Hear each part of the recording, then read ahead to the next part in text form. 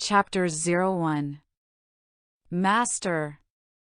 I called out, the snowy winds blowing through the hair that was tied at the nape of my neck. I watched as the Twi'lek woman who had been my master and mother figure since I became a Padawan 4 years ago had ran into a lost battle, getting shot down by dozens of droids just to give us time to escape and get to safety. We had been sent on a peaceful mission to recruit another planetary system for the Republic Senate. What we didn't know was that the planet was already controlled by the Separatists and that we were walking into a trap. We had fought in the battle valiantly, but it was a lost cause from the start. We were outnumbered and we needed a distraction so that we could escape back to Coruscant and regroup after our heavy loss of troopers. Commander Jayko? One of my troopers questioned from behind as my master's body fell to the ground a few meters away from me. Let's go, boys! I shook away my thoughts and focused on escaping with the rest of the survivors, knowing that my master was gone and there was nothing I could do to change the outcome. As we hopped onto the gunship, I sat on the floor, crossing my legs and closing my eyes to meditate, trying to hold my composure over the losses we faced. I could feel the brown eyes of the clones staring at me as the ship rattled with gunfire, lifting off the surface of the planet and escaping towards our Jedi cruiser up above. Soon the eyes drifted away and I was left to my peaceful meditation to focus on my loss and keeping my wave of emotions at bay. Commander, we have arrived, my captain reported as our gunship landed on the Republic cruiser. I stood with a stern nod, careful not to show the emotion rattling my mind, Jedi being forbidden from having attachments. I made my way towards the bridge to find the Admiral, the blue lights of hyperspace blaring past us as we returned to the home of the Republic. The Jedi Council has requested you. The Admiral guided me to the comm system once I had reached the bridge. Master Yoda, Master Windu, Master Plo Koon. I nodded in greeting, finding the Jedi Masters waiting on holocomms for my report. I regret to inform you that Master Nadir had been killed in action on our last mission, I reported to the Council before me in hologram form. Face still stern and blank from any emotion, though my hands, which I gripped my robes with, were still shaking from the battle. That's the price of war, Lyra Windu reminded in a cold tone, making me furrow my eyebrows in hurt, not understanding how they could move on and be so cold over a person dying, a good person dying for a good cause. Get some rest, Lyra. You will be assigned to a new master soon and report immediately to the temple once you return to Coruscant. Plo Koon told me in a warmer tone, one that made me think that he would be smiling for comfort if he could. I gave them a sad smile with a nod before leaving them to their decisions on my new master. The cold gray hallways were uninviting as I made my way from the bridge towards my quarters. Once the door sealed shut behind me, I let out a breath, shaky hands rubbing at my eyes. I carefully sat on my bunk, tucking my feet up and resting my hands on my knees. I am one with the Force, and the Force is with me. I began meditating, attempting to clear my mind from the bloody horrors of the battlefield that I had witnesses only moments ago on that slowly planet below. Padawan Lyra, you are requested by the Jedi Council, a clone trooper informed me upon our arrival at the Jedi Temple on Coruscant. Home, sweet home. Thank you, sir, I nodded to him, stepping off of the gunship that had brought us to the surface. I adjusted my beige robes, trying to look professional before heading towards the temple council room. Reaching the room, the door slid open, allowing me inside to greet the Master Jedi. Oh, I spotted a young Tigrita girl already standing before the council. I had recognized the girl from around the temple, but never really spoke with her as she was still in youngling training and I was a Padawan. You'll also like Padawan Lyra, come in, Yoda instructed as he could sense my confusion for the child's presence, thinking I was interrupting something else. I carefully entered further and stood beside the girl, waiting to hear the council's reason for calling me in. Youngling Ahsoka Tano, you will be joining Anakin Skywalker as his Padawan. And Padawan Lyra Jayko, you will be joining Master Kenobi as his Padawan, Mace Windu explained to us. The girl now known as Ahsoka Tano was practically bouncing with excitement for becoming a Padawan. I'm sure everyone in the room could feeling her buzzing excitement. Yes, Master Windu, I nodded before turning on my heel to leave. Do we go now? Ahsoka turned to find me walking out. With a smile, I stopped and waited for the eager girl to catch up. She has a lot to learn, but she will make a brilliant Jedi someday. Come on, I waved her over as we walked out of the temple and towards our personal shuttle that would deliver us to our new masters, going from one battle into another. We need to make contact with General Kenobi. Windu starts as Admiral Yularen reaches the holo device on the Republic cruiser above Christoposis. We've been unable to reach him. It could be a solar storm or they are rebooting their communication system, the Admiral answered. I'm sure the blackout is temporary. A messenger we are sending, with important orders for General Kenobi. Yoda speaks in his backwards ways. See to it that they get there as fast as possible. Mace ordered in a sterner tone than the small green man beside him. Yes, sir. As soon as we load relief supplies. No time, there is. Immediately, the messengers must go. Yoda ordered in a friendly tone. I understand, sir. I will personally take an unloaded ship to drop them off, then return to pick up my reinforcements. He finished, before going back to work on board his ship. You must be the messengers. The Admiral approached Ahsoka and I as we boarded the ship, meeting in the docking bay. Yes, sir, I replied with a firm nod. Good, I will be taking you down to the surface in the shuttle. He guided us onto a smaller ship before flying us towards the planet. The child beside me was buzzing with cheer while I was still recovering from the loss on my previous mission, trying to keep focused on what we would be arriving to on the surface. Go, go, go, go, go. Clone troopers shouted orders as the Jedi ran to see what the problem was now. They're back! Anakin called to his former master with annoyance at the sight of more droids incoming. I told you this victory was too easy. We never should have sent the ship back for supplies. Obi Wan tells Anakin. It wasn't my idea to send the ship back. All right, men. Second wave incoming. Obi Wan started the orders to the troopers, taking action over the situation before it could get too much worse. Rex, you and your men follow me. Anakin continued, leading them off. Cody, battle positions. Obi Wan instructed his commander. Up to the front. Cody ran off shouting to his men. Troopers shot at the oncoming battalion of droids, holding them off for as long as they could, but losing their own men in the process. Incoming!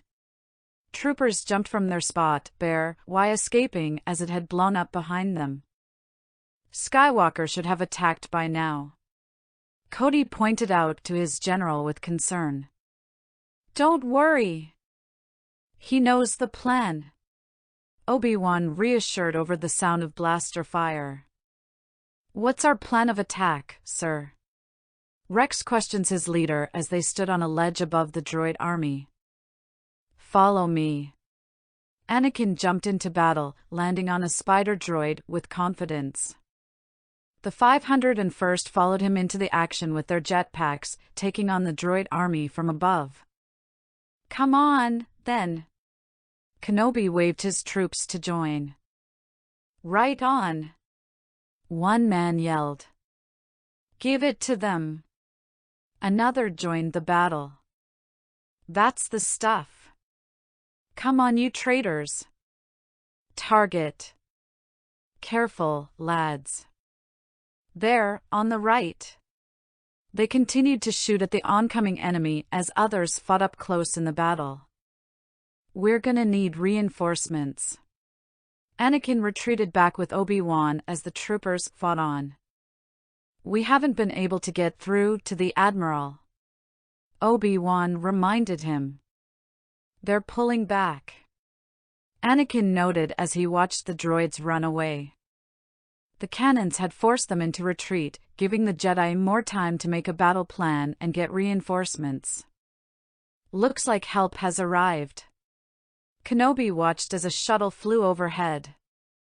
Our cruiser must be back. The pair of Jedi walked towards the shuttle as it landed on the surface, hoping for the help they had requested. Which means we'll be able to get our reinforcements. Then it looks like our problems are solved. Fresh troops, new supplies, and perhaps they brought my new Padawan with them. Obi Wan carried on a conversation while the shuttle landed in front of them. You really think it's a good idea to bring a Padawan learner into all this? Anakin had his doubts, despite he himself having just become a Jedi Knight. I spoke to Master Yoda about it. You should put in a request for one, you'd make a good teacher. Obi-Wan told his former Padawan. No, thanks. Anakin laughed it off. Anakin, teaching is a privilege. And it's part of a Jedi's responsibility to help train the next generation. A Padawan would just slow me down. Anakin claimed as the door to the shuttle opened to reveal the new Padawans. I squinted my eyes at the bright lights of the sun before following Ahsoka off the shuttle and towards the two waiting Jedi. A youngling? Obi-Wan questioned at the sight of Ahsoka. And who are you supposed to be? Anakin inquired as he made note of two of us instead of just one. I'm Ahsoka. She stated as if it was obvious. I'm Padawan Lyra Jayko. Master Yoda sent us. We were told to tell both of you that you must get back to the Jedi Temple immediately. I informed the pair as Ahsoka looked around with excitement, eyes wide and curious. There's an emergency, I added. Well, I don't know if you've noticed, but we're in a bit of an emergency right here. Skywalker snapped sassily. I nodded in understanding as the other Jedi spoke up next, and I turned my attention to him. Yes, our communications have been a bit unreliable, but we've been calling for help. Master Kenobi explained their situation to us. Master Yoda hadn't heard from you, so he sent us to deliver the message. I reported back. Oh, great. They don't even know we're in trouble. Anakin scoffed, turning his back on us. Maybe you can relay a signal through the cruiser that just dropped us off. I suggested with some hope for them. We're under attack by separatist warships, but I'll try to make contact with the Jedi Temple for you. Stand by. The trooper on the ship's above planet told us as we made communication with them. We waited for a moment, awkwardly looking around as silence filled the air. Master Kenobi, glad Ahsoka and Lyra found you, I am. Yoda's small figure appeared on the holodeck before us. Master Yoda, we are trapped here, and vastly outnumbered. We are in no position to go anywhere or do anything. Our support ships have all been destroyed. Kenobi explained as I watched in awe as he took control of the situation they had been stuck in. Send reinforcements to you, we will. Yoda started to cut out. Master Yoda? Master Yoda?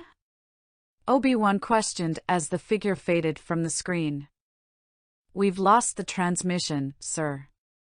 The trooper on the ship explained as he appeared again. We have to leave orbit immediately. More enemy ships have just arrived.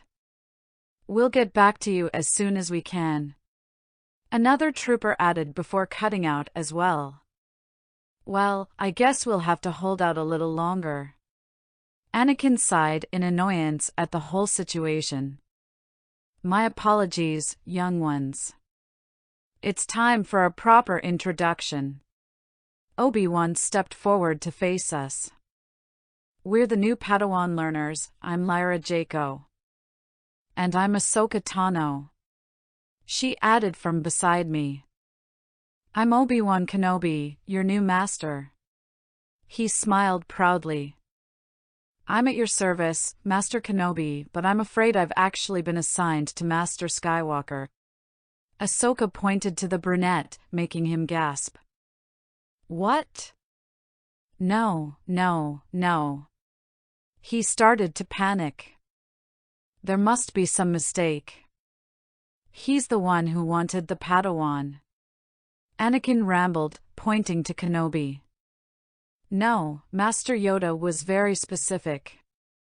I'm assigned to Anakin Skywalker, and he is to supervise my Jedi training.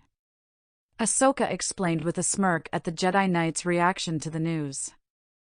I'll be the one training with Master Kenobi, I further explained. But that doesn't make any sense. He started to protest again before Obi-Wan stepped in to settle the argument.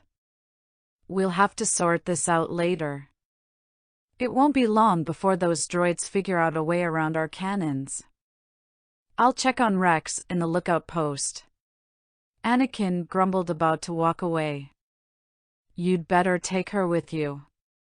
Obi-Wan smiled, and I nudged Ahsoka forward gently.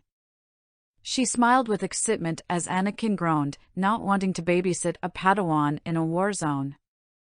The young girl ran forward, and the pair walked off to find the captain.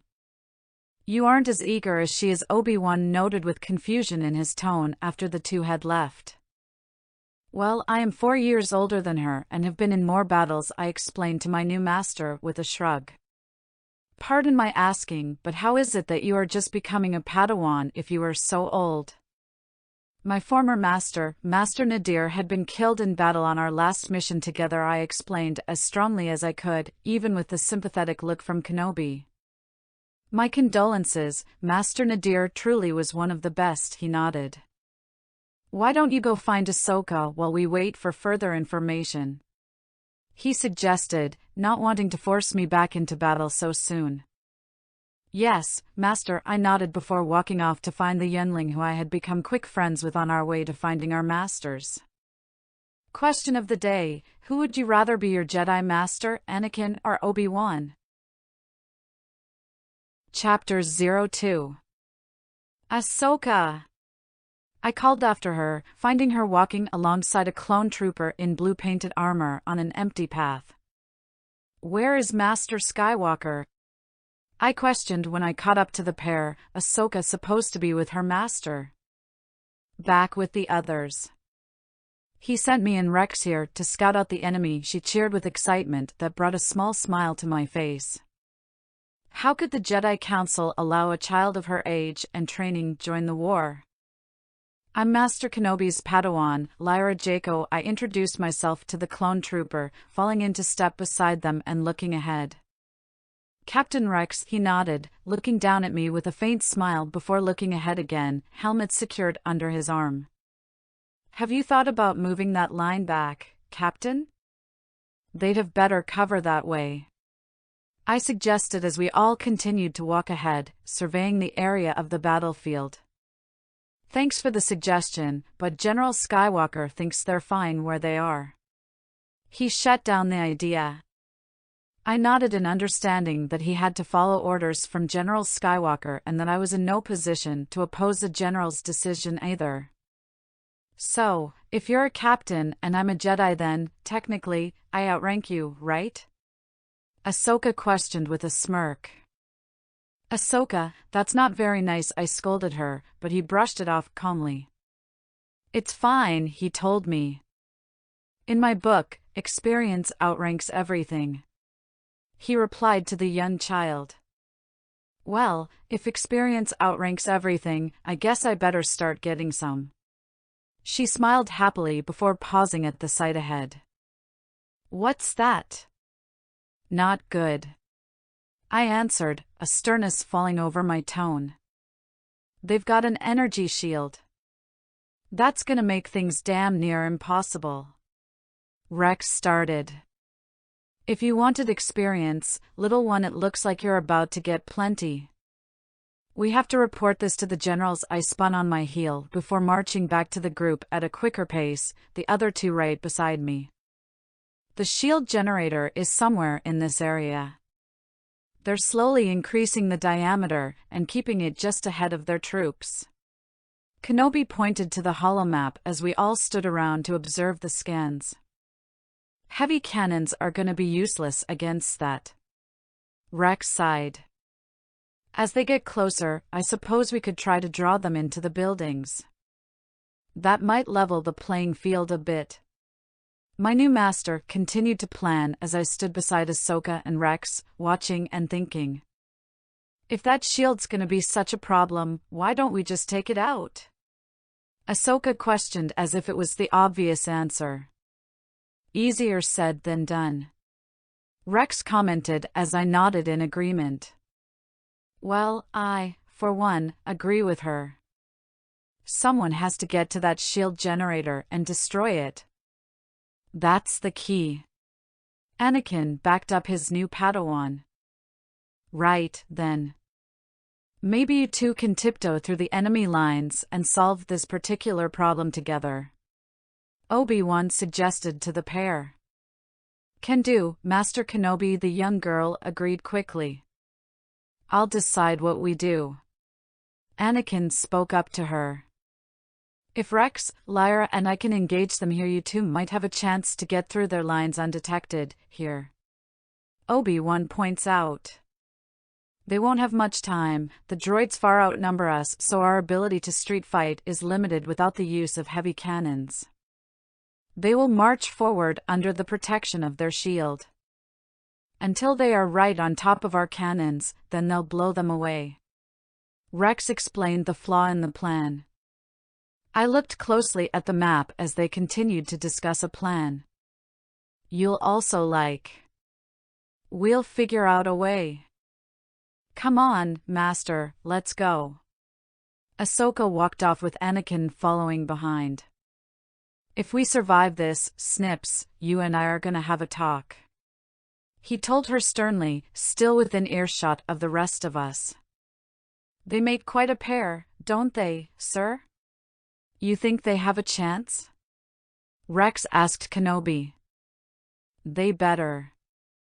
If they can't turn off that shield generator before it reaches the heavy cannons, there'll be no escape for any of us. Now we need our own plan on how to hold their attention until they can take down the shields. I speak up, standing to face the men before me. We all nodded in agreement before moving back to the front of the battlefield to prepare for what's about to happen. That shield is certainly putting a crimp in my day. Obi-Wan called out to the captain as we both peeked at the oncoming droids through binoculars. It's no use, sir. Even at full power, the cannon doesn't affect it. Rex explains with little hope that we would make it through this. All right, Rex. It was worth a try. Tell the men to fall back. My master ordered. We had all moved back, Obi-Wan and I deflecting the blasters from hitting our soldiers. I jumped over a small wall and pressed my back against it to take cover before I jumped in fear. Sorry, you scared me, I explained, the captain turning his helmeted head to face me, having been there the whole time with me, only just noticing his presence. Soon my master had decided to join us in taking cover, sitting beside me. We're inside the shield. Just stay away from those tanks. Obi-Wan ordered after a moment, igniting his lightsaber. A Jedi? A droid panicked as Master Kenobi jumped down, followed shortly after by me and the troopers zipping in from one of the buildings above. I followed my master's lead and took out as many droids as I could with my bright green lightsabers. The two of us cut them down quickly, allowing the others to fall back into a building. Where's the general? Or the commander? Rex called out to his men as they retreated and gathered into a building. I don't know, sir. A trooper brushed past in a hurry to take cover. Fall back. I had jumped in next to Obi-Wan and we each tipped down a droid, pushing them back with the force. We were about to move on when a droid aimed its blaster at us. Before it could shoot, Rex came running in and shot it down. They're right behind us, sir. He shouted upon entry. They wiped out most of my unit. We had to pull out of there. Another blast rushes us into hiding again as we duck behind a control panel system. The shield has almost reached the heavy cannons. I warned the duo next to me with urgency. We're not going to be able to stop them, sir. Rex agreed.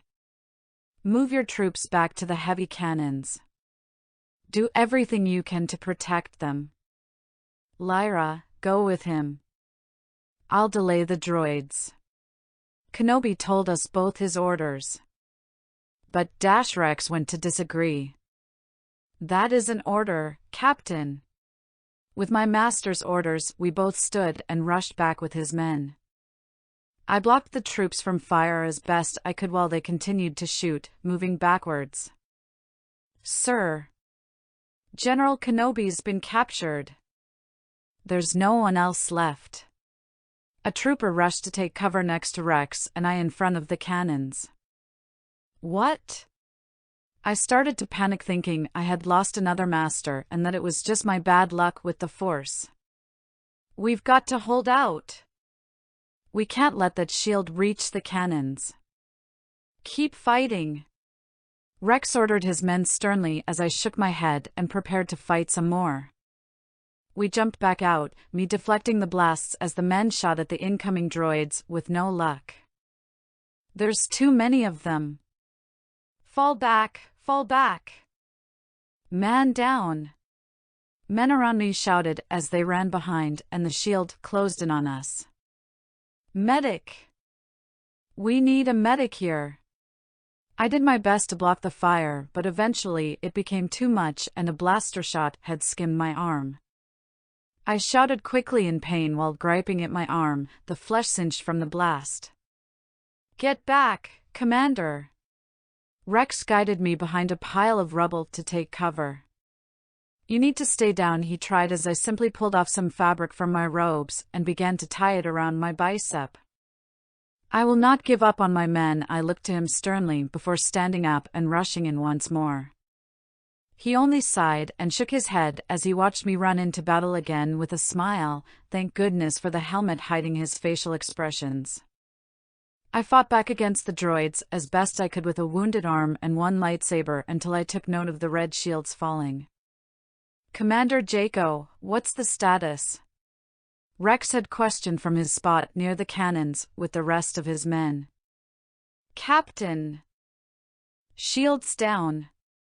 I called back to the man as I ran towards the troopers, once again taking cover with the survivors. All cannons, fire on those tanks. They gave the orders and the cannons took out the army of droids. Look! I smiled as I pointed to the incoming gunships above, bringing us hope. Great job, Commander Jayko. Rex nodded to me before we split up to find our superiors. Master Obi Wan. Master Yoda. Anakin and Ahsoka approached us as we stood at the base of the ramp to our ship. Trouble, you have, with your new Padawan, I hear. Yoda spoke in his gravely voice. I was explaining the situation to Master Yoda. Kenobi explained with a slight smirk. Really? If not ready for our Padawan, you are, then perhaps, Obi-Wan, we can. Yoda trails off as Anakin stepped in. No, wait a minute. I admit Ahsoka is a little rough around the edges. But with a great deal of training and patience she might amount to something.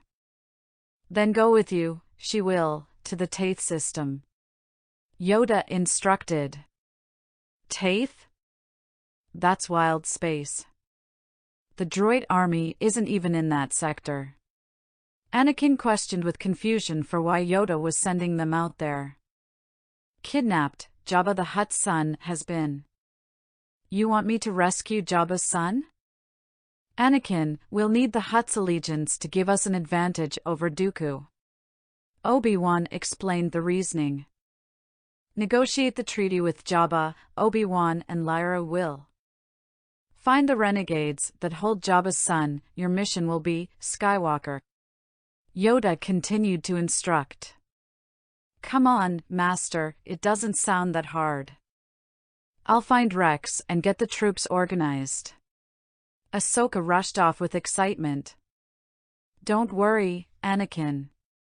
Just teach her everything I taught you and she'll turn out fine.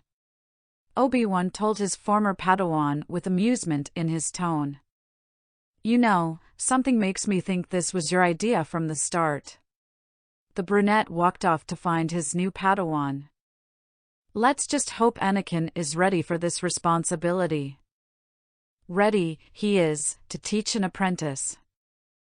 To let go of his pupil, a greater challenge it will be. Master this, Skywalker must. Yoda said. If we've got to make a deal with Jabba the Hutt, we'd best be on our way. Kenobi and I nodded to the small green man before walking off to our own ships. Our fighters dropped out of hyperspace, leading us to the planet of Tatooine. Don't worry, I'm sure Jabba's in a good mood. Obi-Wan spoke as he felt my unease upon our arrival. I hope you're right, Master, I replied while flying towards the surface to land in front of Jabba's palace. Stepping out into the heat from the Tucson, we were met by a protocol droid. We should not keep the wise and powerful Jabba waiting. The droid spoke in its robotic voice. I wouldn't dream of it. My master had claimed, following the droid into the palace with me right behind them both. Mighty Jabba, one of our most powerful Jedi, is on his way to rescue your son. We will not let you down. He stood in front of the hut as he spoke. I had been standing slightly behind as I observed my master's negotiation techniques. The response from Jabba was translated by the droid who had led us in. The most gracious Jabba has one more small condition. He demands you bring back the slime who kidnapped his little Punky muffin. Punky? I questioned, trying to keep a straight face while looking to Obi-Wan, who simply shrugged it off. Dead or alive? If you do not succeed, Count Dooku and his droid army will. The droid translated once again. Question of the day, would you rather have one lightsaber or two, or a double-bladed lightsaber? Chapter 03. The most gracious Jabba has one more small condition. He demands you bring back the slime who kidnapped his little Punky muffin. Punky? I questioned, trying to keep a straight face while looking to Obi-Wan, who simply shrugged it off. Dead or alive? If you do not succeed, Count Dooku and his droid army will. The droid translated once again. I looked to my master before we both nodded in agreement and were escorted back outside to our ships. All right, Anakin, here's the story. Jabba has given us only one planetary rotation to get his son back home to Tatooine safe and sound. Obi-Wan instructed his former Padawan over holocom. Won't take us that long, Master. Skywalker replied confidently. Well, take extreme care, we have no idea who's holding Jabba's son. When I've finished negotiations with him, we will join you. Obi-Wan promised before we both hopped into our ships again.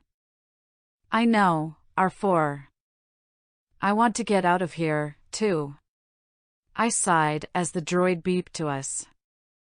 Returning back to the cruiser, we had landed our small ships inside the larger one. Commander, tell Admiral Yularen to get underway, we need to reinforce Anakin. Obi-Wan instructed Commander Cody when we jumped out of our ships and into the hangar. Right away, sir. The clone responded, turning and walking off to follow orders. Anakin, did you locate Jabba's son? My master asked over holocom once we had reached the bridge and reconnected with the duo. We have him, but it looks like the Separatists are behind his abduction. This smells like Count Dooku to me. Anakin voiced his suspicion of the Sith. I think it's little stinky you smell.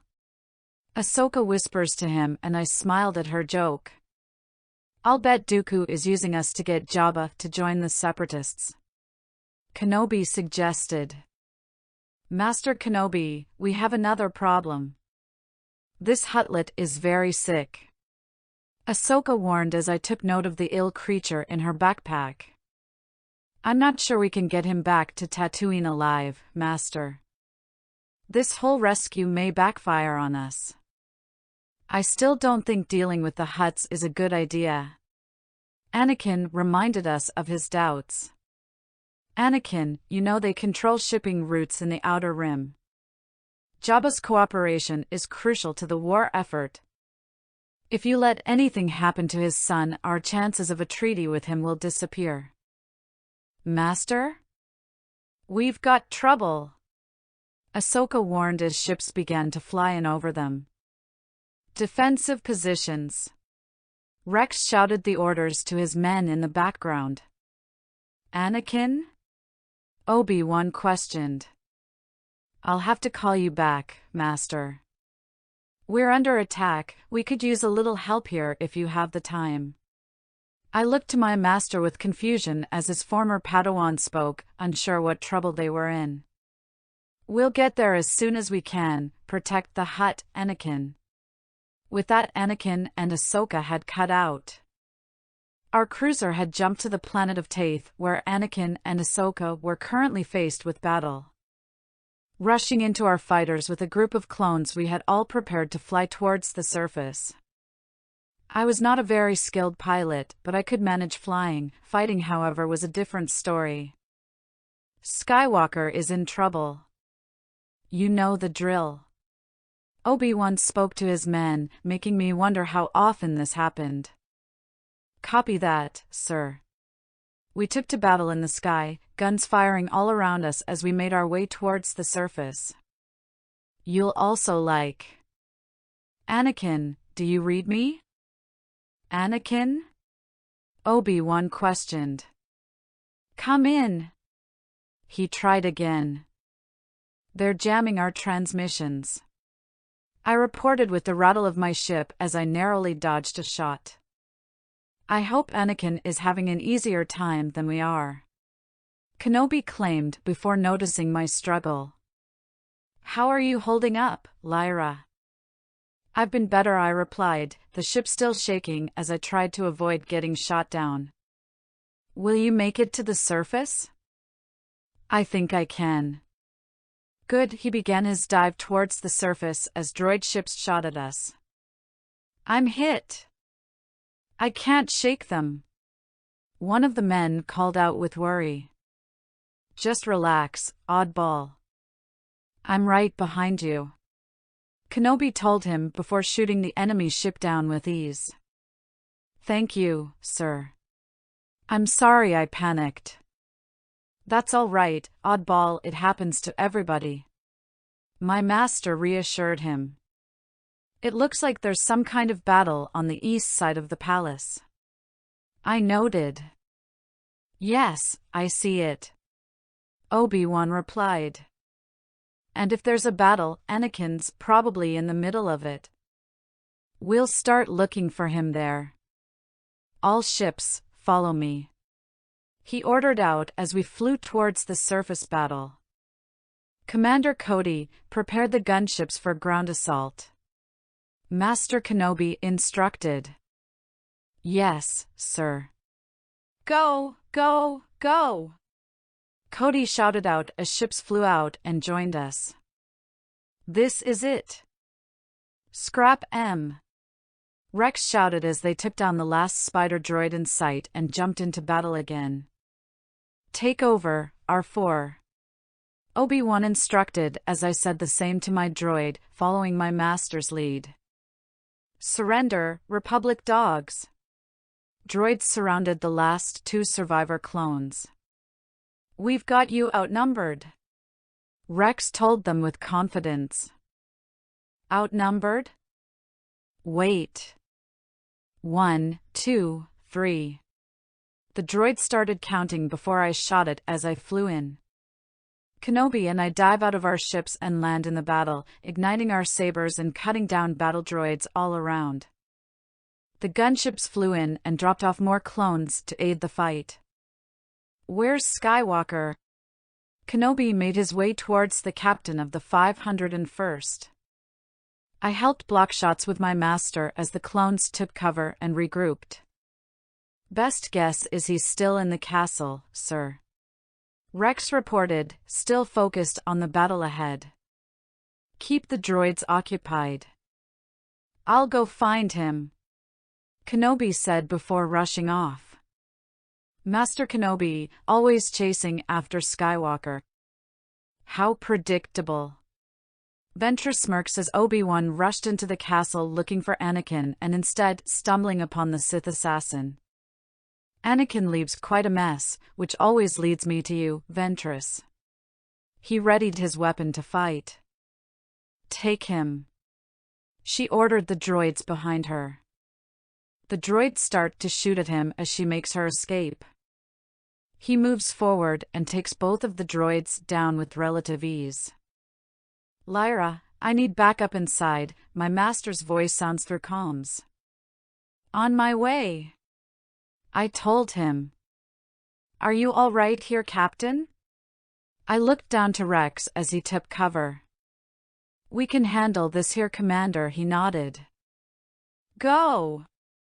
I rushed in to find Obi-Wan standing in a dark room alone, lightsaber glowing.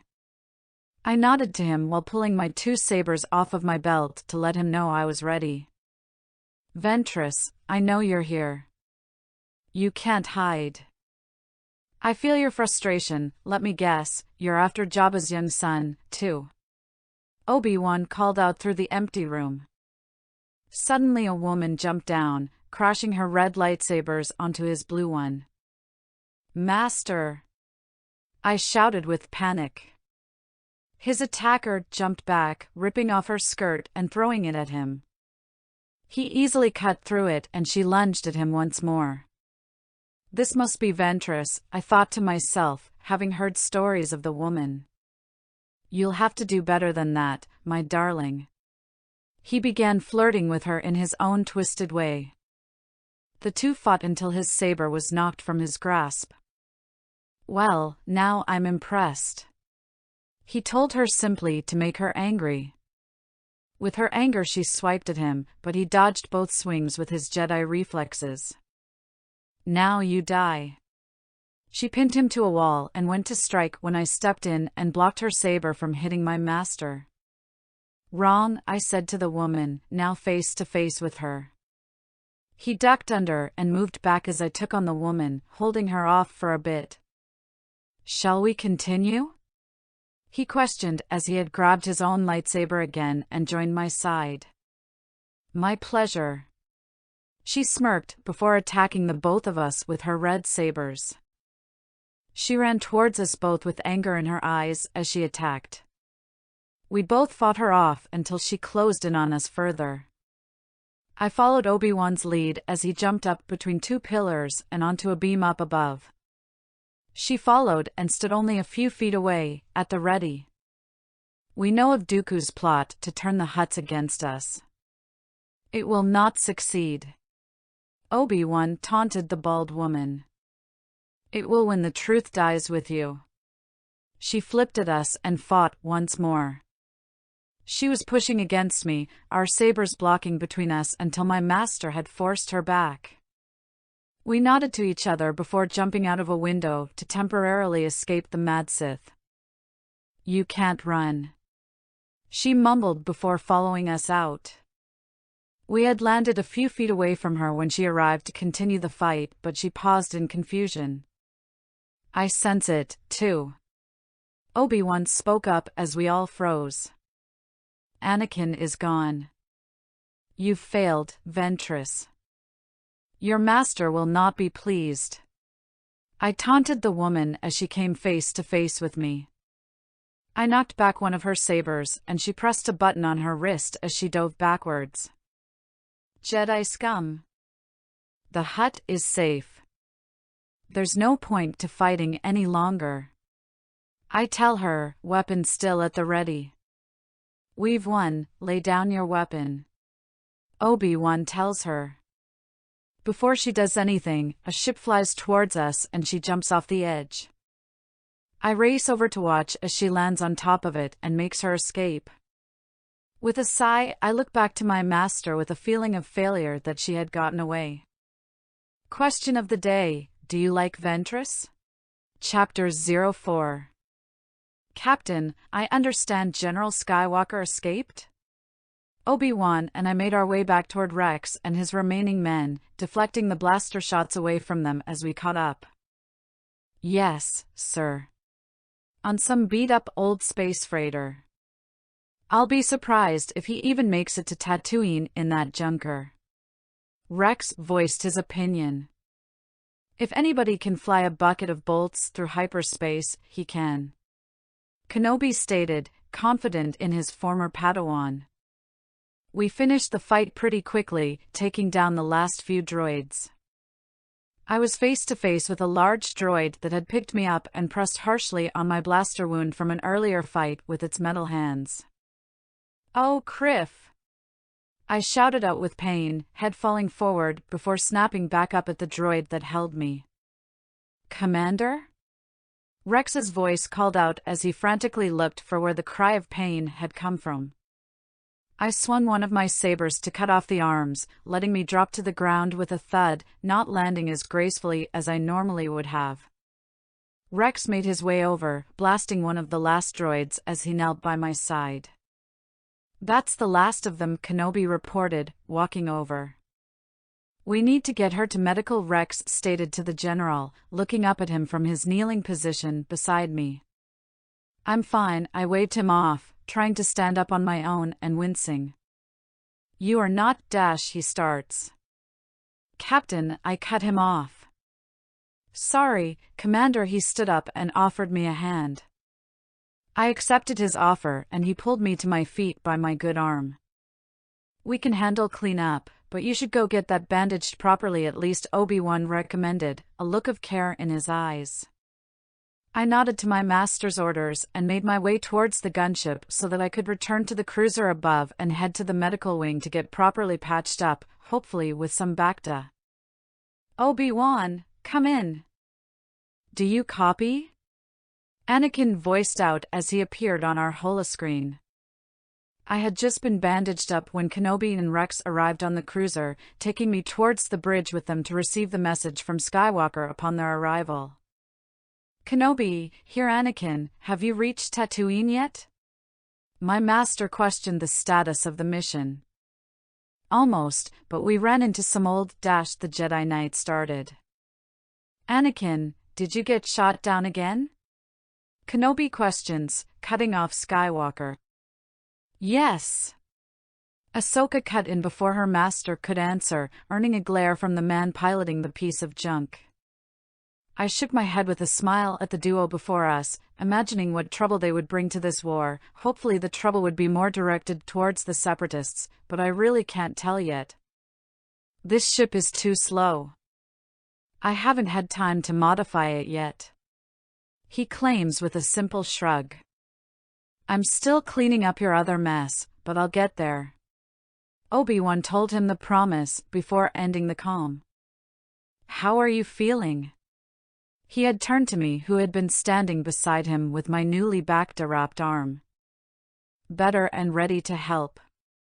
I tell him as I straightened up and removed my hand from holding my arm in pain.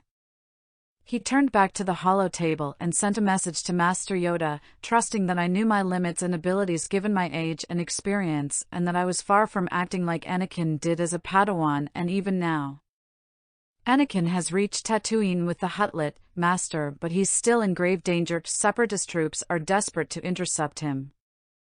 I think this whole plot was engineered by Dooku to convince Jabba we kidnapped his son.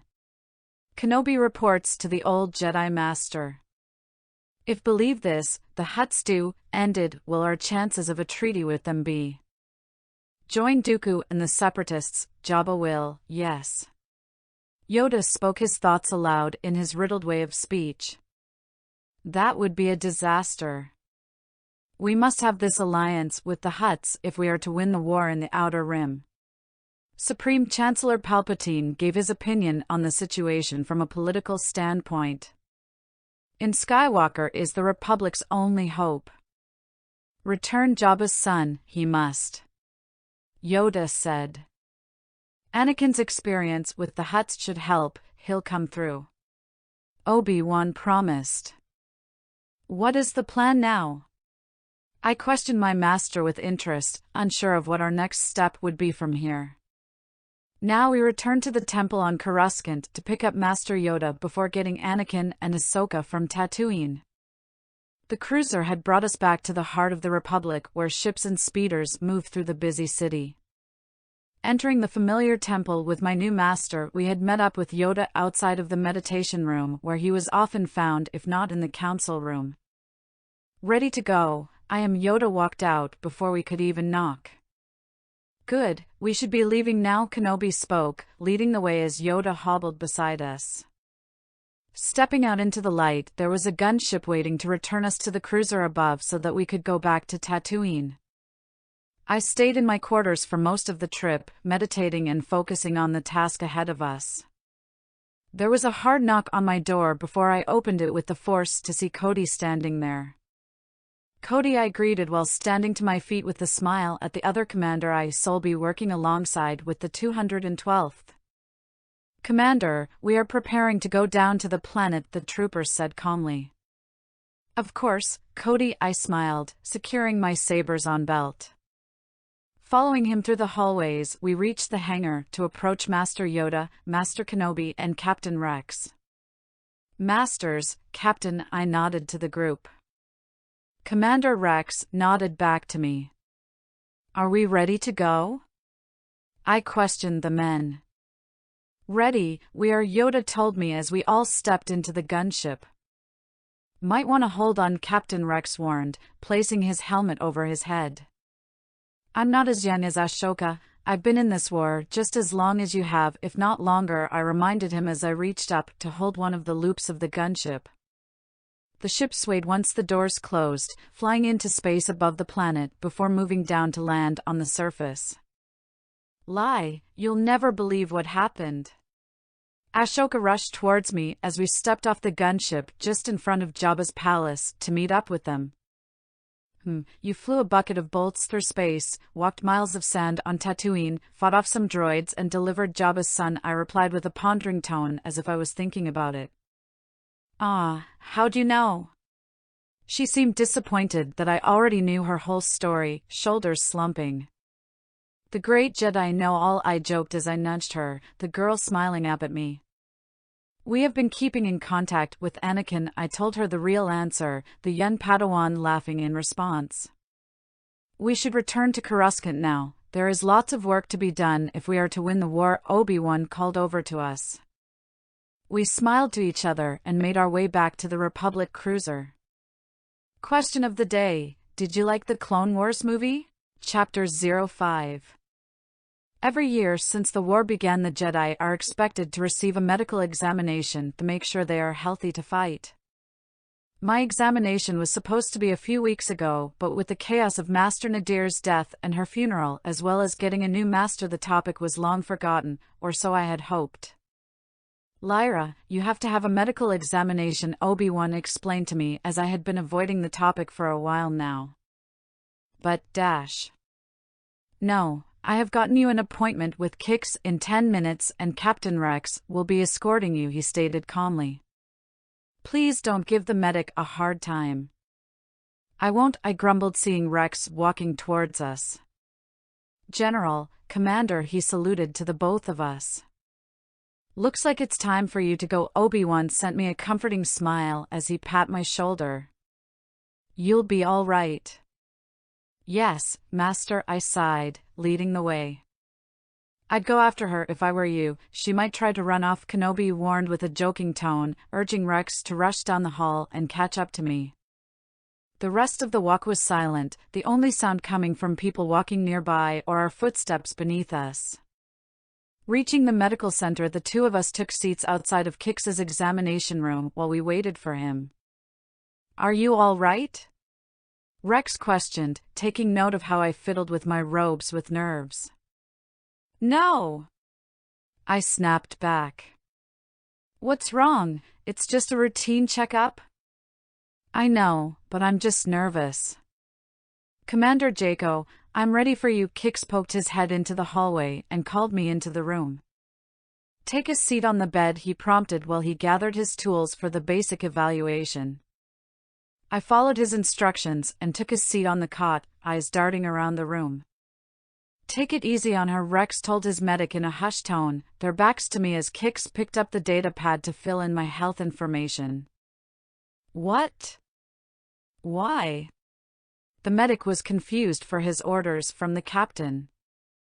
Because she's nervous enough, and I know how you can be with the men. Let's get started. He pulled out a stethoscope to check my breathing and heartbeat. After checking a few other basic things such as my reflexes, he walked back over to his desk. Now time for your vaccination. He pulled out a needle as my face was drained of color. I'll need you to take off your sleeve. He nodded to the flowing fabric along my right arm. Commander? Rex questioned at the sight of my pale face. Panic had set in, and I force-pushed them both back into the wall before moving to make my escape. For the love of... Kix trailed as he set his blaster to stun, aiming it at me from his kneeling position of where he had been dropped to the floor. He stunned me just in time for Rex to catch my limp body, having jumped up as soon as he had fallen. What was that for? The captain snapped at Kix, holding my limp body in his arms. It's the only way she would sit still for this, he shrugged in response, clearly calm over the situation. I told you to take it easy on her. Rex had moved me to lay down on the bed again. Were you going to hold her down long enough for me to give her the vaccine? Kix had got it ready and stuck my arm with the needle. See, all done. Yeah, and now the commander is stunned. She'll wake up soon. Kix started packing up his gear. Just take her back to the temple or something. The medic waved off his captain. Rex looked to my sleeping form on the cot and scooped me into his arms before marching out towards the temple I had grown up in. You'll also like... Captain? What happened? Kenobi questioned immediately at the sight of me limp in the clone's arms. Kix stunned Lyra to give her the vaccine, Rex explained. I can't blame him. Obi Wan shrugged. Here, take her back to her room. He guided Rex through the halls until they reached my quarters. Stepping into the room, Rex took a quick glance around, always evaluating the environment. What he didn't expect to see as he set me down on my cot was a few trinkets on a shelf on the opposite wall, not many Jedi keeping physical personal items. Kix said she should wake up soon, the captain reported to the Jedi Master. We better leave then, she won't be too happy with us when she wakes up, Kenobi explained, exiting into the hallway again. Lyra? Are you awake? Kenobi knocked on my door gently. Yes, Master, I answered. He walked inside to find me glaring at him from my floor where I had been meditating. Sorry about the incident earlier, he started off. We are going to meet up with Skywalker on the Resolute. When do we leave? You have 15 minutes to be in the hangar, Kenobi stated before walking out. There she is. Anakin cheered at the sight of me walking behind Kenobi as we arrived on the Jedi cruiser. I hope Kix wasn't too rough on you, the Jedi started as Kenobi tried to signal for him to stop talking before he made things worse. Your medic stunned me, I glared at him before pushing past them both towards the bridge. Oh, Anakin simply watched me walk away in shock. I guess she's not happy with you. Then he faced his former master with amusement to find him shaking his head and following after me. Tomorrow, Captain Rex and Commander Cody will be inspecting each of the outposts. Kenobi started the meeting with the two troopers, Anakin and I. Yes, sir, Cody nodded in reply. Good. Still here, Anakin? When was the last time you slept? Obi Wan questioned as we approached the general, who was overlooking the holomap the next day, having been in the same spot we had left him the night prior. I had calmed down a bit after the whole medical examination incident, but Kenobi was still slightly on edge, thinking I was still upset. I'll sleep after we find General Grievous. Clone intelligence spotted him in the Balmora system. That was weeks ago. Since then, he vanished. Skywalker pointed to the map as Kenobi raised a finger to his chin in thought. Well, unlike you, maybe he's getting some much-needed rest. Obi Wan suggested, making light of the situation. Excuse me, General. Incoming transmission from Commander Cody. The Admiral reported to the three of us. We all turned back to the holotable to find a hologram of Cody. General Kenobi, General Skywalker, Commander Jayko. Cody greeted. Cody, how goes the inspections? Obi-Wan asked his other commander. The tracking station in Patil is fully operational. Captain Rex and I are proceeding to the outpost in the Rishi system. Cody reported their progress back to us. Good, I would like you to pick up Lyra and take her with you to inspect the base. Report back once you've arrived. Kenobi told them, wanting me to get as much experience as I could during this war. Copy that, be there soon, Cody out. He saluted before the call cut out. Good man, that Cody. Don't worry, Anakin, if General Grievous comes anywhere near this quadrant, we'll know about it. And you, Lyra, should go wait for your pickup, he nodded to me as I walked off towards the hangar. I waited for about an hour before the clones arrived to pick me up. Ready to join us on our inspection? Cody questioned as I hopped in the shuttle with them. Of course, how hard can it be? I looked to him while fastening my safety belt. He only gave a shrug before Rex flew us away from the Resolute and towards the Rishi system. Rishi Outpost, this is Commander Cody. Do you copy? Rishi Outpost, please respond. Cody called through comms as Rex flew the shuttle. Rishi Outpost, come in. Rishi Outpost, come in. Cody urged a second time after no response.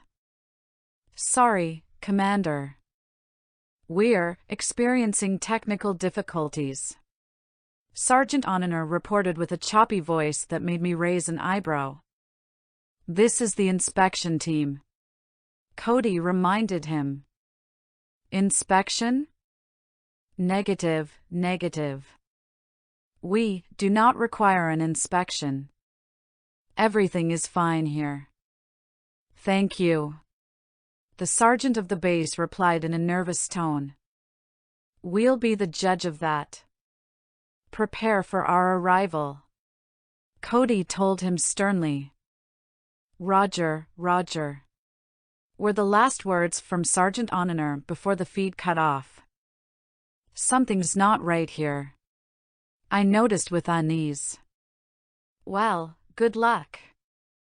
I'm putting you in charge of this one. Cody told me with a smirk, throwing me in the deep end to see how I handled it.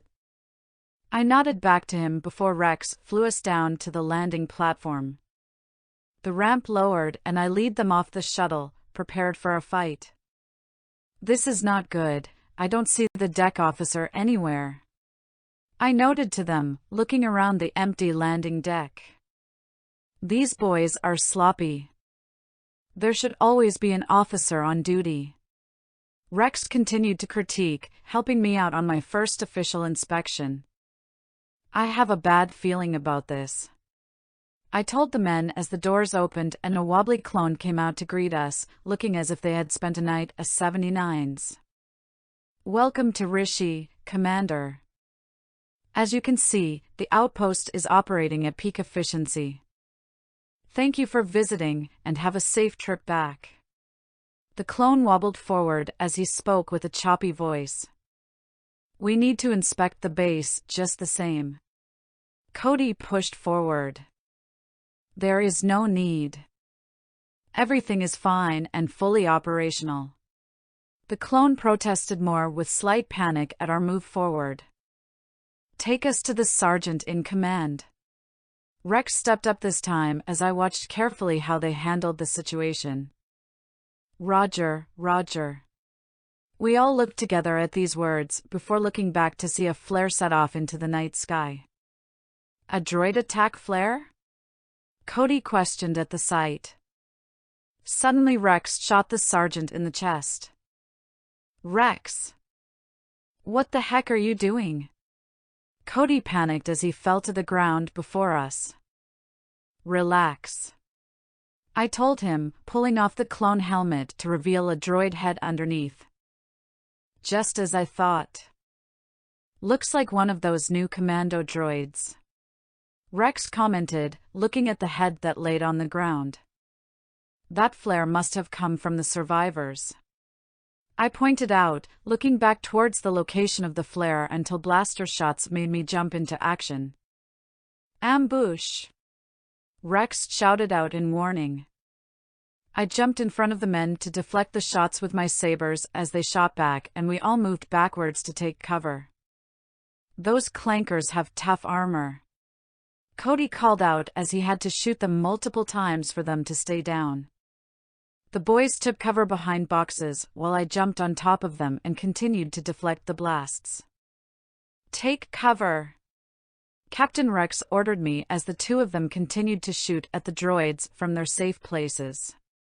You can't give me orders, Captain, I reminded him while still deflecting blasts back at the droids. Cody Rex groaned, hoping his brother would help. Rex is right, Commander Jayko. He backed up his brother, knowing that trying to deflect all of the blaster shots would just leave me tired and sloppy. Fine, I jumped down and sat my back up against the boxes. We're cut off! Rex called out over the loud fires of blasters shooting at us. Thank you, Captain Obvious, I sighed, slumping over more. He glared at me quickly, unaware of the fact I couldn't see his face under the helmet, before softening his features while I fiddled with my gauntlets and sabers, feeling as though there was nothing I could do to help. Off the platform! Rex ordered as a droid ran towards us with detonators. Copy that. Cody and I both responded quickly, following his lead. The detonators rolled past us and blew up under the shuttle, setting it aflame. We took this as our chance to escape and regroup with the survivors. Cody had jumped from the side of the ledge and used his grappling hook to hang onto the platform. Commander Rex held his hand out to me. I gave him my hand and he pulled me close quickly before jumping off the side as well. I gripped onto him tighter as he fell before the grapple stuck to the bottom of the platform and held us both in the air. Are you all right, Commander? He looked down to me. I only nodded in response before he lowered us both to the ground underneath. Well, that sure complicates things, I pointed out to the two men. No worse than that time on Tiburon. Rex started. We had Jedi with us on Tiburon, they helped, Cody reminded. I'm a Jedi, and I'm here to help, I reminded them in a sassy tone as they forgot why I'm here. I held a hand out to stop them from moving further as I noticed three figures walking out of the fire debris from our shuttle that had fallen. Hands above your head. Take your sunbonnets off. Rex ordered as the two clones readied their blasters and I ignited my sabers. The three figures held their hands up high above their heads. Sir? One of the figures questioned. Question of the day, what do you think of kicks? Chapter 06. Sir? One of the figures questioned. Take 'em off. Now. Rex ordered with more sternness to his tone, showing that he did not trust what was happening. I sighed and relaxed for a moment when I saw their matching faces revealed by the fire that was lighting the area around us. Jumping again, I turned around to face a giant eel that had sprung from a hole. What the hell? I questioned in a hushed, shocked tone before Rex had blasted its eye in one shot, killing it on sight. Nice shot. One clone commented as Rex took off his helmet and knelt beside the limp eel to inspect it closer. The name's Rex. But you'll call me Captain or Sir. He spoke while dipping his hand in blue goo off the eel. Sir, yes, sir. They all cheered in unison. I'm Commander Cody, your new boss. He took off his helmet and introduced himself. And I'm Padawan Lyra Jayko. I closed my sabers and secured them on my belt again. My designation is Trooper 27 to 5555, sir. We call him Fives. I'm Heavy, this is Echo. Another clone introduced their little trio. Where's your sergeant? Cody questioned the trio. Dead, sir. We're all that's left. The one called Echo replied. Looks like we got ourselves a batch of shinies, Commander. Rex spoke as he walked towards the group with a smirk. Shinies, sir? Echo asked, voicing his confusion on the nickname. That's right. Your armor, it's shiny and new, just like you. The captain placed his goo-covered hand on Echo's chest, leaving a blue stain on the white armor's chest plate. Sir, me and my batchers are trained and ready. We'll take back our post, shiny or not. Heavy spoke up with determination to take back what they lost. There's hope for you yet, rookie. Rex told them with a smile. Scaling the side of the cliff, we worked towards the base. Look sharp, rookies. As long as those tweezers occupy this post, our home planet of Kamino is at risk. Rex warned them. But there's so many of them. Doesn't matter, kid. We have to retake this base, so we will retake this base.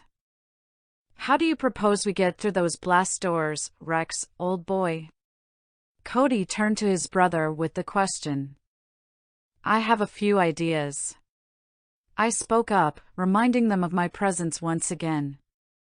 Both men turned to me with interest at my idea. Unit 2-6, is that you? The security camera questioned as Rex wobbled towards the camera outside of the front door. Roger, Roger. Rex replied, keeping his helmet on to cover his clone face. I stifled a giggle at the scene before me as the rest of us stood off to the side ready to attack when the doors opened. You sound strange. Is something wrong with your vocabulator? The droid inside asked. Roger, Roger. Take off your helmet. Let me see your faceplate. Roger, Roger. Rex ducked at the last words, holding up a destroyed droid head instead. This is never gonna work. Cody sighs as he shakes his head. Have faith in the plan, I tell him in a scolding manner, really hoping that my plan would work. Before he can argue further, the doors slide open and we all jumped out, weapons at the ready, pointed to the enemy inside. You'll also like clones. The droids panic. Roger, Roger. Rex shoots them down. Right, let's move. I urged the boys, leading them through the corridor to wait and take cover before rushing into the control room. Permission to take point, sir? Heavy spoke up to Captain Rex. I'm always first, kid. Rex warned strictly. Not this time. I called proudly with a smile before rushing past him with my sabers at the ready. Cody shrugged when Rex shot him a look, the clone commander holding back a laugh knowing that I was a higher rank than Rex and that I didn't take orders from him. I raced into the control room, slicing down droids all around as the boys shot from a safe distance. I brought one saber up to cover my face, deflecting a blast straight back at a droid. Fives! Echo calls as his friend gets shot in the arm. He's okay, focus on the battle. Cody instructs, seeing the distraction and knowing any distraction could cause us to lose the base. Rex had shot the gun out of a droid's grip, but what he was not expecting was for the droid to pull out a blade and attack him. Luckily, I jumped in just in time to block the strike with my sabers. while I held the droid in place. Rex had moved around it and snapped the head off. "Thanks for the save," Rex nodded to me. "I should be thanking you," I told him as I stood up straight again, relaxing my stance slightly. "I got one," Echo cheered from the other side of the room. "Sorry, Echo. I jumped that one," Heavy tells his brother. "Like hell you did." They begin to argue. The men all removed their helmets as we stood around the disabled droids, having taken them all down and regained control of the outpost. "Not so tough now, are ya?" one man taunted. "Get to the window, it looks like we have more visitors," I warned after checking the controls to see ships jump from hyperspace. "It looks like a separatist fleet," Echo notes, looking through his visor towards the sky up above. I jogged over to the window with the others to see the fleet above.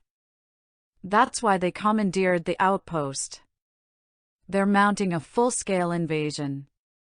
Cody realized with horror for what was headed towards their home. "We have to warn Command." Rex looked to us. "Those clankers sabotaged our transmitter and hardwired the all-clear signal. It'll take time to repair," Echo reported as the rest of us watched the oncoming fleet. "We don't have time," Rex warned with frustration. "Look." I pointed to the window at the oncoming droid ship. "Well, buddy, you always said you wanted to be on the front lines," Fives reminded Heavy. "We can't protect the outpost long against that army of clankers." Cody sighed as we watched the droids land on the platform outside. "Then we'll destroy the outpost instead." Rex stated his idea with pride, taking after his general's destructive tendencies. "But, sir, our mission is to defend this facility at all costs," Echo protested. "We have to warn the Republic about the invasion. They'll take notice when the all-clear signal stops." I explained REX's plan to the Shinies. "Though I have to admit, this plan is risky." "That's right. When they stop receiving our beacon, they'll get the message something's wrong." Fives caught onto the idea. "We'll need every thermal detonator in the inventory," Rex instructed. "It'll take more than a few detonators to destroy this outpost." Heavy told us the flaw in the plan. "We can use the LT. This moon freezes for over half the year. We use liquid Tibanna as fuel to heat the base," Echo suggested. "Liquid Tibanna, highly explosive," Cody explained further while I nodded along. "Good. Bring the tanks here and prime the detonators." Rex began to give orders. "All right, listen up. There's only one target of interest in this sector, Kamino. It's the closest thing we clones have to a home. Today we fight for more than the Republic. Today we fight for all our brothers back home. Understood?" Rex gives his speech. "Sir, yes, sir." "Great, less talking, more working," I called out to the men, reminding them of the task at hand while I was already walking out to find supplies. They each pick up their helmets again before searching for the supplies needed. "I think we can even the odds a bit, Commander, especially since they don't know we're here. This one here is mine." Heavy picked up a large gun from the artillery. Rex and I moved the supplies into the control room to set it up for the attack, me using the Force a bit to make pushing the large containers of LT a bit easier. Reinforcements reporting. "Open up," the droid stood at the door as it demanded we let it inside. "Didn't say please." Heavy comments, the door opening up to reveal us inside, Heavy starting to shoot his large machine gun at the droid army. "Clones! Get 'em!" Another battle droid called out as they all rushed to fight. "We could use a Jedi about now," Heavy called back, though he had never worked with a Jedi before. "I'm a bit busy," I shouted back at them as they shut the blast doors to close off the incoming droids. The clone moved further into the base, the doors soon getting knocked down, and the droid army advanced into the base after them. "Fall back to the op center." "Move!" Cody shouted the orders as the three of them retreated back into the control room. "Rex, Lyra, time's wasting," he warned. "Almost ready," I reassured him. "The handset isn't linked up with the detonator." "Heavy." Rex tried to set up the device, but was failing. "Yes, sir." Heavy rushed over to take the data pad. "This detonator isn't working." "I'll take care of it, it'll be fixed in no time." "You guys get out of here," he waved us both off. "Just make it fast, those droids are getting close," I warned the soldier before following the rest of the clones into the vents system where we had planned to make our escape. "Heavy, hit the, where's Heavy?" Rex looked back as we had escaped into the darkness of the cliffs again. "I'm on it, sir." Heavy's voice sounded through our comlink.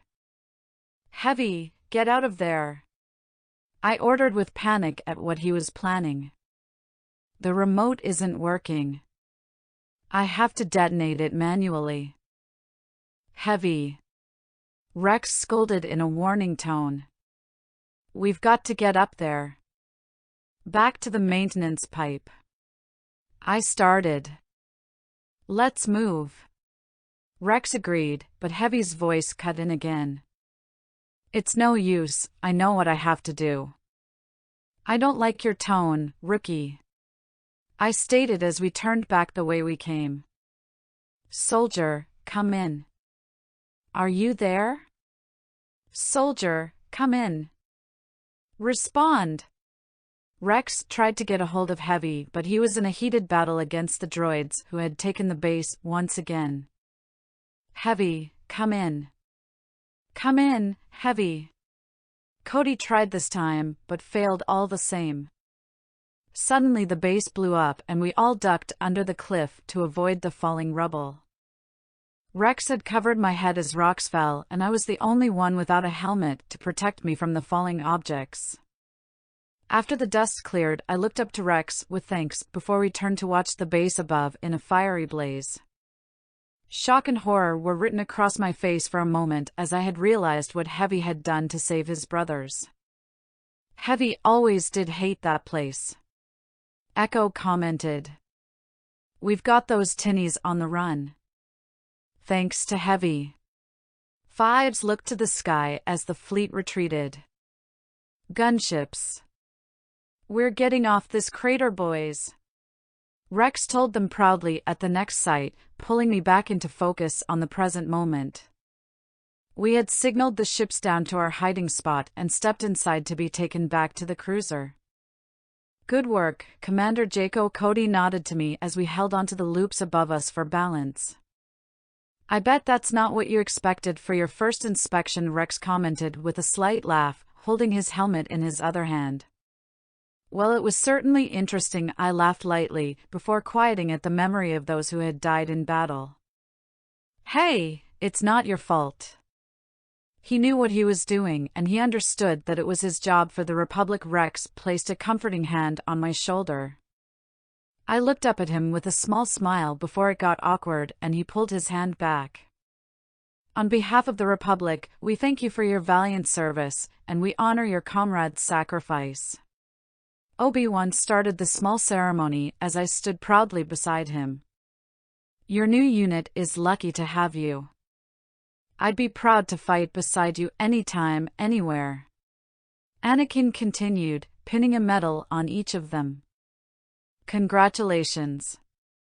You're not shinies anymore," Rex told Fives and Echo as the masters had walked off. "With all due respect, sir, we failed our mission. We don't deserve this honor." Echo voiced his thoughts. "No, If it weren't for you, the Republic wouldn't have learned of the Separatists' invasion until it was too late. Cody stepped in. You showed me something today. You're exactly the kind of men I need in the 501st. Rex told them. Sir, yes, sir. They both chanted before falling into line with the rest of the battalion. I looked out at the battalion with pride to be able to fight alongside them in this awful war. Question of the day, did you like Heavy? Thank you all for the votes on my story. I hope you are all enjoying it so far. Chapter 07. I was filing some reports from the outpost check-ins when I needed Rex to sign off on the report of Rishi Outpost. Starting through the base to find him, I walked towards the 501st barracks to see if I could find him or find out where he was, but instead I was met by the entire 501st and their captain running towards me in a rush. Captain Rex, can you dash? Commander, get down. He tackled me to the ground, catching me off guard. I groaned at the impact before flinching at the sound of an explosion. Rex quickly moved back so that he wasn't on top of me, and I sat up to send him a look for answers, but was met with an awkward shrug. Standing up himself, he had offered me a hand, but I also got up on my own and dusted myself off. Did the 501st barracks just explode? Kenobi joined us all, crossing his arms as he faced Rex and I for answers. Captain, care to explain? I sent him a look to which he glared back at his brothers, still scrambling to get up and look professional in front of the Jedi.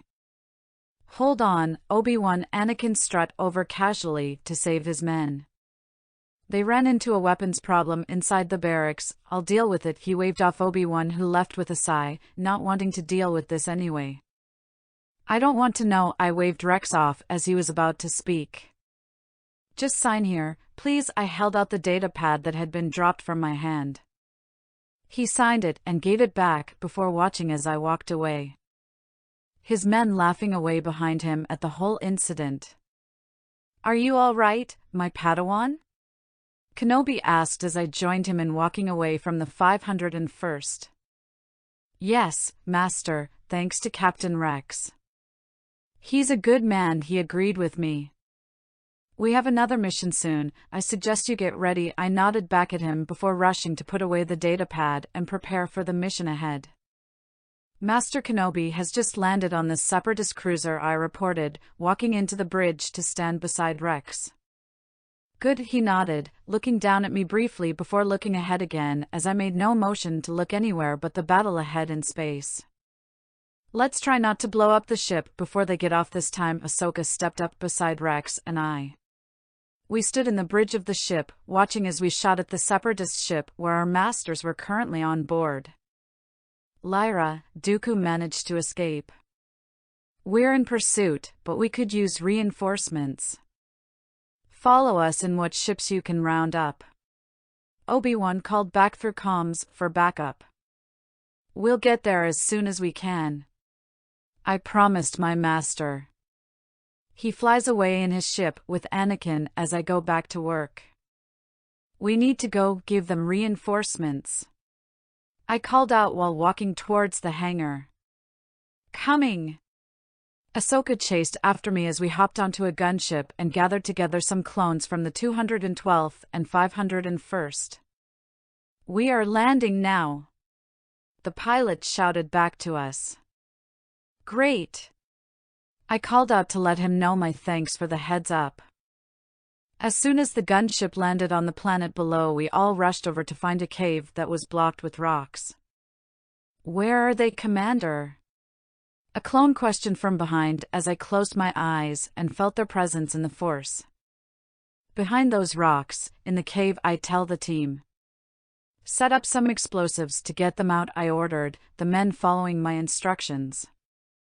Soon the rocks were blown up and the light flooded into the once dark cave that had been holding our masters inside. You'll also like. Master. Ahsoka called to our masters as they walked out to join us again. They looked ill and were each having a coughing fit while they stood to their feet and exited the dark cave. Looks like we got here just in time. I walked over to help them out. What do you mean, just in time? Anakin brushed himself off. You were in very big trouble. Ahsoka pointed out to the pair as if it was obvious, which it was. Trouble? We were simply searching for Count Dooku. Obi-Wan stood up straighter to save his pride. We had this situation well under control, my little Padawan. Anakin tells us proudly. Oh, I see. So which part of the situation did you have under control, the blocked entrance, the poison gas, or that Gundark behind you? I questioned their claim. Gundark? Anakin started to worry, turning back slightly to check. You mean the one that's too far away to worry about? Obi-Wan laughs. His face suddenly dropped as he too looked back to see the incoming Gundark. Block the entrance. I ordered my men, pointing in the direction of the beast. They follow orders and shoot down the rocks up top, to cave in and block the creature back inside. There's still Dooku to deal with. Anakin walked past us. You let him get away? Ahsoka questioned her master as we moved to follow back to the gunships. No, not get away exactly. Just chime in anytime. Anakin urged his former master as Ahsoka, and I gave them disappointed looks. Oh, no. I'm enjoying this far too much. Obi-Wan crossed his arms with a smirk. Master. I scolded. Fine, when we landed, we followed him into the cave, but were crushed by rocks while he escaped temporarily, Obi-Wan claimed. So you let him get away? I questioned to clarify. The two men sighed before answering together. Yes. That's what I thought. With it, I walked back onto the gunship to take us to the Resolute up above, Ahsoka right behind me. Incoming transmission from the Jedi Council, sir. A trooper approached us as we stepped off the gunship and into the hangar. We all nodded while making our way back to the bridge to receive the transmission. His only stipulation is that you arrive unarmed. The hologram of Master Windu explained. Unarmed? Anakin questioned with anger at the thought of it. We know very little about these pirates. We may be walking blind into what could very well be a hostile situation. Obi-Wan pointed out the problem. We can't let Dooku slip through our fingers again. Report back as soon as you arrive. Mace orders. He ends the transmission after giving his final warning, leaving the two masters to complete the mission and capture Dooku. Well, this should be fun. My master sarcastically commented, all of us looking to him. The two men had just returned from being held captive by the pirates along with Dooku. Representative Binks was sent to negotiate with a few clones on their release, chaos following the gun. Master! Ahsoka cheered, running away from Rex, Cody and I and towards our masters. I laughed a little at her enthusiasm before following her towards the two men. Hello, masters, I greeted them. How was your mission? They just responded with a look to each other and a slight laugh. Are you going to tell us? Ahsoka urged as they moved past us without a word. Come on, I begged, taking a page from Ahsoka's book and relaxing a little. Rex, Cody, Anakin nodded to the men. They laughed as our masters continued to avoid giving us answers. Please, Ahsoka begged, still following them through the halls. Lyra, you have been requested to help Anakin in the search and rescue of his crew from their latest mission, my master informed me as I was walking back from the temple library. When do I leave? Now. I flew my own fighter towards the location of Skywalker's latest mission, which had gone south. Landing on the surface, I was met with dozens of injured clones and a dusty planet. Lyra, I'm glad you could help, Anakin greeted as I stepped out of the fighter and made my way towards him to see what I could do. Master Kenobi said he could spare me for a few days, I replied back with a calm shrug. And I'm thankful for that. We have found a few troopers, but there are still a dozen stuck below. He looked down into the rubble of a collapsed building structure that had been a separatist trap. I'll do my best to help, I promised. He nodded, walking off to talk with some troopers, while I decided to meditate and feel for the survivors through the Force. There's someone over there. I pointed, running over to the spot I had felt a person. Are you sure? The rescue team asked. Positive, I nodded back, and they dug to find the person and pull them out. After hours of working and digging to find survivors, everyone was exhausted and covered in dirt, needing to rest and recover. Well, I think that's all of them, Anakin started. Rex, go get Lyra, he told the clone as I was still searching through the Force, a feeling in my gut telling me we were not done. It's time to go, the clone captain announced from beside me. Not yet, there's still someone down there, I protested calmly, not breaking my meditation. We can't get everyone out. It's time to go, he urged again, feeling we had done all we could have to save the clones trapped inside. No! I stood abruptly. His eyes widened in shock that I shouted at him before I ran off to find the last person, not giving up so easily. Commander Jayko! He shouted, rushing after me. I stood still as the ground was unstable and I lifted a large piece of rubble with the Force, pushing it back as I grabbed the person who had been stuck. Take him, I helped the trooper get up to where Rex was and began climbing back up myself, but I lost my footing and fell back. A gloved hand caught mine and pulled me up to safety. Thank you, I looked to the captain who had saved me. He only nodded silently while pulling me back to my feet, in disbelief that I would put myself at risk like that for a single clone trooper. Good work, Jayko. Anakin nodded down at me.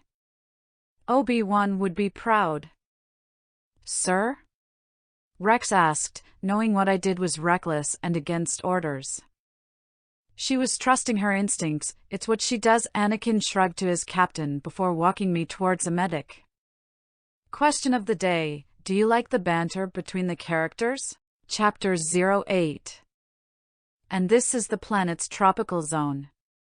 Obi Wan explains as we jump off the gunship into a snowy terrain.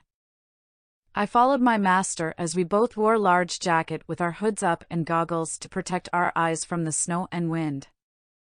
I shivered at the brisk air while crossing my arms in front of my chest for extra warmth. It's not Tatooine, that's for sure. Captain Rex. Have your men survey the area. Place as many sensor beacons as you can before dark. Anakin instructs. Right away, sir. Unload that gear. Let's move. Captain Rex shouts out to his men. General Kenobi. A voice calls out as we all turn to face the two blue-skinned people walking off another gunship. Chairman Cho, Senator Chuchi. I suggest you wait here until we can secure the area. Obi-Wan tells them after greeting the pair politely. I respect your judgment, General Kenobi, but I will go where I choose. This is sovereign Pantora territory. The blue man states rudely as my eyebrows furrow in shock at his stern outburst. I thought this planet was uninhabited, and therefore it's not aligned. I spoke up with my facts on the situation at hand. Our moon of Pantora is the only civilization in the system. I'm the one who asked the Senate to protect this planet. This wasteland belongs to us. He argues down to us once again. I stepped back slightly at his rude tone while Master Kenobi stood tall and spoke calmly. With all due respect, Chairman, this is for the Senate to decide, not us. Kenobi continues to attempt to stop the argument. But the Jedi report to the Senate, which is Senator Chuchi of Pantora. He motioned to the young girl around my age, beside him. Technically speaking, Master Jedi, the chairman is correct. Since the planet is uninhabited, the moon of Pantora reserves the right to continue as its protectorate. She steps up to explain the political side of the situation. Point taken, Senator. Anakin, stay here with the Senator and the droids while we secure the base. Obi Wan ordered his former Padawan. Anakin agreed without argument as the rest of us made our way into the compound. Cold Commander? Rex looked down to me quickly as I shivered upon the doors opening. I'm fine. My voice trails off at the sight inside. The doors had opened to reveal a line of sticks poking out of the ground while clone helmets sit on top of them. Rex follows my line of sight as I trailed off. We all walked forward to inspect the scene before us, fear settling in each one of us. I don't get it. Rex told me as I lifted a helmet off the post to get a look at it. It must be separatists. Cho stated matter-of-factly. I'm not sure. Obi-Wan looked to the helmet that I held as he voiced his opinion on it. I set the helmet back where it was before following the others through the rest of the base. Do you think the separatists are building a forward base to attack Pantora? The chairman questioned as we reached the main control room, worry and demand filling his tone. I don't think we're dealing with separatists, these computers haven't been touched. Kenobi reported while checking over the systems. I had been looking around with the other clones when the captain enters the room. Sir. Our scouts have spotted a droid base on the other side of the ice ridge. Rex brought our attention to the new problem. I looked up at him before turning to face my master for further instructions on the case. What are we waiting for then? He spoke, and with that we had been leaving the base on speeders with Anakin, Rex, and a few other troopers. We hopped off the speeder when we reached the site to find a similar setup from our base, droid heads sat on sticks in the snow outside of the base. You'll also like. I'd say whoever attacked our base took out the droids, also. Anakin pointed out the obvious. Rex, Lyra, help Anakin place the sensor beacons. You four, come with me. My master had ordered the group who had come to investigate the base. Yes, General. Rex and I nodded. Let's go. He waved the men towards him, walking off in another direction as Rex and I joined Master Skywalker. Rex, Anakin and I entered the base, Rex and I on high alert. We paused to search the area when we noticed headless droids pointing guns towards us. I reached for my sabers on my belt as Rex aimed his blaster at the droids. We lowered our guard again when nothing happened, realizing they were destroyed. Anakin patted Rex on the back before we all continued in further. Did you find anything? Obi-Wan called down as he was in the upper levels of the base, looking down to us. I found some large footprints. Anakin knelt down to look at the print in the snow. Have one of your men make a cast. Obi-Wan instructed. Sensors are in place. I reported as we joined the others in a control room of sorts inside the separatist base. I think I found something. Obi-Wan tries to power up the holodeble. Blast it. He grows frustrated as it doesn't work. Anakin hits it roughly and it powers up, revealing a hologram footage. 685 to command. There are too many of them. They've overrun the base. We need reinforcements. A droid calls out in fear before it is attacked by something unknown. What was that? I started to worry, shifting slightly. Whatever it was, it's a good warrior. Obi-Wan stroked his beard in thought. The droid's log indicates they were investigating the southern canyon. Rex pointed out. Sounds like a good place to start. My master walked out again. We exited the base and took back to the cold air outside. Pulling up our binoculars, we searched the area for clues. There's some kind of reflection up there. Do you see it? Kenobi pointed in the direction as we turned to look. Yep, Anakin sounded weary. Well, they know we're coming. Let's go. Obi-Wan made note as we looked to another area to find another similar reflection. We ride our snow speeders towards the reflections, which guides us to a village in the mountains.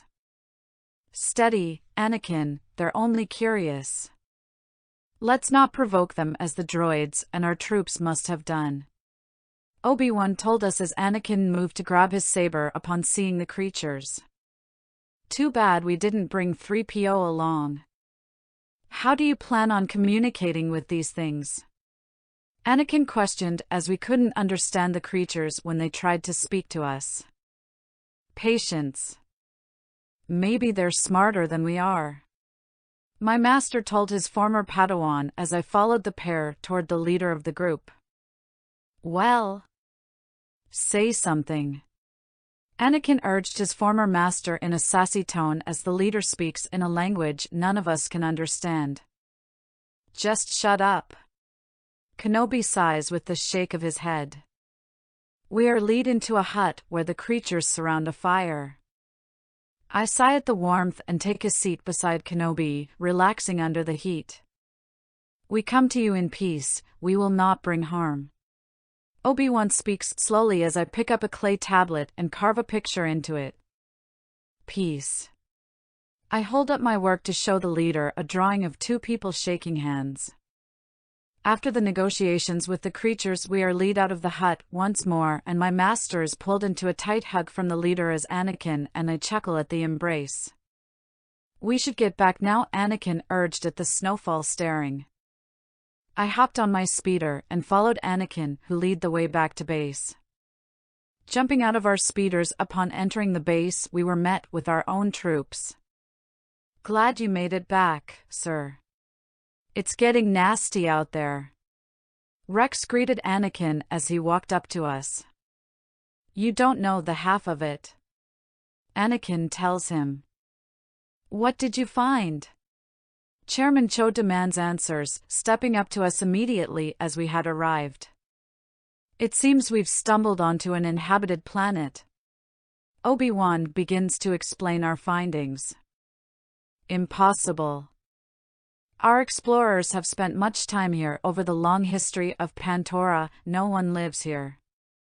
They're trespassers. With respect, Chairman Cho, these creatures, the Talls, aren't advanced enough to master space travel. I think they may have been here longer than Pantora. Obi-Wan speaks up to the chairman again with calmness in his voice. Whoever they are, they belong to us. This whole system belongs to us. Cho argues more, making the situation worse. Your Majesty, if there are life forms here, then the Senate must decide jurisdiction. The young senator tells him. They are savages, look at what they've done. They've slaughtered your troops. Cho snapped at her harshly. They only want to be left alone. The droids attacked them, and I'm afraid our outpost got caught in the middle. My master continued to reason gently. They must be subdued, they're dangerous. Captain Rex, prepare your troops for battle. Cho orders the clone captain who had stood beside me and Anakin. We promised their chief there would be no retaliation. Anakin stepped up this time, signaling Rex to stay put. We've arranged a meeting between their High Council and you and the Senator. They want peace. Kenobi explained again. We can't send troopers, they'll think we lied. Anakin told him strongly. These creatures are little more than animals. You can't lie to an animal, they can't be trusted. But, Your Majesty. Ryo tried again to talk him down. No! It is obvious these creatures are not covered by the convention of civilized systems. Their council has no say in the matter.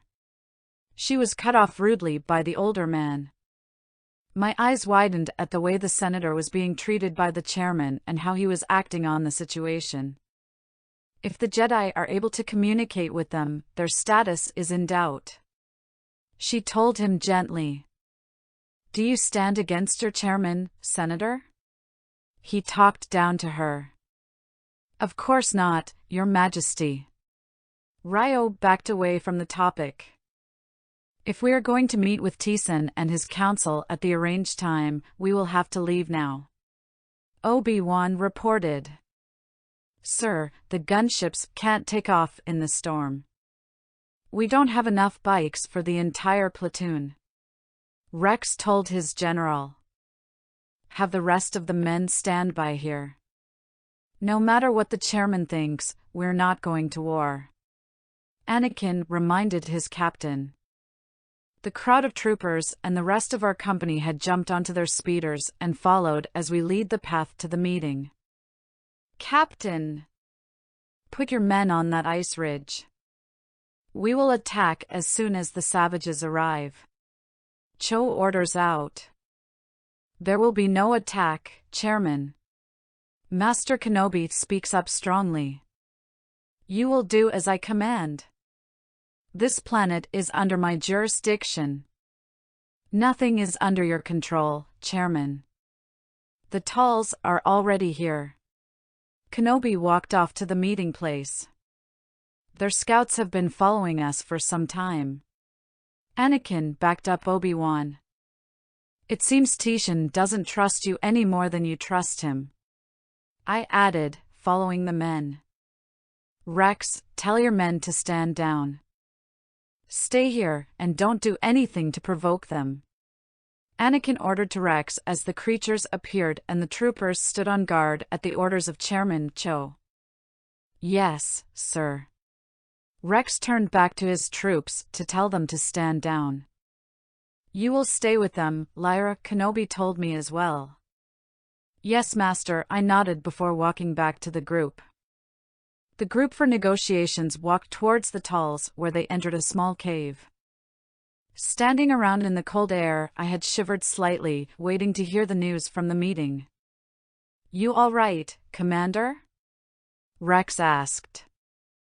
I'm fine, Captain, just a little cold, I shrugged before hugging myself tighter.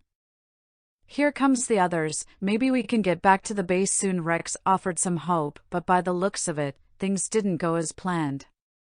Troopers, mount up and follow me. Question of the day, do you prefer the warm or the cold? Chapter 09. Troopers, mount up and follow me. The chairman ordered as soon as he reached the rest of us outside. What's up, General? Rex questioned Skywalker as my eyes followed the chairman in confusion. You're going to have to stay with the chairman until we can work things out. Protect him at all costs. Anakin told him sternly. Mount up. We're moving out. Rex shouted out to him men as they prepared to leave. What about me, Master? You are to assist Captain Rex on this. They will need your protection as well, Lyra Kenobi told me. I could hear the frustration in his voice from what had gone down in the meeting. Yes, Master. With that I followed Rex and the chairman. On our snow speeders, the large group of us had driven back towards the base, but encountered a problem on the way. Here they are. Fire when you're in range. Cho orders out as we ride towards 3 Talls, blocking our path. Sir, with all due respect, we're only here to protect you. I reminded him in a kind but stern manner. Suddenly more Talls appear and look for a fight with us. We are quickly surrounded and sticks are thrown our way as to kill us. Criff, I muttered. Ambush! Rex shouted out his warning. It's a trap. Kill them. Chairman Cho ordered. Blaster fire was shot off as the Talls attacked our transports. Oh my! I gasped as a trooper was knocked off his speeder. Captain! I shouted as a creature landed on top of his speeder. He had jumped out and landed safely in the snow. Next, my speeder was attacked, and as I jumped, I toppled into the captain. "Sorry," I called out as he stood to his feet again. "Are you all right, Commander?" He looked down at me as I stood up as well, brushing the snow off of my beige jacket. I gave him a curt nod before he ran off shooting the creatures. While he ran off, I stood and assessed the situation, but that didn't last long as I was soon dodging incoming sticks. Whoa! I rolled out of the way last minute, igniting my lightsaber. Another stick came right for my head, but I cut it right down the middle with my green saber. Once again, the sticks were focused towards me, and it was too much to handle. A stick had cut my arm, and I let out a yelp of pain. "Commander, over here!" Rex's voice shouted as I raced over to his cover behind a broken speeder. "We're surrounded, defensive formations," he ordered his men as sticks were thrown towards the rest of them now that I was out of the line of fire. "Are you all right?" He took a break from shooting to question my safety. "Yes, Captain, it's just a scratch. I tried to find something that I could temporarily wrap it with, but had no luck." Here Rex quickly handed me a cloth he had ripped from his snowsuit. I took it and looked to him with questioning eyes. He felt my eyes staring at him and answered my unasked question. "I have to keep my commander safe, right?" "I mean, you are the strongest out of all of us," he shrugged as I moved to tie my arm up and prevent the blood from dripping into the white snow around us. "Chairman, get down," one of his guards ordered as he stood in the middle of the formation. The Talls had killed the guard and stood over the chairman until his other guard shot the beast down. "We've got to hold out," Rex called as another clone was impaled. "Captain," I warned as the Talls rushed down from the hills to attack us firsthand. "Fall back. First squad, cover the retreat." He changed the orders as they grew closer, listening to my warning. "Retreat? We can't retreat from these animals," Cho argued. A spike was thrown into his back as he fell to the ground. He muttered, "Savages," I gasped at the sight, making my way over as the Talls stood over him. Rex had used his speeder to knock the creature away. It fell over me as I slid under it on the snow. "Rex, this isn't looking good," I reported as the chairman was unconscious, pulse slowing down. "I know, we need to get out of here," he agreed.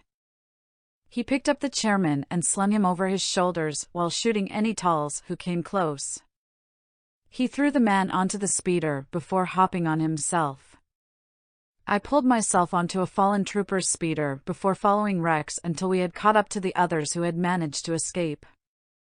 "Here they come," Rex shouted as another wave had attacked us.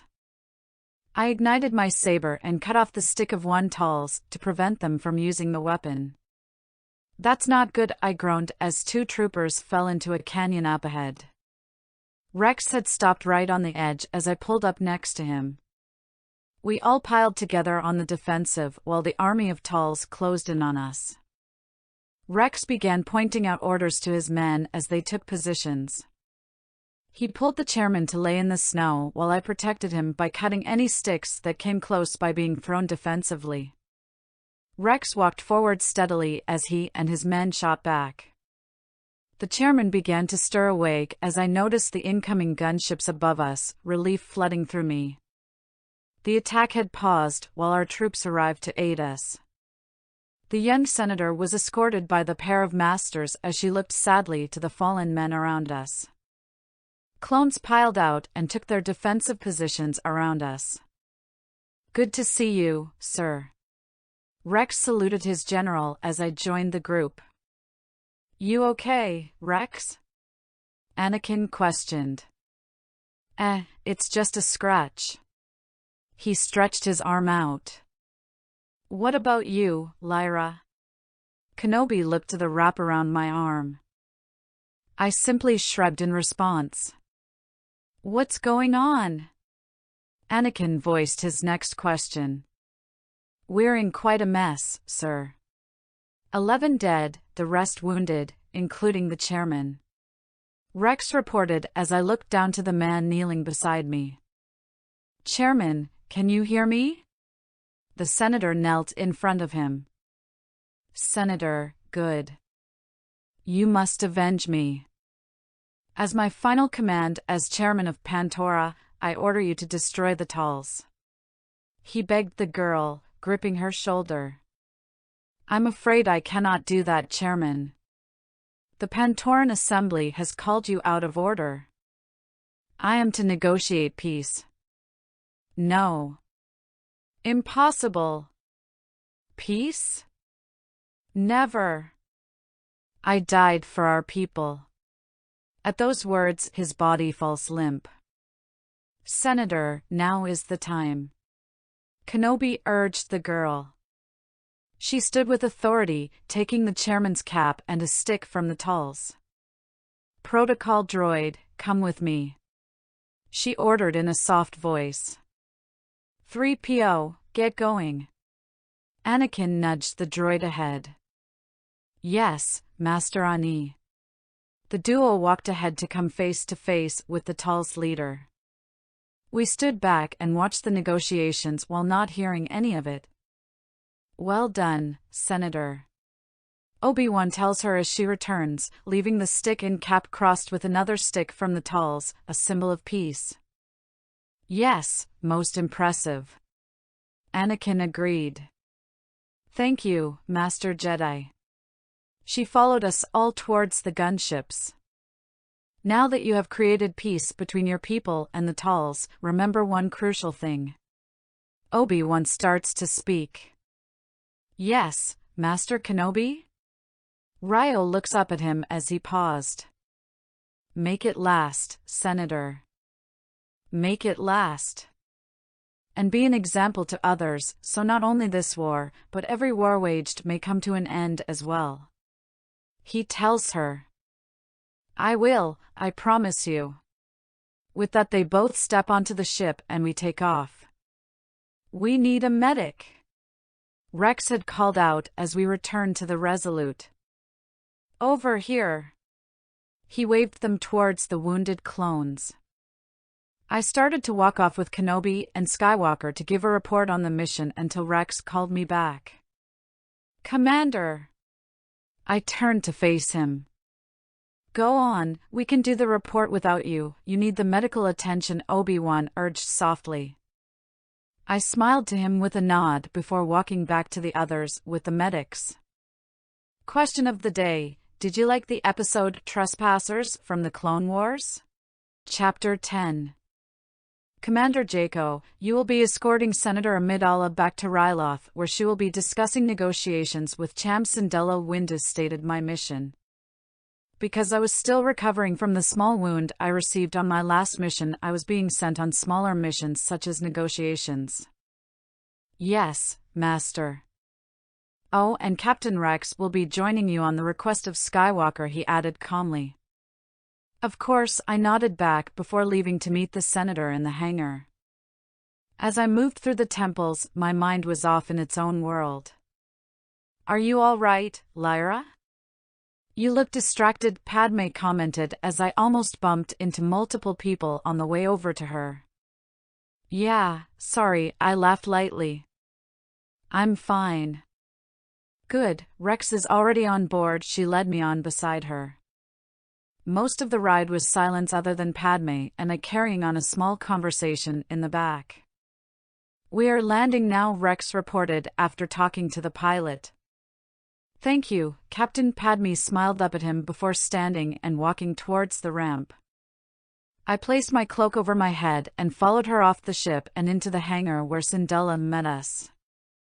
Welcome to Ryloth, Senator, he greeted Padme. Thank you, she smiled, being led inside. We should scout out the area and secure the building, I looked to Rex as we followed behind the group. Yes, sir, he agreed with a nod before we both walked off separate ways to secure the area. While walking through the halls of the building, I had paused at an odd feeling settling into my mind. Captain, I sense something is wrong. Have you found anything? No sir, wait, there's... The transmission cut out along with Rex's voice. Well, I guess that answers my question. I sighed shakily, rubbing a hand gently over my wounded arm. I decided it was strong enough to deal with the problem. Running to reach the senator, all of the doors and exits has been locked and the lights flicked out, turning on the emergency lights in the process. Blaster shots came from behind as I ducked and pulled out my lightsabers to deflect the blasts, but before I could do anything I had been tackled to the ground and pinned down, hood falling off. Jedi, the hunter scowled. Bounty hunters, I snarled back, first pushing the man off of me as I scrambled to run. Commander? Rex's voice crackled through to me once again. Captain, I'm here, I replied. We need to get to the senator. I gave him his orders with urgency. There are bounty hunters all over the place, he warned. I know, I just ran into a few. I turned a corner only to run into another bounty hunter. Reaching for my sabers, I noticed they were both missing. Criff, I muttered, knowing I must have lost them when I was tackled. What is it? He asked back as I swiftly dodged 2 shots at my head and ran down another hallway. Rex, please tell me you have my sabers, I begged out, knowing he was in the building looking around. I just found them. He paused to pick them both up. Why don't you have them? The clone held my weapons in his hands after shooting a bounty hunter away. I lost them. Just listen, I need them soon. All right, I'm heading into the meeting now, he replied, entering the room to find Cham and Padme being held against their will by the intruders. I had rushed around the building but was caught in the hallway again. You'll also like... Hello there, I greeted, pausing my run to stand confidently in front of the single bounty hunter. She turned to face me with a stern glare as I tilted my head slightly, waiting for her to take the shot. She pulled her blaster to a shooting position before taking the shot at me, but groaning as I swiftly dodged it by jumping up into the vents. We lost her. She's in the vents, sir, the female bounty hunter reported to their leader, who had been in the room with Rex, Padme, and Cham. He ignited my sabers and stood ready to fight, not exactly knowing how to use them properly. Shoot him. The leader pointed to Rex, who attempted to deflect the blasts with my sabers like he had watched many Jedi do before. Dropping down from the vents, I had reached the meeting room, blaster fire shooting everywhere, while my green lightsabers moved in Rex's grip to deflect the blasts. Thinking on my feet, I swiftly grabbed his 2 blasters from their holsters, aiming at shooting at the bounty hunters while avoiding the senator and Syndulla. I used the Force to aim where I pointed the blaster so that I would only injure and not kill anyone. I was pulled back by a hunter who had my arms pinned to my side. Lyra! Rex called out, knowing we wouldn't stand a chance without our own weapons. I sent him a nod, using all of my strength to break out of the large man's hold on me. Rex tossed my sabers in the air while I threw him his blaster. We both caught our respective weapons and continued the fight. Get the senator and Syndulla out of here.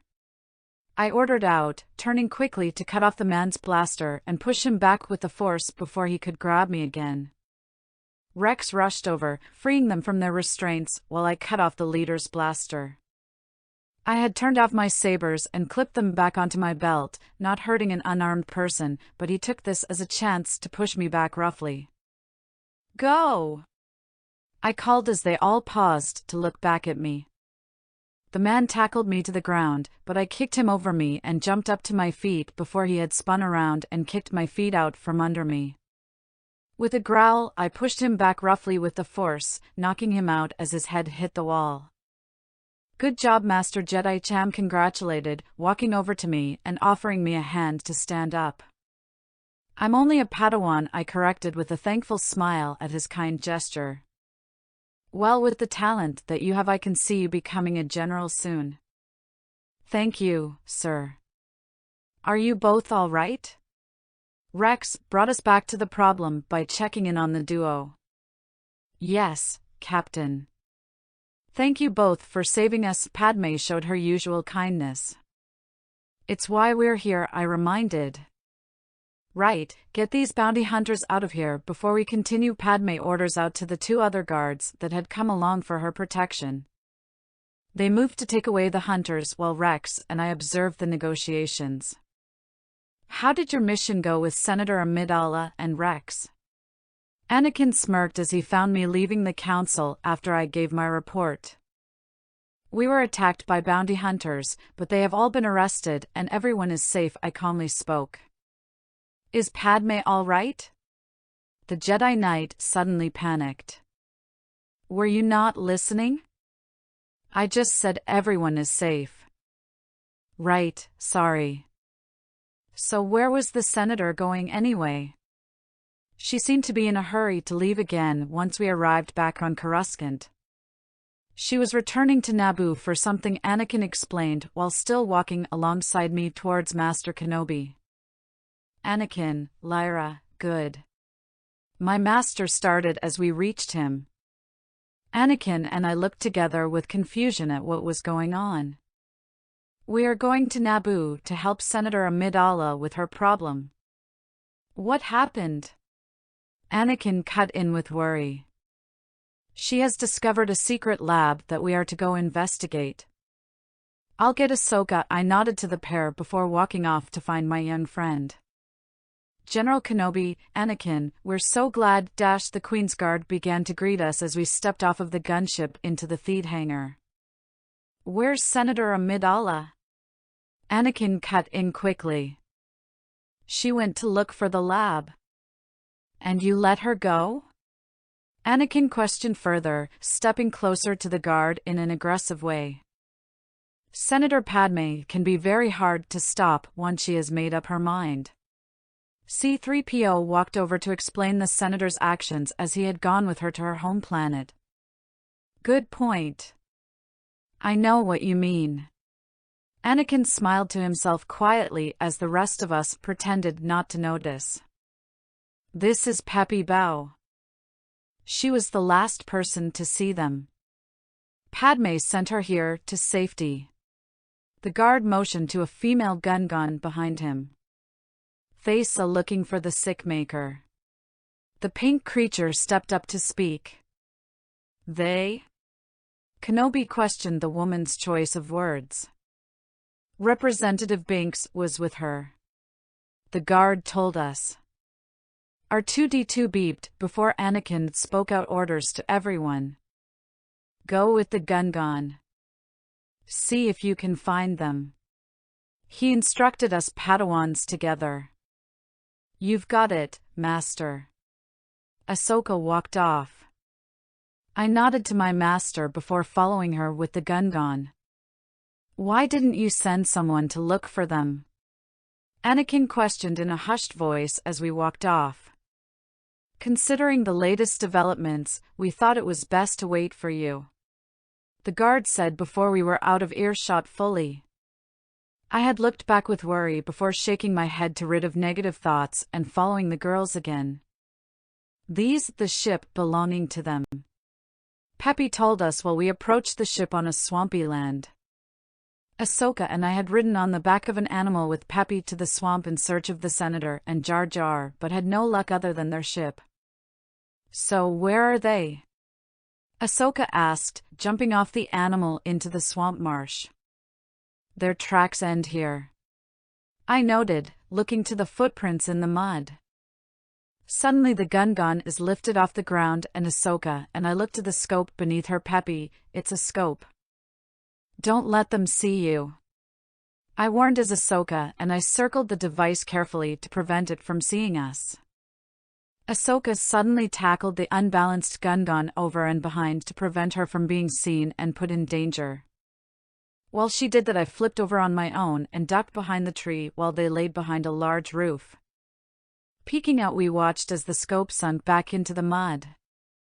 We should report this. I looked at Ahsoka with worry for the situation at hand. Master, are you there? She questions to Anakin through comm link. Did you find her? Anakin eagerly asked from the other end. Negative. I replied shortly. I'm pretty sure she's inside the lab. The whole area is wired with pressure sensors, there's no way to get in without being detected. But I'm more than happy to dash. Ahsoka started before my master had cut her off sternly.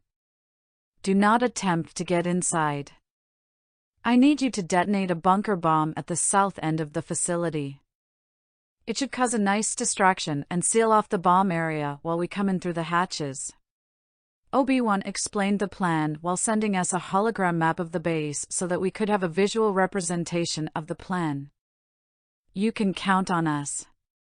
I promise. The duo on the other end. Rex and his men will be right behind you, Snips. They'll have your back.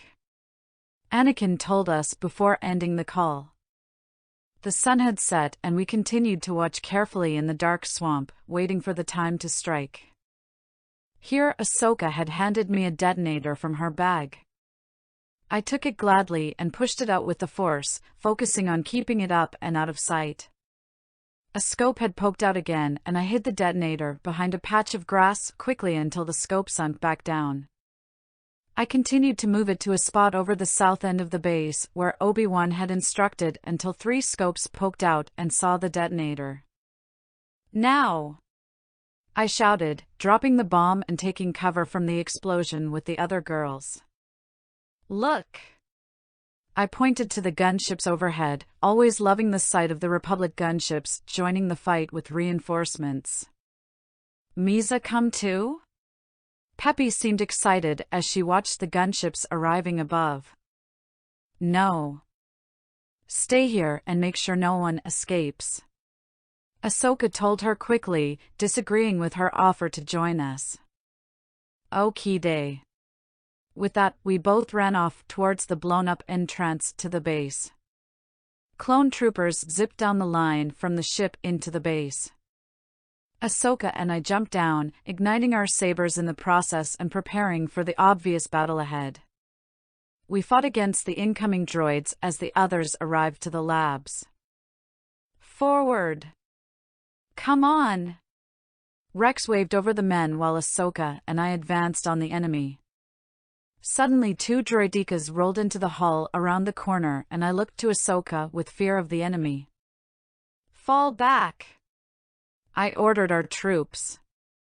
I can't hold them. Ahsoka groaned as the clones hid behind the wall and we deflected blasts. The roof above them caves in quickly and we cover our faces from the dust that crashes through the area. Need some help? Kenobi dropped in with some more clones. So good to see you, Master Kenobi. Ahsoka greeted, stepping forward. Thank you for the help, Master. I smiled gratefully to the bearded man who had just saved us. Things are going well.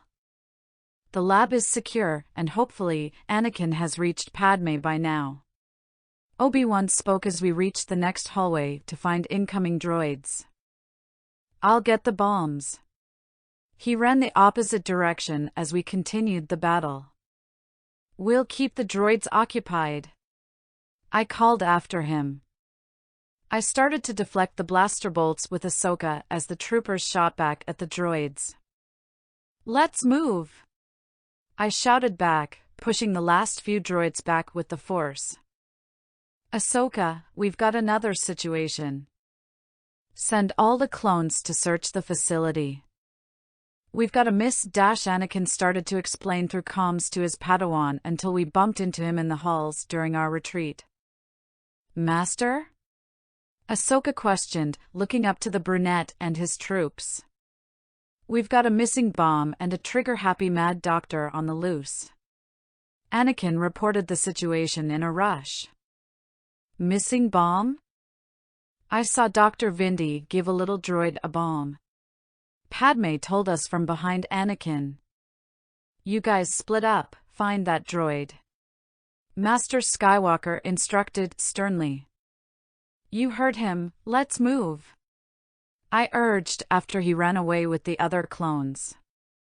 We ran through the halls searching each room for the missing bomb. Anything? I questioned Rex as I paused in the doorway to meet up with him during the search.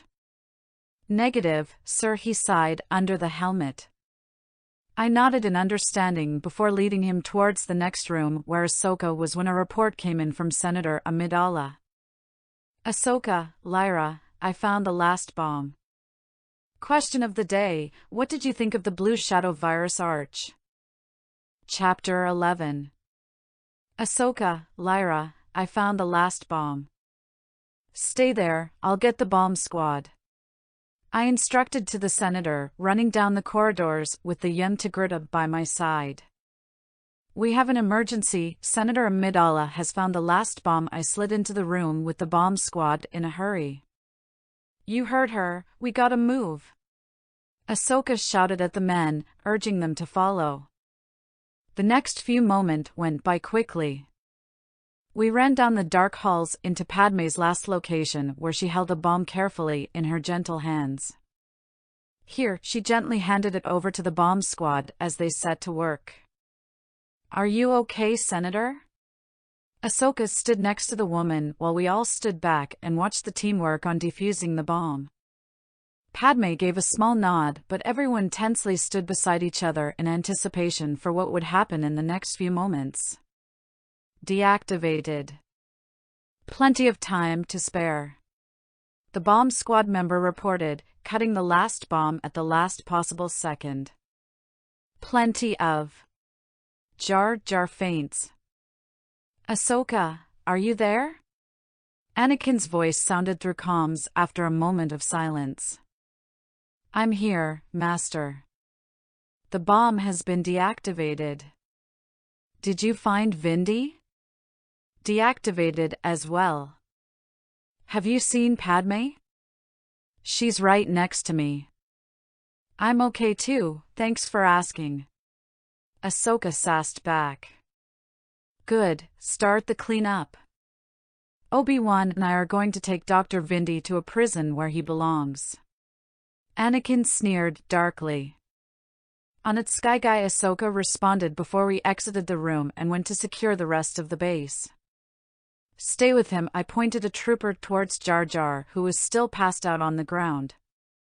The group was less tense than before as we all moved to the regular securing of a base once captured. The familiar routine making me feel at ease momentarily. After an hour of securing the base, an alarm sounded out and I let out a sigh beside Ahsoka.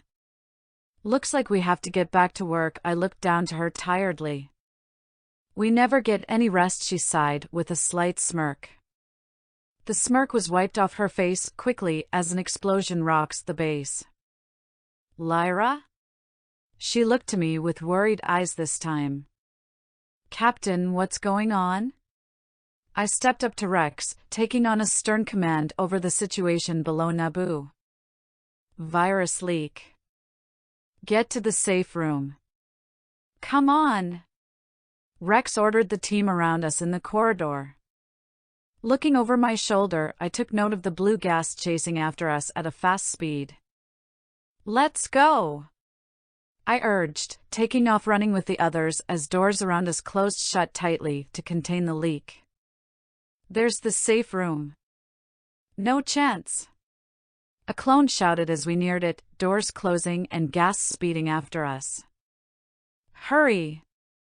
The doors are closing. Rex shouted to his men. Don't worry. I held the doors open with the force, stopping my running. Ahsoka, a little help. Get inside, Captain. She told him while helping to hold the doors open. He climbed through with the others, attempting to keep it open for us. Hurry! Rex called out. We both nodded to each other, dropping our arms, running and diving through the slit in the door, making it inside at the last possible moment. Ahsoka, what is going on down there? Anakin demanded answers from his Padawan while I checked on the group who had made it into the room. The droids released the virus, but we managed to seal the lab. The Tigrita explained, looking around at the men who had raced into the room with us. You'll also like... And Padme? Haven't heard from her since the bomb. I answered this time, after noting that her and a few others were missing. We are going to find a cure. Don't let those doors open until we get back, Anakin ordered. Yes, Master. Ashoka ended the call after that. No, no, no. Some of the virus got in here. We didn't close the door fast enough. A clone panicked as he checked the levels in the room. I sighed and looked around, trying to think of what our next step should be, as Ashoka and I were the highest-ranking personnel in the base at the moment. We may be dead men, but we could still stop those droids. Captain Rex looked to Ahsoka and I for further instructions. Don't worry, my master will find a cure for this virus. We're not dead yet, Ahsoka reminded us with her hopeful manner. I only looked down to her and hoped that we could hold out until they returned with a cure. Is anyone out there? Can anyone hear? Padme started through the comm link. Senator Amidala, we're trapped in the safe room at the end of Complex B. I reported to the woman. We'll be right there. Are you contaminated? She started to worry towards the end. Ahsoka and I turned to face two clones who had begun coughing in fits. I'm afraid so, I replied sadly, my head hanging low slightly, thinking I had failed everyone in this room. Senator Amidala, where are you? Ahsoka asked as the men continued to cough. We're right outside your safety room, she told us. Can you get the door open? The young girl questioned. Go ahead, Jar Jar. Padme allowed him to press the button and open the door, allowing the blue shadow virus to fill the room. The pair entered in yellow hazmat suits as they made their way towards us. I'm sorry, Ahsoka, Lyra. She placed a hand on the younger girl's shoulder. Don't worry about us, Senator. We still have a job to do, I reminded, not focusing on the bad parts but instead the mission at hand. There aren't very many droids left. We saw some heading toward the south entrance. The senator explained the situation outside. As long as we're able, we'll help you destroy those droids before they breach the compound, Ahsoka promised as Rex handed Senator Amidala a blaster to protect herself. You take the north corridor, and we'll take the south, she ordered everyone. A few clones went with her while Rex, Ashoka and two more came with me. We all ran our separate ways into battle, taking out droids until we met back with the other group under one of the hatches. Stop! Rex pointed a blaster towards the droid at the top of the ladder. Don't open that hatch, Padme called up. Ha! Too late! Before the droid had a chance, they shot it down, falling right between us all. Two droidekas rolled in and started firing at us in the heat of battle. We ignited our sabers while the others took cover from the blaster fire. Running forward together, me and the young Tigrita jumped on top of the droids and drove our sabers into them harshly. This help. Jar Jar held a blaster. I looked up with fear at what he was about to do. Jar Jar, no! Padme steps in to warn. He shoots anyway, and Padme tackled him down to prevent anyone from getting hurt, but in the process she pulls out a tube on her suit that was filtering air to her. Senator! Ahsoka worried for the woman. I nodded to her to go check on Padme while I took out the last droid. Pulling my saber out and jumping back to land on the ground again, I rushed towards the group and the senator. Senator, your suit's been compromised, Rex told her, noting the loose tube. She gasped as she noticed her broken suit. I'm so sorry. Ahsoka apologized as Padme took off her helmet, giving in to the fact that she was now infected. Don't blame yourself. These things tend to happen in a war zone, Padme reminds the young Padawan calmly.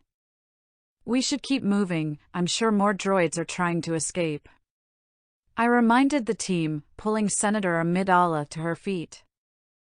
I stumbled back a bit and let out a cough at the strength it took for me to fight off droids. Commander, you all right there? Rex looked to me. I gave him a curt nod, following as Ashoka led us down another hall. How are you doing up there? I heard a droid ask another. I'm almost through. There they are. Ahsoka found the droids trying to escape. I rushed to help her, but fell to the ground roughly in my weak state. Careful, Commander, the captain warned, helping me to stand and keeping me upright. Ashoka cut up the droid at the bottom of the ladder before force-pulling the other droid right into her saber. Ahsoka! Padme worried as the young girl held onto the ladder for balance, the virus starting to affect her too. I'm all right, she claimed, looking back at us. It's getting worse, I warned the group. We should get back and rest until the others arrive. I stand up a bit more and with Rex's help, leading the group back to the safety room we were in before. Master, can you hear me? Ahsoka calmed our masters. R2, amplify the signal. Anakin ordered as his Padawan spoke weakly. Destroyed all the battle droids inside the compound, Master. Naboo is safe from further contamination. I repeat, Naboo is safe. I continued for her as we both ended in coughs, holding on to each other for balance as we moved away from the transmitter, allowing Padme to take over for us. Promise me that no one will ever open this bunker. Goodbye, Anakin. Padme cuts in but begins to cough as the comm shuts down. We tried to help as best we could, keeping the clones alive for as long as we could. What a waste, Padme claimed, looking to a clone sorrowfully. With all due respect, Senator, it's what these men were born to do. Rex sighed as he laid down a dead clone, gently and respectfully placing a cloth over his dead body. I hope that their sacrifice brings us closer to peace, she stated before she caught the attention of Ahsoka and I coughing violently. It will, Padme. Ahsoka started as she attempted to stand up. You must believe that. I tried to finish for her, but we both fell unconscious as we were too weak. Ahsoka! Lyra! Padme rushed over to catch the small Tigrita while Rex caught me. Darkness was all I could see until I woke up to the feeling of laying down on what must have been a stretcher. Lyra, Obi-Wan walked over to me as I was being carried away on a stretcher. Master? I weakly opened my eyes but squeezed them shut at the bright light from the sun. I'm here, my Padawan. The medical droid expect you all to make a full recovery, he reported, knowing that would make me feel better. Thank you, Master, I smiled as best I could. I think someone else needs your help now, I told him before being carried away. He looked up to find Jar Jar struggling to take off his helmet and chuckled softly at how I noticed the Gungan's struggles even while barely holding on to life. Question of the day, what are your opinions on Jar Jar? Thank you all so much for over 100 reads already. I hope you are enjoying the story and continue to enjoy it. Chapter 12. Ahsoka, where are you? Lyra, what is your location? My master's voice called through our comlinks as we each stood on our advancing tanks, deflecting blaster bolts with our sabers. About 6 clicks east, Master. We've engaged the enemy, and we've got them on the run. I reported back proudly. They're here to extract us. We're leaving. He ordered us both with urgency in his voice. What? Wah. We can't retreat now, Master. I've broken through. Ahsoka argued at the orders to retreat. The droids are retreating. She continued to voice her opinion while I understood that we had to follow these orders. We're outnumbered. You must evacuate. That is an order. My master grew upset with her. Master Skywalker taught me never to let up when the tinnies are on the run. She explained as I sighed at her temper. They are running back here to regroup with the main force. Obi-Wan told her with a stern tone to his voice. You are putting your troops' lives in danger, young one. You will get on the gunship when we arrive. He instructed strictly before cutting off the transmission. Come on, Ahsoka, my master is right, we need to go. I shouted over at her. We continued to hold the fight as the gunships arrived up above. Suddenly the ships land in front of us and I jump off of my place on the tank. What are you doing? Ahsoka grows mad as they are now blocking the attack. Get in the ship, now. Anakin jumped out to shout the orders to his Padawan. Come on then, let's move. I waved over my men as they all crowded into the ships. Can't you see they're retreating? Ahsoka tried to reason with her master. They're about to overrun you, Ahsoka. You just can't see it. Now, follow orders and get in the ship. She sighed and followed me as we joined our masters in the gunship. I stood outside of the council room waiting to hear from Ahsoka's meeting. When I looked up, I watched as her and Skywalker exited the room and walked the other way towards the library. Where is Ahsoka going? I questioned as Kenobi left the council room a moment later. She was put on guard duty in the library for her actions in battle today, he explained, knowing that Ahsoka was like my little sister and best friend. I nodded to him before he continued. Get some rest, young one, the war is not won yet, he reminded kindly. I walked off towards my quarters where I sat down and closed my eyes, planning on meditating for a while. Suddenly, I felt what I had assumed to be a disturbance in the Force. My eyes shot open and I looked around with worry at a possible attack. Master, I felt what seemed to be a disturbance in the Force. What is going on? I reported and asked, rushing into the hall to find Master Kenobi walking alongside Master Skywalker. Yoda felt it too, Obi-Wan made note. He sensed an incoming attack of some sort, we are on high alert in the meantime. Anakin further explained to me. What can I do? You can carry on as normal, this is a higher-up problem that does not currently concern you. But you should stay on high alert and report anything suspicious, my master instructed in a hushed tone. Yes, master, I nodded, walking off again. I made my way towards the library to check on Ahsoka and see how she was holding up, knowing that the library is usually slow and she would be bored out of her mind. You'll also like Lyra, thank the Maker you're here, she cheered, rushing over immediately in the empty library. How's guard duty going? I looked around feeling bad for the young one. It's really boring, she laughed. What brings you to the library? She fell into step beside me, walking up and down the rows of books. Just thought I would check on you and keep you company, may even check out a book while I'm here. I pulled a book about different planets and creatures in the galaxy off the shelf as I spoke. Oh, someone's here. I'll be right back, she cheered again, rushing over to Master Innocence. I made my way to a table in the middle of the room with my book, taking a seat and flipping to the first page as Ahsoka spoke to the Jedi Master. Can't do anything right these days. Ahsoka sighed, pulling out the seat in front of me and sitting down.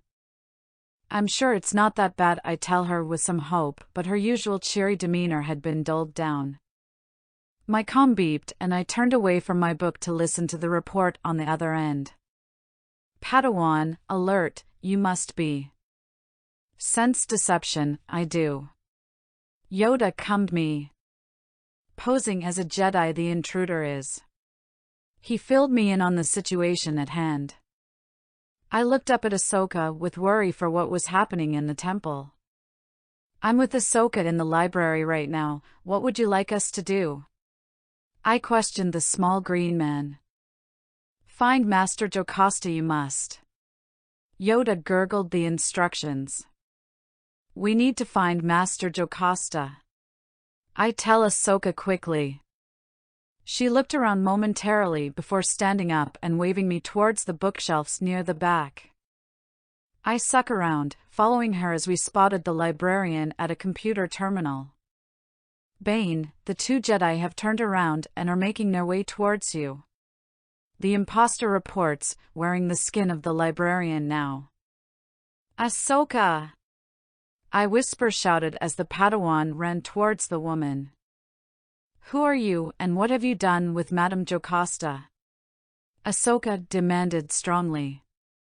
Now I know how Kenobi felt with Anakin, I sighed, rubbing a hand down my face before following the young girl to help the fight. The same thing I'm going to do to you. The woman lunged at Ahsoka with her saber. I had stepped in just in time to block the attack as Ahsoka took this chance to roll back onto her feet. We both battled against her, and we could tell that she was not as skilled and getting weaker every second we fought. I looked around to use my surroundings to aid the fight when I noticed a chair. Perfect, I smiled, using the force to pull the chair out as Ahsoka backed her over the chair, falling and being pinned down. You may have Madame Jocasta's shape, but not her skills. I told the woman, saber pointed at her as she changed her form to normal.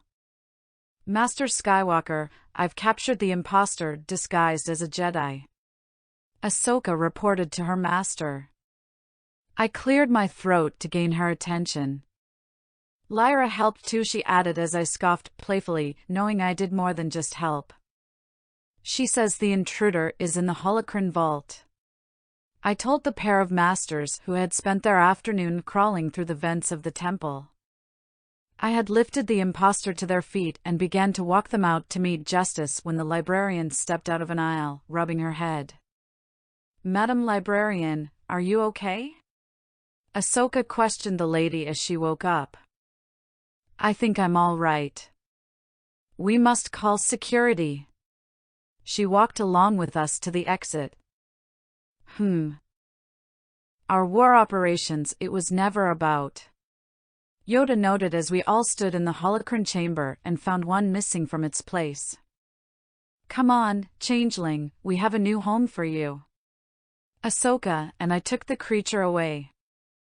What would someone want with a holocron? Obi Wan voiced his question as the group of us walked down the hall. Wait. We stopped at the words of the changeling. Bala Ropal. What did you say? Master Windu questioned. Bala Ropal. They repeated. That's who Bane's next target is, some Jedi. What's wrong? Who's Bala Ropal? Anakin voiced our questions as Ahsoka and I looked at the masters behind us. He is the keeper of the Kyber crystal, the data on which can only be read by holocrons. Master Windu began to explain. What's on the crystal? I piped up. A list of every known Force-sensitive child in the galaxy. The future younglings. The future of the Jedi Order. We have to warn him. My master told them. That's going to be hard to do. He's out of contact, somewhere in the Devaran system. Windu finished. Seek him out, you must. Yoda told us. Ahsoka and I will set out immediately. Anakin stated. If this Cad Bane is still here on Coruscant, we'll find him. Kenobi spoke before we took away our new prisoner. Lyra, we are going on a mission to find a youngling who is in danger. My master approached the door to my quarters. That was straight to the point. I stood up and secured my sabers on my belt. Anything else I need to know? I followed him into the hallway. The child is Force-sensitive and being hunted down by bounty hunter Cad Bane, he explained to me further. Sound like we better hurry. Then I hopped into my ship. I was just thinking the same thing. Kenobi followed my actions and jumped into his own ship. The child should be on Radia. Bane has already gotten a hold of the Kyber crystal. To find the younglings, we must be careful. Exiting hyperspace, we arrived at the planet Radia, where we would hope to find the youngling before Bane. Let's hope we have arrived in time, my master commented as we closed in on the beautiful planet. As soon as our ships touched ground, we had jumped out of them both and began racing through the town in search. You look that way, Obi Wan instructed as he pointed and ran off the opposite direction. I ran for a few minutes before I settled down in the middle of a crowd. I closed my eyes and focused, reaching out with the Force to find the youngling. I turned slightly to find where the feeling was coming from until I locked onto a location. Master! I shouted over the crowd, hoping that he could hear and find me as I pushed through the people and reached a gray door that had been sealed shut. The Jedi Master had stood beside me as I impatiently knocked on the door. If you're looking for my son, Jedi, he's not here. The woman answered the door in a harsh tone. Where is he? I asked, but the door was closed too soon. Open the door!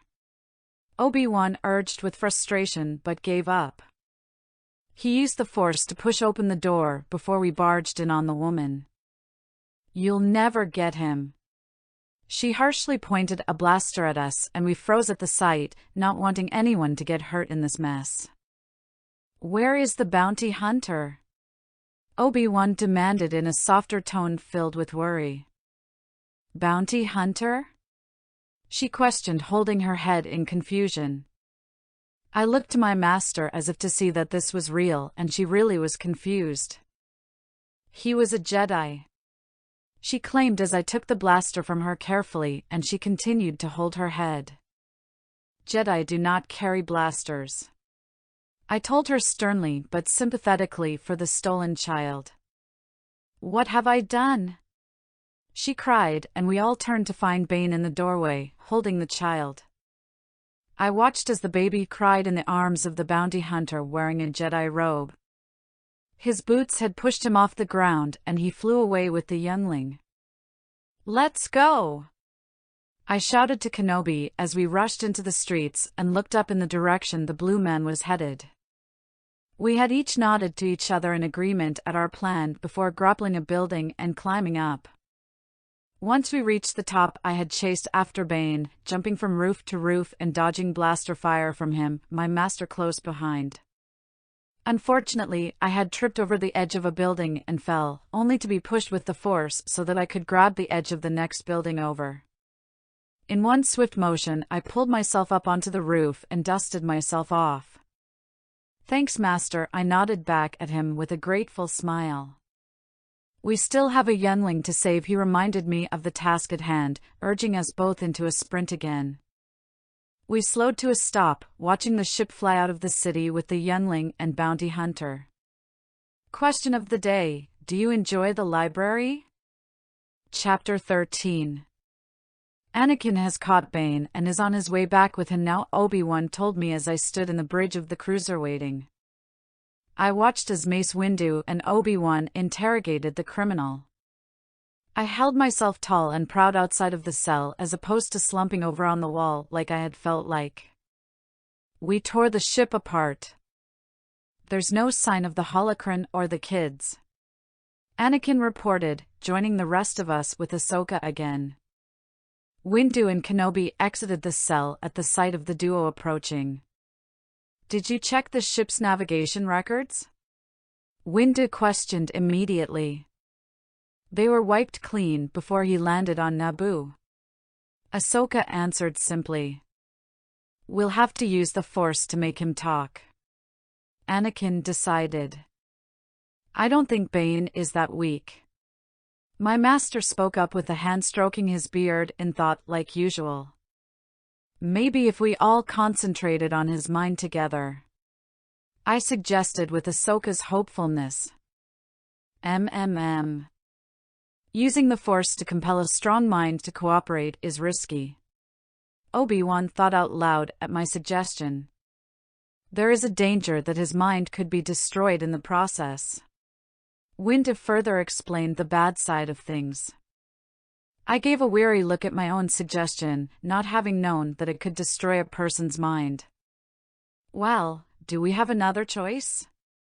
Anakin asked, all for the idea. The two men nodded before leading the way back into the cell. Ahsoka and I stood back as our masters walked forward in intimidating silence. You will take us to the holocron. Anakin closed his eyes and reached out his hand to convince the bounty hunter. Jedi mind tricks don't work on me. He snarled in response. You will take us to the holocron. Obi-Wan joined, following Skywalker's actions. Forget it. Bane shook his head. You will take us to the holocron. Windu joined in this time. I won't. He struggled. And you will take us, Windu started. Now. All three demanded. I will take you. He began to give in to the Force. No! Get out of my head! He shouted. This was followed by groans of pain as Ahsoka and I looked to each other with shock at what was happening before us. I was baffled that the Force could even be used in such an evil way on a person, but deep down I understood this had to be done. The three let go of the man and let his head fall to the table with groans of pain. Perhaps we should try again. Anakin threatened.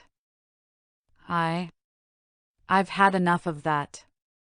Bane claimed, moving his head up to look at us all. I'll take you to the holocron. You'll get your children back. He promised. With that we all exited the cell and made our way to the hangar, following the clones who had been escorting Bane through the ship. The Chancellor wants a report on our progress. Windu told us. Tell him this is not Republic business. It's an internal Jedi affair. Obi-Wan protested with his answer on the subject. I'm sorry to disagree, but as long as the Jedi are acting as a military, we should report to the Chancellor, even on internal matters such as this. Anakin spoke up, which caused some shock from the rest of us. Well, then, I guess you just volunteered to go. Obi-Wan placed an arm over Anakin's shoulder while giving him a smirk. Give the Chancellor my regards. With that we walked away from the brunette. You'll also like. Now, wait a minute. He tried to protest, but Windu cut him off. I agree. Report back here when you are finished. He ordered Skywalker. This could be a trap, Master. You sure you don't need us to go? Anakin asked after us. Of course it's a trap, Skywalker. Windu laughed as he looked back. I will contact you when we find the children. Obi-Wan promised his former Padawan. I followed Obi-Wan and Windu onto the ship where Bane had been placed. Taking my seat next to the bounty hunter, I shifted slightly, feeling uncomfortable with the situation. Scared? Bane questioned with a smirk. I remained silent, eyes trained on the dark void of space as we exited the large cruiser and prepared to make the jump to hyperspace. The coordinates? Mace Windu turned back to face Bane, who sat in between Cody and I while Obi-Wan piloted the shuttle. The coordinates are 673117, cross 7 Arbit 71. The blue man instructed. That will take us into the far outer rim. Neutral space. Obi-Wan realized. Do you want your holocron and your kids or not? The blue bounty hunter taunted. The Master Jedis nodded to each other before jumping into hyperspace. This is a Kenobi took note as we had reached an asteroid field where a ship had been hidden. Swiftly moving through the rocks, our shuttle had reached the secret base and docked onto it before walking inside. We'll be fine, Cody. Stay here and watch the ship. Kenobi told his right-hand man. Yes, sir. I'll keep the ship running. Cody took the instructions as I started off with the group. I do not sense any children nearby. I spoke up as we rode up the elevator. Neither do I. Windu admitted. Where are you keeping the children? My master demanded the answer as the platform stopped. The children are safe. But first, here is your precious holocron. He turned and we spotted a blue glow from the room. Let me get it for you. Bane offered, starting forwards as Mace Windu held him back from going further. No more of your tricks, the Jedi told him before walking in himself. As soon as he stepped off the platform, an alarm blared through the shuttle. Blast! Windu cursed. You certainly stepped in it this time, Kenobi commented, proud of his pun. Lasers and blasters shot out of the wall towards us Jedi. My master deflected the lasers to destroy themselves while Windu and I blocked blaster shots together. So long, Jedi. Bane escaped through a secret passage on the opposite side of the room while we were distracted. Now what do we do? I questioned as we all stood back to back and worked together to escape. I dove across the room and reached the glowing cube while the other two continued to deflect the oncoming beams. I've got the holocron, I reported, picking up the device with pride. Oh Criff, I sighed. Lyra, get out of there, my master shouted from the other side of the door. We noticed the doors beginning to close suddenly and I was the farthest from them. The other two rushed to the other side of the large doors while I slid under it at the last possible second. We have to get out of here, Obi-Wan urged as we all ran through the halls back to our shuttle. Anytime, Cody, I told him as we all made it safely back on the ship, but a blast of an explosion was closing in on us. We quickly buckled in and took off, the base exploding behind us. Lyra, the council requests your presence with us now for a report, Anakin told me once we had all returned to the temple. Shall we go then? I asked before the three of us made our way to meet the masters and give our reports. The base was completely destroyed, Master. And so was any clue who's behind this. Anakin spoke as Ahsoka and I stood beside him in front of the council. Anakin and Ahsoka had gone in search of the missing younglings, finding them on Mustafar. Most unfortunate this is, Yoda said. We still have Bane. Anakin looked to the group that had went after him, including me. He got away again? Ahsoka sighed after we stayed silent.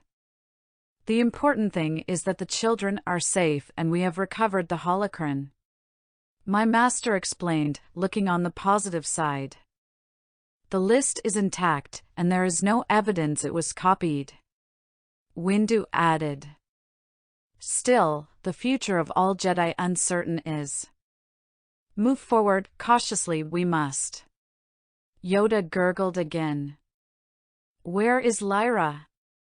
Anakin called out as he and Kenobi deflected blaster shots. Her and Ahsoka should be landing soon, Obi-Wan promised before looking up to see our shuttle lowering behind them. Right on time. Ahsoka, help us cover the clones. Lyra, get that shield operational again, Anakin ordered out as soon as we ran into the battlefield. On it. I ran towards the large ray shield to find it was smoking and sparking. A set of sparks flew out and I used my arm to cover my face as I flinched back. Great, I muttered to myself before quickly pulling off the cover and making quick work at fixing the shield. Lyra, we need the ray shield up now, Obi-Wan urged in the heat of battle, the droids getting closer. Blaster shots surrounded us as I flinched down into my work on the machinery. Ah! I let out a shout of panic as another shot narrowly missed my head, causing me to flinch again. Don't worry, sir, I've got your back, Rex promised, standing in between the droids and I as he shot them down before they ever had a chance to shoot me. I gave him a quick nod before turning back to work. Got it, I called out, pressing the on button as a purple shield covered our men from the opposing army. I carefully placed the cover back onto the machine and stood to join the other while our clones continued to fight off the retreating droids. Good work, my Padawan Kenobi proudly thanked me with his hand resting on my shoulder. Thank you, Master, but I wouldn't have been able to do it without Rex covering me. Rex! Get over here! Anakin called out towards his captain. Yes, sir? Rex rushed over and looked to his general. Thanks for helping Lyra. I'm only doing my job, Sir. Rex replied with a curt nod. Question of the day, do you like Cad Bane? Chapter 14. You're awfully quiet, Lyra, Obi Wan noted from beside me in the bridge. It's just hard being back here when the last time I was fighting alongside my master who is now dead, I explained as I stared blankly into the space ahead. I cannot believe we're back here again either. Obi-Wan commented to Ki-Adi-Mundi and I. It is unfortunate. The resistance from the native Geonosians was stronger than we anticipated. The other master told us his point of view over the return to Geonosis. The same can be said for their loyalty to Count Dooku. Kenobi added. A fact that is often overlooked. Mundi said. You're late. Obi-Wan scolded Anakin and Ahsoka as they joined us. Sorry, Master, Ahsoka and I were busy routing the Seppies near Doran. Anakin explained simply with a shrug. My squadron alone had 55 kills. Ahsoka bragged proudly. Yeah, but mine had 76. Anakin rubbed his victory in her face. Show off. She shakes her head, standing beside me. Well, you'll get your chance to win soon, I reminded the young Togruta. Well, I'm glad you two are enjoying yourselves. Obi-Wan told them sarcastically, being serious as usual. Hey, it's just a little friendly competition, Master, nothing to worry about. Anakin shrugged at his former master, taking a different way to teach Ahsoka. What I worry about is the way this war seems to be drawing out my master side. With no end in sight. Which is why it is crucial our invasion of Geonosis meets with success. Mundi reminded the group. Agreed. Ahsoka, contact the Outer Rim Command. We're ready for our briefing. Anakin ordered his Padawan. They're already waiting for us. She reported back. We all walked back towards the holodable for the briefing from the Council. Our ships are in position and we are ready to begin our campaign against the Geonosians. Obi-Wan reported to the Council over holocom. And what about Poggle? Any report on his location? Windu asked. It seems he's holed up at the primary droid foundry here. The factory is protected by a shield generator. Obi-Wan began to explain the setup over another hologram of a map this time. Anakin, Ki-Adi and I shall attempt a three-pronged attack through their defense lines to a staging area just short of the shield. My master continued to explain the plan to everyone. Once we've landed, we shall knock out the shield generator. That is our primary target. Isn't it risky committing 3 generals to one area of the attack? If something went wrong, we could be dealt a serious blow. Chancellor Palpatine protested, voicing his opinion on our battle plans. To ensure that Rise Again Geonosis does not capture Poggle, we must. Yoda told him why we had planned this way. Of course. As always, I shall leave the strategy to you, Master Jedi. The Chancellor looked back to us. Our thanks, Chancellor. Obi-Wan looked to him with a curt nod. May the Force be with you, Mace told us before ending the comm. Good. Cody, these are the coordinates for the rendezvous.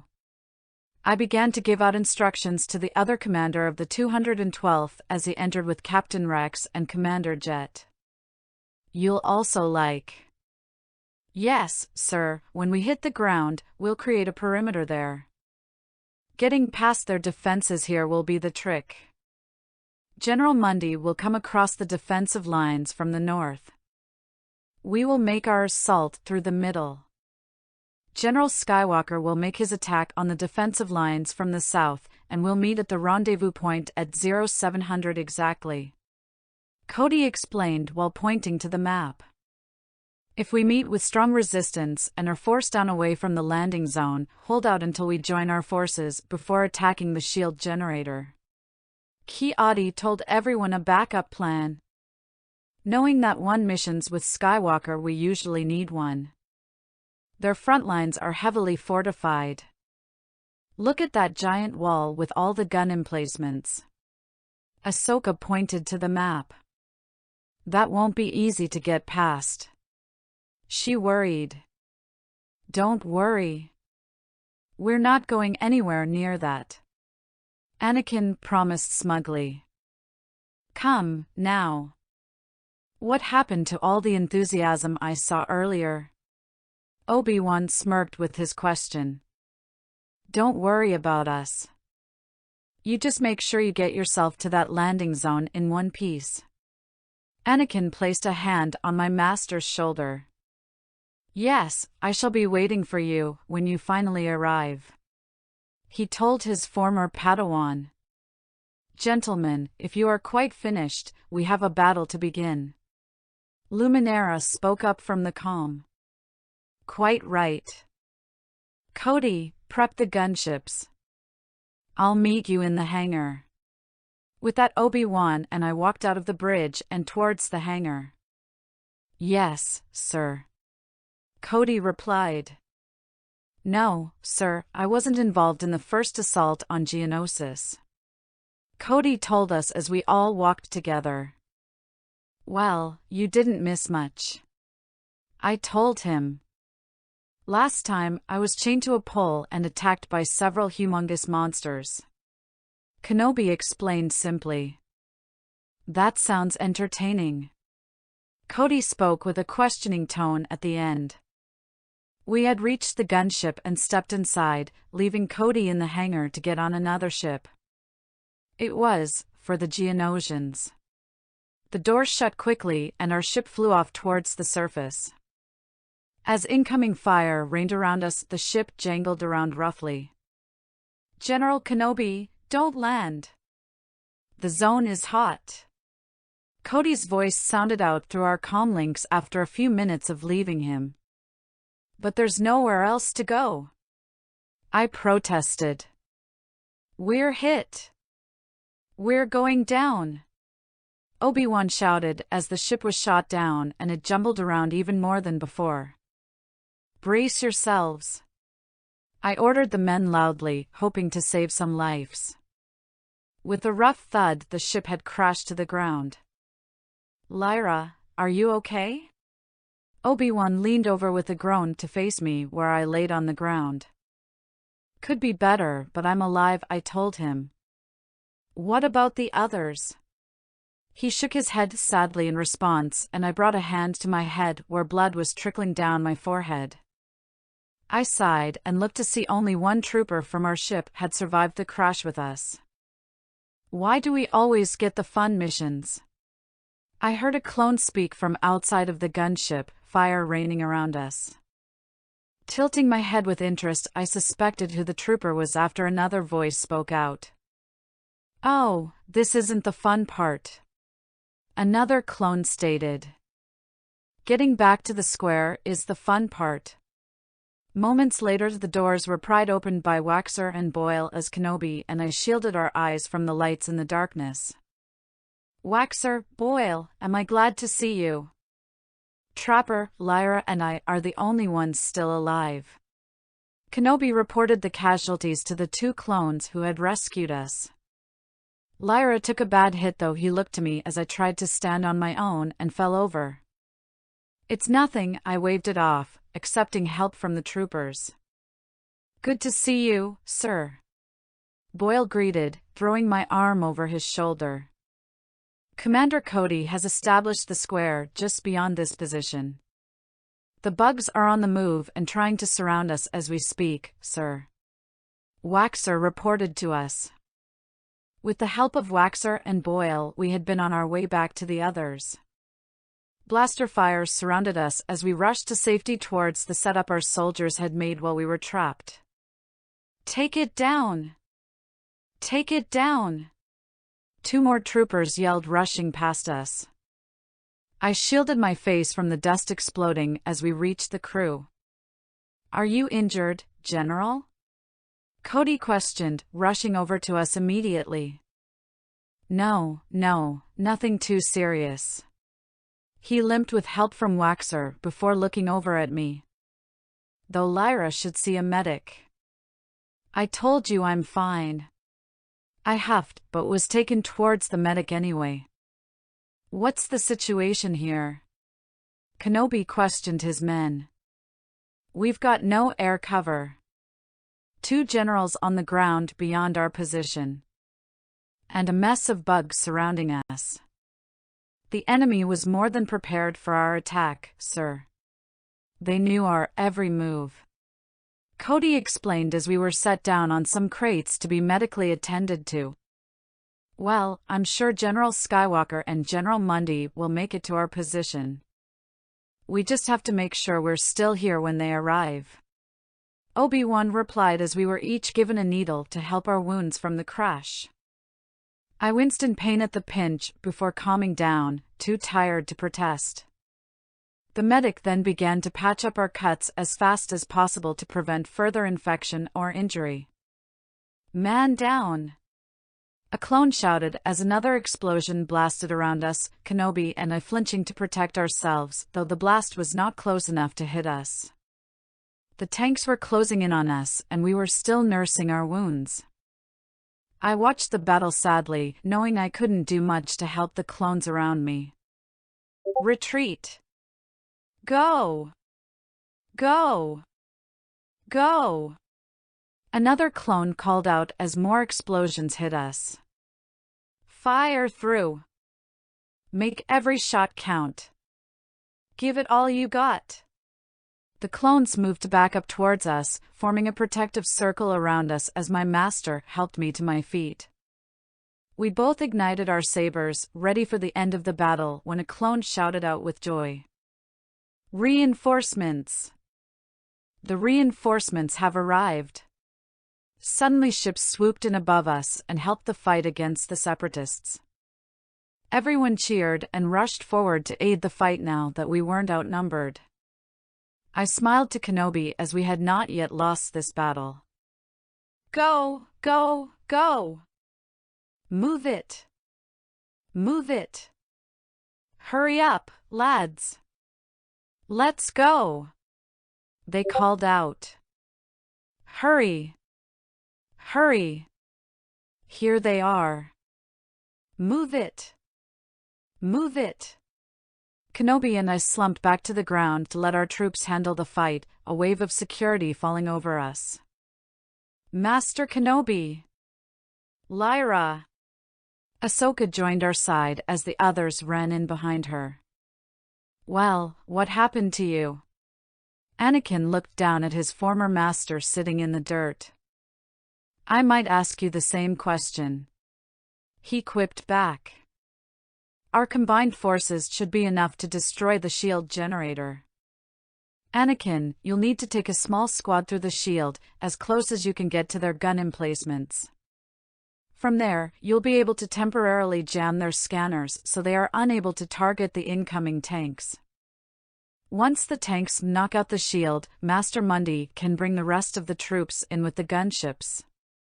Obi-Wan pointed to the holomap that was set in front of us while he explained the plan in depth. Consider it done, Master. Anakin stated, confidently. You gonna be all right, Lyra? Ahsoka asked me with worry. Yes, I'll be fine, I smiled at her. She nodded to me and waved before running off again with her master into the next part of the battle. She's a good kid, Kenobi smiled to me as I watched Ahsoka race off. I just wish I had as much enthusiasm as she does in this war, I told him glumly. War affects people differently, he reminded me. Question of the day, what's your favorite Star Wars planet? Chapter 15. Master, they are back. I pointed to the gunships returning to pick us up. Did you just sit here and relax while we were gone? Anakin joked with Obi-Wan. Well, we conversed a bit as well, my master told him with a smirk. Anakin laughed before pulling Kenobi to his feet and throwing his arm over his shoulders to help my master walk back to the ships. Rex, come help Lyra here. Anakin called over to his captain. Yes, sir. Rex rushed over to me and helped me up the same way Anakin helped his former master. Thanks, I smiled to the clone as we made our way to the group by the awaiting gunship. Of course, he told me with a small nod, helmet covering the smile on his lips. So, Master, what was your total? Ahsoka questioned with enthusiasm as we all limped over. Not now, Ahsoka. He told her. Come on. Are you afraid you lost this time? She taunted. Fine. 55, that's my count. And you? He replied. 60. Looks like I won. She told him proudly. I smiled at her win and walked up to her with Rex's help. Yeah, but I called in the airstrike. Ty, her master countered. You're impossible, the young girl laughed, shaking her head. Good job, Ahsoka, I told her with pride, understanding that she needed some light in the darkness of the war. Heal up, we'll need you later if we are going to take down all of these tinnies, she cheered. I'll never understand how you can simplify these battles into some kind of game. Obi-Wan told Anakin as he looked to me beside Rex. Well, take care of yourselves. I expect to see both of you back here by the time I've destroyed the main factory. Anakin told us all on the gunship as I was sat down and Obi-Wan held onto Ki-Adi-Mundi for balance. We shall do our best. Mundi promised. 65, Skywalker. He said as an afterthought. I'm sorry? Anakin looked to the master with confusion written on his face. My total. 65. He elaborated. So what do I win? My everlasting respect, Master Mundi. Oh. I laughed lightly at Mundi's blank response. That is a gift Anakin rarely bestows, I assure you. Kenobi said.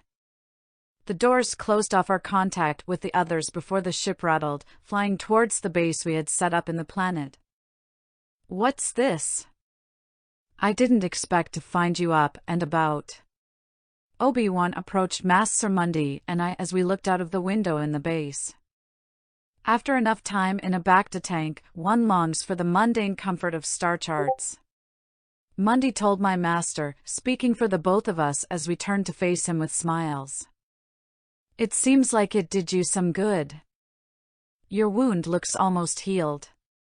Kenobi looked to where I had a small bandage over my forehead. I wish I could say the same for most of my men. The two men looked out at the remains of the base that Skywalker and Unduli had taken down with the help of their Padawans. Well, let's make sure we don't have to take Geonosis a third time. Poggle's forces seem to have come from the northern hemisphere. Obi-Wan started to explain the current situation. You'll also like. And where was Master Unduli's last contact made from? Mundi questioned as a holomap appeared behind us. The three of us turned to face it, my ponytail falling off my shoulder and behind my head. This region, farther to the west, but there's nothing out there according to our latest intel. Obi-Wan pointed to the place on the map of the planet. Incoming transmission, sir. A clone approached us with his warning. Soon the hologram appeared and Master Luminara popped up before us with a report. It appears to be a munitions container of some kind. She began to explain her findings. It could just be debris, Mundi suggested with doubt. I don't think so. There was no battle in this area. It looks like Poggle was on a direct course, 11 Mark 72, that way. Buzz, her clone trooper, spoke while inspecting the container from a distance. Headed directly for the Progate Temple. Luminara noted. That makes no sense. Nothing in the temple could have survived the munitions we used in the first wave of our attack. Why would he risk exposure to go there? I questioned next. I'm not yet sure. She mumbled. Perhaps he doesn't realize the extent to which we cleared that area. Master Luminara, I'm tracking a sandstorm that's heading your way. Anakin joined us with his news. No matter. Poggle is out in the open, and I intend to grab him before he can get off-world. The green woman stated strongly. I advise against it. You might get lost in the storm. Mundi told her his personal warning. Then we'd have to find both you and Poggle. Kenobi reminded next. I feel it is a risk worth taking, she said. As you wish. Mundi hung up the transmission. Standing around the base for hours, we had all begun to grow more restless and worried for the missing master, some showing more than others. What could be taking her so long? Something must have happened. Anakin began to worry as he watched the sandstorm just outside of the windows. I looked to my master as we both stood over the holotable discussing the next plans while we waited calmly. Patience, Skywalker. It's a delicate operation. I'm sure we'll have more information soon. Mundi told him gently with his usual level of calmness. I must admit, I am troubled that we've not heard from her. My master agreed with his former Padawan, standing straighter. Let's not start worrying yet. Luminara's not one to take unnecessary risks, Mundi claimed. I grew uneasy but returned to focusing on battle plans to distract myself from any growing worry. Master Kenobi. The holotable lit up with an incoming transmission.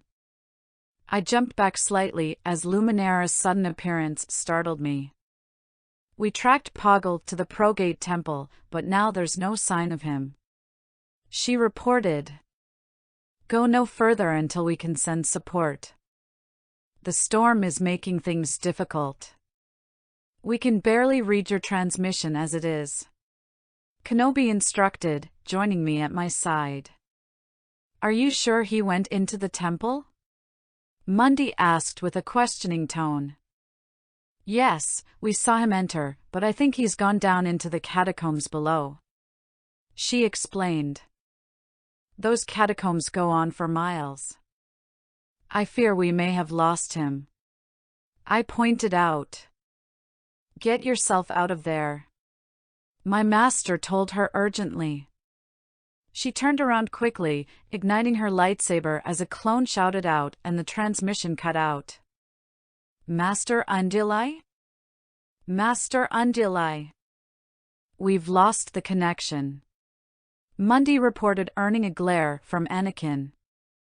Where are you going? Kenobi asked as Anakin walked off in a rush of frustration. Take a guess. He snapped back, pausing for a moment to look back at our group. We'll never get to her in this storm. The gunships can't handle it. Kenobi tried to reason with him. We can't wait. I'm sorry, Skywalker. We have no choice. We must be patient and trust in Master Unduli, Mundi said. We'll leave as soon as the storm lifts, Kenobi promised. With a sigh, Anakin agreed, and we all waited out the passing sandstorm. You'll stay here with Master Mundi while we go find Master Unduli, my master had told me as they prepared to leave. Yes, Master, I nodded and watched him off from beside Ki-Adi. They'll be back soon and we need to be ready for them, he reminded me. Both of us, turning on our heels, moved back into the base. I can handle this, Padawan. Go get some rest, the Jedi Master instructed to me. Our masters are back, Ahsoka announced as she burst into our shared bunk room. Oh, sorry, the girl winced as she noticed I was resting. That's quite all right, I reassured her while standing up with a stretch to follow her back outside. Joining Master Mundi again, the group of us flew towards our master's location to find they had captured Poggle. I'm afraid we have a complication, Mundi started to tell them. Don't we always? Anakin quipped back playfully. I've just received a distress signal from our forces on Dantooine, Mundi continued as he got closer to their group. Master Windu's defense is held, but at a great cost to his men. They need medical supplies immediately. We can obtain these supplies at the medical station near Ord Cestus. We're delivering Poggle to Coruscant, and Cestus is not exactly on the way, Anakin reminded the Jedi Master. The Republic must begin debriefing Poggle right away if we're to get useful intelligence from him. Luminara spoke up, siding with Anakin. Master, I suggest we let our Padawans handle the supply mission, Anakin suggested, stepping behind Ahsoka and I while looking to Luminara and Obi-Wan. He placed each of his hands on one of my shoulders and one of Ahsoka's. Whatever needs to be done, Master, I'm happy to help, Ahsoka tells them confidently. As am I. Barriss stepped up. I'll help wherever you want me, I told my master, more than ready to follow my given orders. Very well. Take a medical frigate. And after we've delivered Poggle to Coruscant, we'll rendezvous with you for the voyage to Dantooine. Obi-Wan gave us our instructions. With a nod and a wave, I walked off with the two girls, and we stepped onto the shuttle with our troopers. We are ready to make our jump, Master Fisto, I tell the master over a holocom from inside the cockpit, the younger Padawans behind me. Good, I look forward to your arrival. He smiled warmly to us before ending the call. The troopers gave us the good to go before jumping to hyperspace as we moved towards our room to get some well-needed rest. Ahsoka sat on one of the lower bunks while I climbed above her into the top one. Barry had taken the second lower bunk and laid down delicately on her back.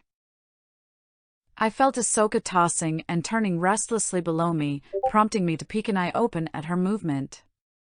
I smiled as I noticed her staring at Barriss, who slept comfortably with her eyes closed and still laying on her back. What? What is it? Barriss doesn't bother to open her eyes or face the girl.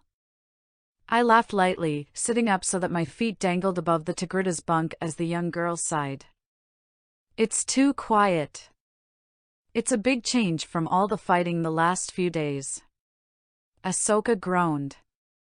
You should enjoy this peace while it lasts, Barriss told her when she finally looked over to us both. I can't. Let's go eat, the girl suggested. With a smile, I gladly hopped off of my top bunk and walked out into the hall with her. The halls were empty for the most part as all of the troopers were sleeping and resting up like we had attempted. Upon entering the mess hall, we had served ourselves and took a seat at a nearby table. I was just thinking about what you said earlier, about enjoying the peace while it lasts. Ahsoka started, digging into her meal. As a Jedi, I'm not sure I know how to do that. Ahsoka tried to explain her troubles and thoughts. Master Windu has said we are keepers of the peace, not warriors. However, once the war is over, it will be our job to maintain the peace. Barriss explained to the girl as I listened to their points on the topic, keeping my thoughts to myself, having been the one who was a Jedi before the war and during the war. Yes, but will we do so as keepers of the peace or warriors? Ahsoka questioned again. And what's the difference? I don't have all the answers, Ahsoka. Like you, I am a learner. What does your master tell you? Anakin? Oh, you might find some of his thoughts on the future a bit radical. She started and I laughed lightly, having known Anakin well enough. Really? Why? Barriss seemed amused. Let's just say my master will always do what needs to be done.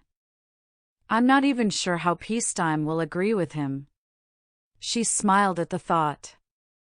Looking up at a new presence in the room, I took note of the two troopers who had entered the mess hall. Evening, Ox, Edge. Would you like to join us? Ahsoka greeted the pair. They stood still and unresponsive while staring at us blankly. Is something wrong, troopers? Question of the day, do you like Luminara Unduli? Chapter 16. Is something wrong, troopers? I asked hesitantly, my eyebrows furrowing in confusion. They both stepped forward suddenly, and an alarm rang out in my head like a warning before they began shooting at us. Jumping up from our seats, we had all reached for our sabers and worked to deflect as many shots as we could. I thought quickly and stood onto the table, flipping it over so that we could take cover from the attack. The two girls followed my lead and dove over the table. We each had our backs resting against the cool metal as I called out. Troopers! Stand down! The two girls and I ignited our sabers just in time for Barriss to quickly jump up again and cut the blaster that Ox held above us. I punched him back in his moment of shock for his weapon not working, then Ahsoka Force pushed Edge right into Ox as they both crashed into the wall. We sighed while standing up further and exiting our cover of the table, only for two more clones to arrive. The other Padawans quickly pointed their sabers accusingly at the men while I observed the situation carefully. The two troopers raised their hands in defense, confused as to our change in mood. What are you doing? Trap questioned us with worry and confusion. Two clones just attacked us. What is going on? Ahsoka demanded answers sternly, pushing her saber closer to the clones. Trap, do you know what happened to those troopers? Barriss nodded to the two men behind us who were both laying unconscious. Couldn't tell you, Commander. I'm just as confused as Dashi started to explain until Barriss sternly cut him off. You're in charge of those men. Did you order them to kill us? She grew angry with every word. No, sir. I did not. He stated, but I felt uneasy with the situation still. What's happening? Why would they do this? Ahsoka further pushed. We don't know. We heard shots. The other trooper explained why they had arrived right after the fight took place. Why should we believe you? I questioned calmly, face to face with both men. Look, no guns. Trap spoke as they both set their blasters to the ground slowly as if not to panic us. These men wouldn't just attack us without reason. Barriss spoke as we all lowered our sabers. My master had a clone betray them once, a traitor who was paid off by Ventress. Ahsoka mentioned the story of the Battle of Christophosis before we had arrived. It can't be that simple. At least, it didn't feel like that. I turned to face the two unconscious clones behind us. Excuse me, sir, we should make sure that we're still in control of the bridge. Trap offered his idea. Bridge, this is Barriss. Respond. She calmed them. No response. Bridge, she tried again, sternly with impatience. We need to get up there. We need to find out what's going on. Ahsoka urged as we got no response again. But these two will be coming around any minute. Barriss refused to leave them alone. Havoc can watch them until we check on the bridge. Trap suggested. Okay. Let's go. I lead our small team out of the mess hall and into the corridors of the ship. Running through the halls, we had reached the entrance to the bridge when suddenly a shield ray was put up, blocking our way. Someone doesn't want us going up there. Ahsoka noted as we all pulled to a stop in front of the red shield. I'll attempt to override the controls. I told them, kneeling next to the panel and pressing a button. I sensed something was off and quickly turned around to notice the trap had backed up from the two girls. Jumping into action, I ignited a saber and deflected a blast from hitting either girl. Next, I moved to cut his blaster, but instead he decided to lunge at me. He's infected! I shouted out as a worm-type creature escaped his nose and attempted to infect me. I used the Force to retrieve one of my sabers that had been knocked from my hand during his attack and impaled the trooper to get him away from me. Get this thing off me! I ordered as the worm slithered around my face. I threw it off and Ahsoka sliced it in half before it hit the ground. With a sigh, I placed my hands on my knees to catch my breath. You'll also like... What is that? Ahsoka groaned in disgust at the two halves of a slimy worm on the ground. Looks like some type of parasite. It must be controlling their actions. Barriss noted as the pair watched it struggle until it died completely. Mind control. Well, that explains a lot. Ahsoka agreed with the theory. Trap was my friend. He would never have tried to kill us. She continued. I sadly looked to the clone who I had killed and shook away the thought, knowing that I did what I had to do. How did these things get on board in the first place? Ahsoka picked up one half as Barriss grabbed the other. They must have infected the clones while they were on Geonosis. I sighed, holding my head. We'll have to quarantine the ship. Ahsoka reminded us of the next step in our plan based off regulations. We should also contact Master Fisto and let him know about the situation. Barriss told us. Let's go. We all ran off down the hall once more as our original path was cut off. That sound. It's... Barriss started as we reached a doorway to hear a clicking language being spoken. Geonosian. I groaned. All three of us rested our backs against the wall in attempt to hide as we watched the sight before us. Two clone troopers held another as the rest watched. The trooper being held struggled against his will as the same worm creature was being taken towards him. We have to help him. Ahsoka told us urgently. It's too late. Barriss sighed as the parasite went into his nose and he groaned before his eyes rolled back and he calmed down. Another trooper snuck up from behind and began to shoot as we deflected the blasts but gained more attention. Our trio backed into the cargo hold and locked the door but noticed the oncoming troopers with 3 more parasites. I used the Force to pull the eggs from them and we each cut one to kill them. The blasters began to shoot again and we continued our fight. I helped the girls to cover behind a wall of boxes so that we could plan our next step. Barriss. Lyra. Let's go for the vent. Ahsoka suggested proudly. I looked up to the ceiling vents and nodded, signaling them to each scale the boxes and get to the vents. I followed close behind and used the Force to pull the cover off the vent so that we could each dive inside. I'll go to the reactor room and disable the thrusters. You two head for the aft comm center and send a warning to Master Fisto. We have to stop the ship from reaching the medical station. Barriss gave out orders to us both once we reached the safety of the vents. I don't know, Barriss. I think we should stay together.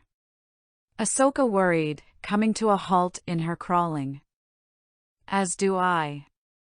Unfortunately, that's not a luxury we have right now. One of us must succeed, Ahsoka. If you need to, you'll do what must be done. I know it. Barriss said. Yes. Of course. Then I'll see you soon. Ahsoka told her as we went separate ways. Here we are. I told Ahsoka after a few minutes of crawling through the vents. I pulled back the cover and dropped down to the empty communications room, looking around carefully to make sure it was clear before signaling the younger girl. She dropped down next to me, and we began to set up the comm to send a message to Master Fisto. As long as these things are on board, we dare not dock with the medical station. I explained to Master Fisto with Ahsoka over comm. You must bring the ship in. The only way we can stop these parasites is to analyze them. Fisto argued with our decision. You don't understand how terrible these things are. What if they get loose? Ahsoka continued to protest. We will take precautions. He countered. I have a bad feeling about this, Master Fisto, but we will follow your instructions. I told him with a nod. With that, the call was ended and the device crackled out. I moved to set up our next communication when a feedback was sent to us. Lyra! Ahsoka urged me to work faster as she kept watch. They are jamming our transmission, I stated with frustration as I continued to fiddle with the device. Can you fix it? I'm working on it, I told her with another groan as I pulled off the wire cover and started to reset the device manually. Almost got it. I groaned after resetting the controls and beginning to set up the next transmission. Cargo ship TB-73, this is Clone Captain Rex. Please respond. Rex appeared on the screen. Ahsoka and I smiled proudly that we could get in touch with someone else. My face lit up as I stood from the mess of wires and moved beside Ahsoka to see a familiar face on the screen. Rex, this is Ahsoka. Boy, am I glad to hear your voice. Ahsoka jumped in to talk with him eagerly. Likewise, sir. I've got someone here who wants to speak with you. Rex stepped back and Anakin jumped in with worry for his Padawan. Ahsoka, what's going on? Are you okay? Well, not exactly. She tried to explain. Our ship has been taken over by some sort of parasite from Geonosis, I continued for her. Make sure you have a wrist comm. Keep it on. I'm going to interrogate Poggle. He might have some answers. Find Barriss and wait for my signal. With that, the call ended and we moved off again to follow our orders. Barriss, you're back. Were you successful? Ahsoka took notice of the green Padawan standing in the doorway behind us. Barriss? What's wrong? I asked darkly, knowing something happened as she stood sternly. She stuck her hand out and broke the glass wall between us. Barriss, no. I shouted as we each shielded our face from the spray of glass, me covering Ahsoka's back to protect the young one. I'm your friend. Barriss, snap out of it. Ahsoka urged. She ignited her saber and we followed as she jumped at us viciously. I fought back with Ahsoka against a fellow learner, lightsabers clashing against each other. Barriss, it's not you, it's the creatures. Fight them. Ahsoka tried to reason with her friend as we continued to fight with our sabers. I pushed the girl back and we both took our escape by running into the hall once again today. Sliding, we turned down another corridor and continued to escape the infected Padawan. Barriss was hot on our tracks before she threw us each into the wall with the Force. I sat up with a groan, shifting in my spot to assess the situation when I watched Barriss lunge at Ahsoka with her saber. Thinking quickly, Ahsoka blocked the strike and I helped by kicking Barriss back, giving us all a chance to run again. I silently nodded to Ahsoka as a signal to enter the vents again while Barriss was still recovering from the last attack. I watched as the Tigrita jumped up, then I followed her through the vents. Barriss ran underneath us and we stayed quiet so that she wouldn't find us hiding. "This is Ahsoka. Come in." She clicked her comm in the vents. "Ahsoka, listen to me. The worms are affected by the cold. Anakin told us after Barriss had walked off to find us." "Cold? That's how we stop them?" I asked with confusion. A trooper passing underneath heard us and looked up to the vents where we retreated back in hopes of not being spotted. "Rupture the coolant system." "Did you hear me? Rupture the coolant system," Anakin shouted after the clone walked off. "The coolant system. Got it," Ahsoka told her master, reporting back that we had heard his orders. Checking if the hallway was cleared, I had removed the vent cover and jumped down before Ahsoka landed bathing me. Sneaking through the halls of the ship, I had found the system panels. "Do you know what you're doing?" Ahsoka asked me with worry as I started pressing buttons and she covered me. "Of course I know what I'm doing," I reminded to ease her worry. "It's about to get chilly," I warned her before pulling the switch and letting cool air flow through the ship. Both of us shivered at the cool air touching us before moving through the halls again. The icy air filled the ship and Barriss suddenly slid in behind us. "There you are. You can't hide from me." Question of the day: what are your thoughts on Barriss Offee? Chapter 17. "There you are. You can't hide from me," she declared in a taunting tone. Rushing forwards, the green Padawan made a beeline for us, but we had escaped once again into the cold air vents. Groaning and screeching was heard throughout the ship as the parasites died and relived the troopers. We climbed up the one vent and shivered weakly until we laid eyes on what was ahead. The bridge. At last. Ahsoka sighed, running towards it. She got the door opened and we rushed to sit in the pilot's chairs. I began to press buttons to contact the medical station ahead of us. "We're coming in awfully fast. This is Lyra Jayko, can you hear me?" I questioned the base. "I'm shutting down the engines. I'll try to reverse the dash I started," until a yell was heard and Barriss slashed the system with her blue saber. Alarms beeped and the ship went out of control, my eyes shooting wide open. The pilots outside struggled to guide us back as we fought against a fellow Padawan again.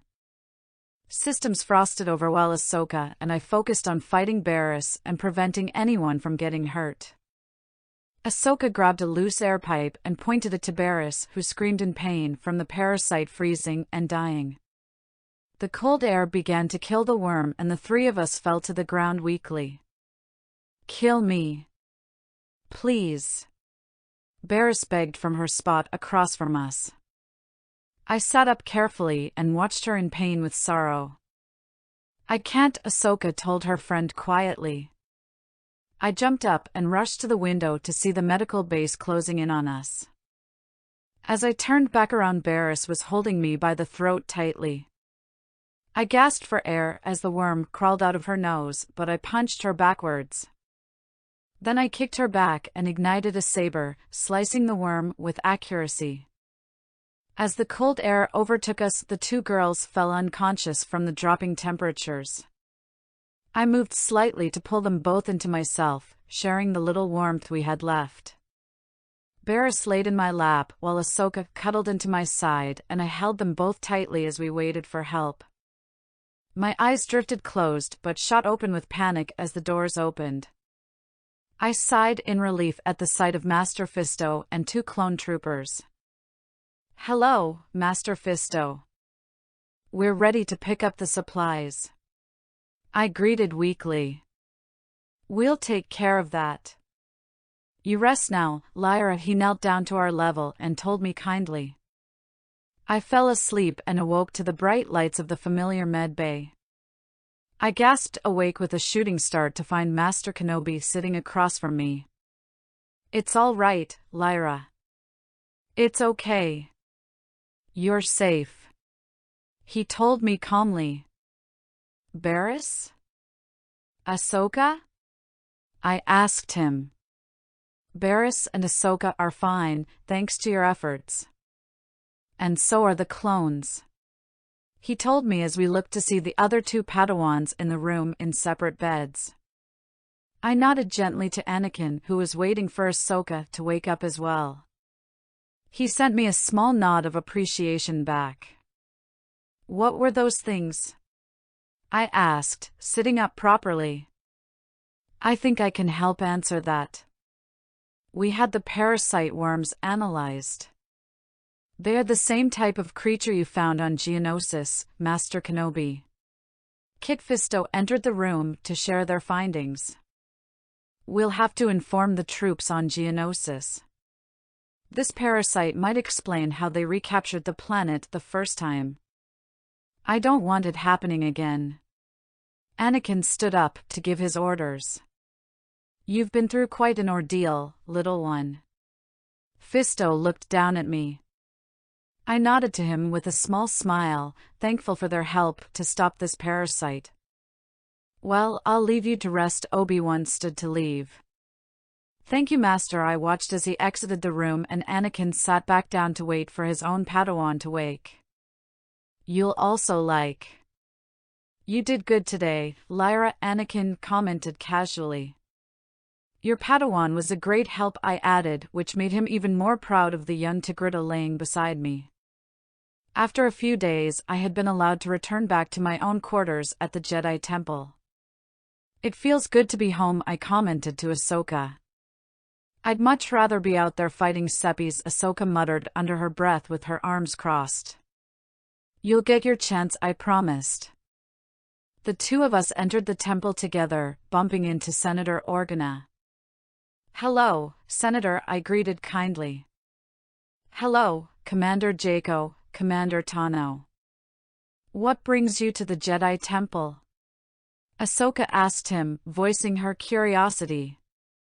"I'm supposed to meet General Kenobi here. He is my Jedi escort back to Alderaan," Bail explained.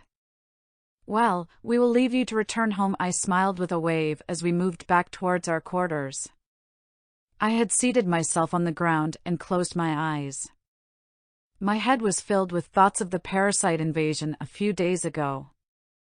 The hole I had left in the trooper was burned into my mind as I tried to clear past it.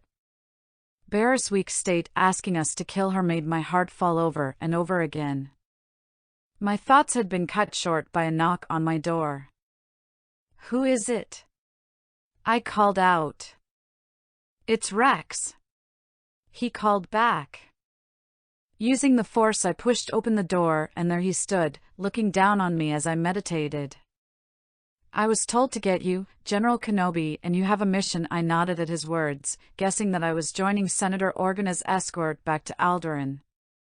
"Then I guess I better get going," I sighed, pulling myself to my feet. "There's not a lot of stuff in here," Rex commented as he looked around the almost empty room other than a few books I had borrowed. He hadn't seen much of a media personal space. He knew that Anakin and Ahsoka kept little things, but he would have figured that the Jedi would have valuable items. Jedi don't exactly take souvenirs. I shrugged back, making sure my sabers were clipped to my belt before moving on. Smiling back, I had walked past him and towards the entrance of the temple, Rex deciding to walk alongside me to meet up with Skywalker again. Lyra, we will be Master Kenobi started. Escorting Senator Organa back to Alderaan, I finished. How did you know that? He quirked an eyebrow and crossed his arm as he looked down at me. I had a little talk with him when I got here, I shrugged while recalling the event. Bail smiled back at me before turning to the Jedi Master. Obi-Wan lead the way towards the transport ship, staying with Organa at all times until he had reached his private quarters and we had made the jump to hyperspace. Once we return the Senator to his home planet, we will be moving to join with Anakin's fleet to return to Coruscant. My master informed me of our next steps. Yes, Master, I nodded to him before making our way towards the bridge. Thank you, Master Kenobi. Padawan Jayko Senator Organa gave us his thanks upon our landing on Alderaan. You seem curious, Organa noted me looking past him towards the bright planet. That she is Obi-Wan laughed at my behavior.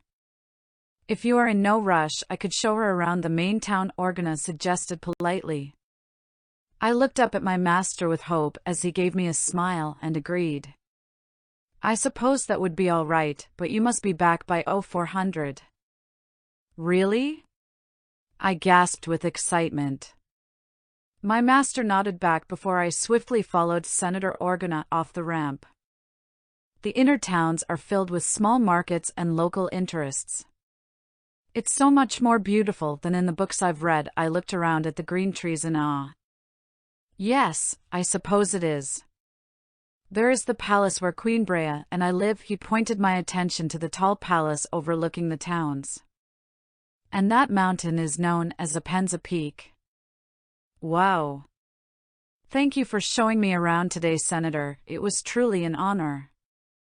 It was my honor to share my home with someone as curious as you. He sent me off with a wave as I rushed back to the ship. Did you enjoy your afternoon? Kenobi questioned when I joined him in the bridge.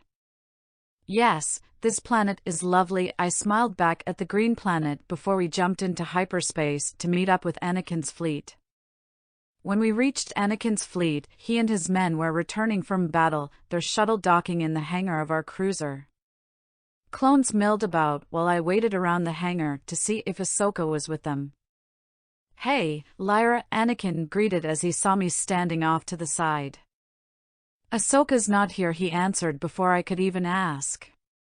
Oh, thanks for letting me know, I offered a smile before he walked off to report back to the council. Commander Jayko, are you coming with us to the bridge? Cody asked as he was there to tell Anakin and Rex to report to the bridge. Yeah, I'm coming. Just as I was about to leave with the trooper who acted like my older brother, I spun around at the sound of my name being called out. Commander Jayko, I brought you something. Rex smiled from the hangar as he called out towards me. I pulled a look of confusion but waited for him to catch up to where I stood. Go on without me, I'll be there in a minute, I told Cody simply. Take as long as you need, he smirked, watching as his brother raced over. He gave Rex a pat on the shoulder and walked off towards General Kenobi. Looking up to Rex, he stood over me and awkwardly looked down. Here Rex held out a necklace that had a small piece of armor attached to it, pushing it towards me. What is it? I questioned, trying not to sound rude as I didn't know what the armor was from. Well, our armor was recently upgraded and I took a piece from my old armor and put it on a necklace for you as a souvenir, he explained with a proud, yet shy smile. Thank you, I hugged him before pulling away as I had realized what I was doing. I immediately clipped the necklace around my neck and tucked the armor piece under my robes so that I wouldn't lose it in battle. It's really beautiful, I added kindly. I'm glad you like it, Sir. Rex put on his captain face again. We should join the others in the bridge, he reminded me of where my original destination was before he had ran over. Right, I agreed, following beside him. Did she like it? Cody questioned his brother. I think so, Rex replied, looking over as I joined Kenobi and Skywalker in talking to the council. Question of the day, do you like Bail Organa? Chapter 18. There's a meeting in the war room.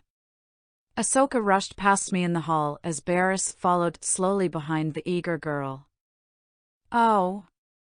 I decided to follow her into the war room to find out what was going on. Upon entering the room, I had slowed to a walk as I entered further to see a hologram message on display in front of the Jedi Masters. Younglings and Padawans had also gathered around to see. Greetings, Jedi. It would seem once again one of your order has lost his way, and, even better, a leading member of your Jedi Council. Grievous sinisterly mocked. We all watched in shock as a Jedi Master was held up by the robot general himself. Listen to me, Jedi. I do not care about your politics, I do not care about your republic, I only live to see you die. With that, a droid forcefully hit Koth with a taser staff, causing the Master to cry out in pain. I quickly covered the eyes of two younglings nearby to prevent them from watching the horror. But death will not come so easily for Master Koth. I will make him suffer endlessly, because I know that is more painful for you all. Grievous laughed evilly before ending the transmission. Murmurs were spread immediately around the room after the hologram diminished. Away with the younglings. Much there is to discuss. Yoda waved us all out with the children. Come on, I gently urged a youngling out of the room to leave our masters to plan our next course of action. It's time somebody finally put an end to that monster. Anakin spoke up with anger towards the Separatist general. On that, agreed we are. How to find him, the question remains. Yoda's gurgling was the last I heard before we were gone. Lyra, we will be working on the mission to rescue our Master Koth, my master told me as he stood in the doorway to my quarters. When do we leave? I looked up from my meditation. Now he walked out, leaving me to follow behind in a rush to catch up with him. The pair of us walked together towards the shuttle that would take us to the cruiser above Coruscant, Anakin and his men already waiting for us. My master explained the mission and planned to me on our way to finding Anakin in the hangar. Hey Lyra, could you go tell Rex to have his men set up the shuttle? Anakin asked once we approached him in the busy hangar. Yeah, I nodded before walking off again. Rex? I questioned the clone who had his back to me. Yes, sir? He turned around and seemed slightly taken aback by seeing me instead of his general. Master Skywalker wanted me to tell you to set up the shuttle, I explained to him, giving the orders as best I could. On it, sir, he nodded. With a small wave, I left him to do his task and prepared myself for the mission at hand. The general wants us in the command center, Cody reported as he found me wandering the halls of the ship. Then let's not keep him waiting, I lead the way, and we both met up with my master as he spoke to the shuttle. Anakin's team was in overcoms. Are you ready? Ready and waiting. Anakin responded from his ship with Rex and Adi Gallia. I stood beside Kenobi and listened to the conversation. I shall engage the Separatist fleet and send you the coordinates of Grievous' command ship. My master continued. Just make sure you get it right. Anakin smirked from his end. You'll also like. I always do. Kenobi reminded confidently. How do you plan on getting Grievous aboard your ship? The female master asked from her side, having not been filled in on our side of the plan. Not to worry, the good general and I have a history. I'm sure he'll want to even the score face to face. Obi Wan stated. This will be fun, I sighed, knowing this mission would be physically draining. Meanwhile, we'll jump in undetected and board the command ship. Skywalker continued to remember back on the plan. If Master Koth is still alive, we will find him. She told us. Hopefully, by the end of this mission, we will have saved Master Koth and captured General Grievous. With that, we ended the call to prepare for the battle ahead. Prepare the jump to hyperspace, I instructed the pilot of our ship. He locked in the coordinates, and the ship flew through the blue tunnel of space. Trooper, send a transmission to General Grievous' ship. Kenobi ordered one of the men. General. I knew one day I'd catch up to you. My master began to give his message to the separatist. Kenobi. What a surprise. I assume you are here to bring me to justice? The robot starts. You know me too well. My master told him with a proud smirk. Indeed I do. The call suddenly ended. Well, we certainly have his attention. I told my master as the separatist ships began to shoot at us. That was our goal, he reminded me. Admiral Yularen, keep Grievous' fleet occupied so Anakin's arrival is undetected. Kenobi spoke through comm to the Admiral of the Resolute.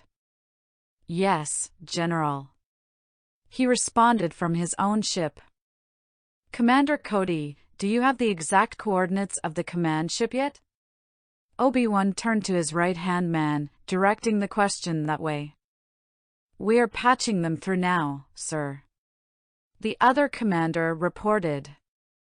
Tractor beam has us, sir. Shall we fire on the source? Cody asked as the ship suddenly rocked violently. Some of the men held onto the controls for balance while my master and I fell to the ground. No, Cody. Let them think they have us. We need the diversion for Anakin. Obi-Wan explained as he stood to his feet, holding a hand down to me. Master, they do have us, I reminded, taking his hand and standing to my feet as I dusted off my robes. Are you all right, men? I looked around to the troopers. A series of yes, sir followed out as troopers went back to work. Remember, we need to keep Grievous on the ship until General Skywalker is clear. Kenobi reminded us, marching down the corridor to meet the troopers standing guard at the doors. A hole was quickly cut through the blast doors and kicked out at us. Look out! A clone ducked out of the way just in time for droids to rush in. I hid behind the wall with my master before we joined the fight against the incoming droids. Clones around us died at the hands of the commando droids while Obi-Wan and I were busy deflecting the blaster shots around us. Kenobi. Grievous noted, stepping into our ship with his 2 droid guards. We slowly took steps back, being cornered into the command center that was now empty.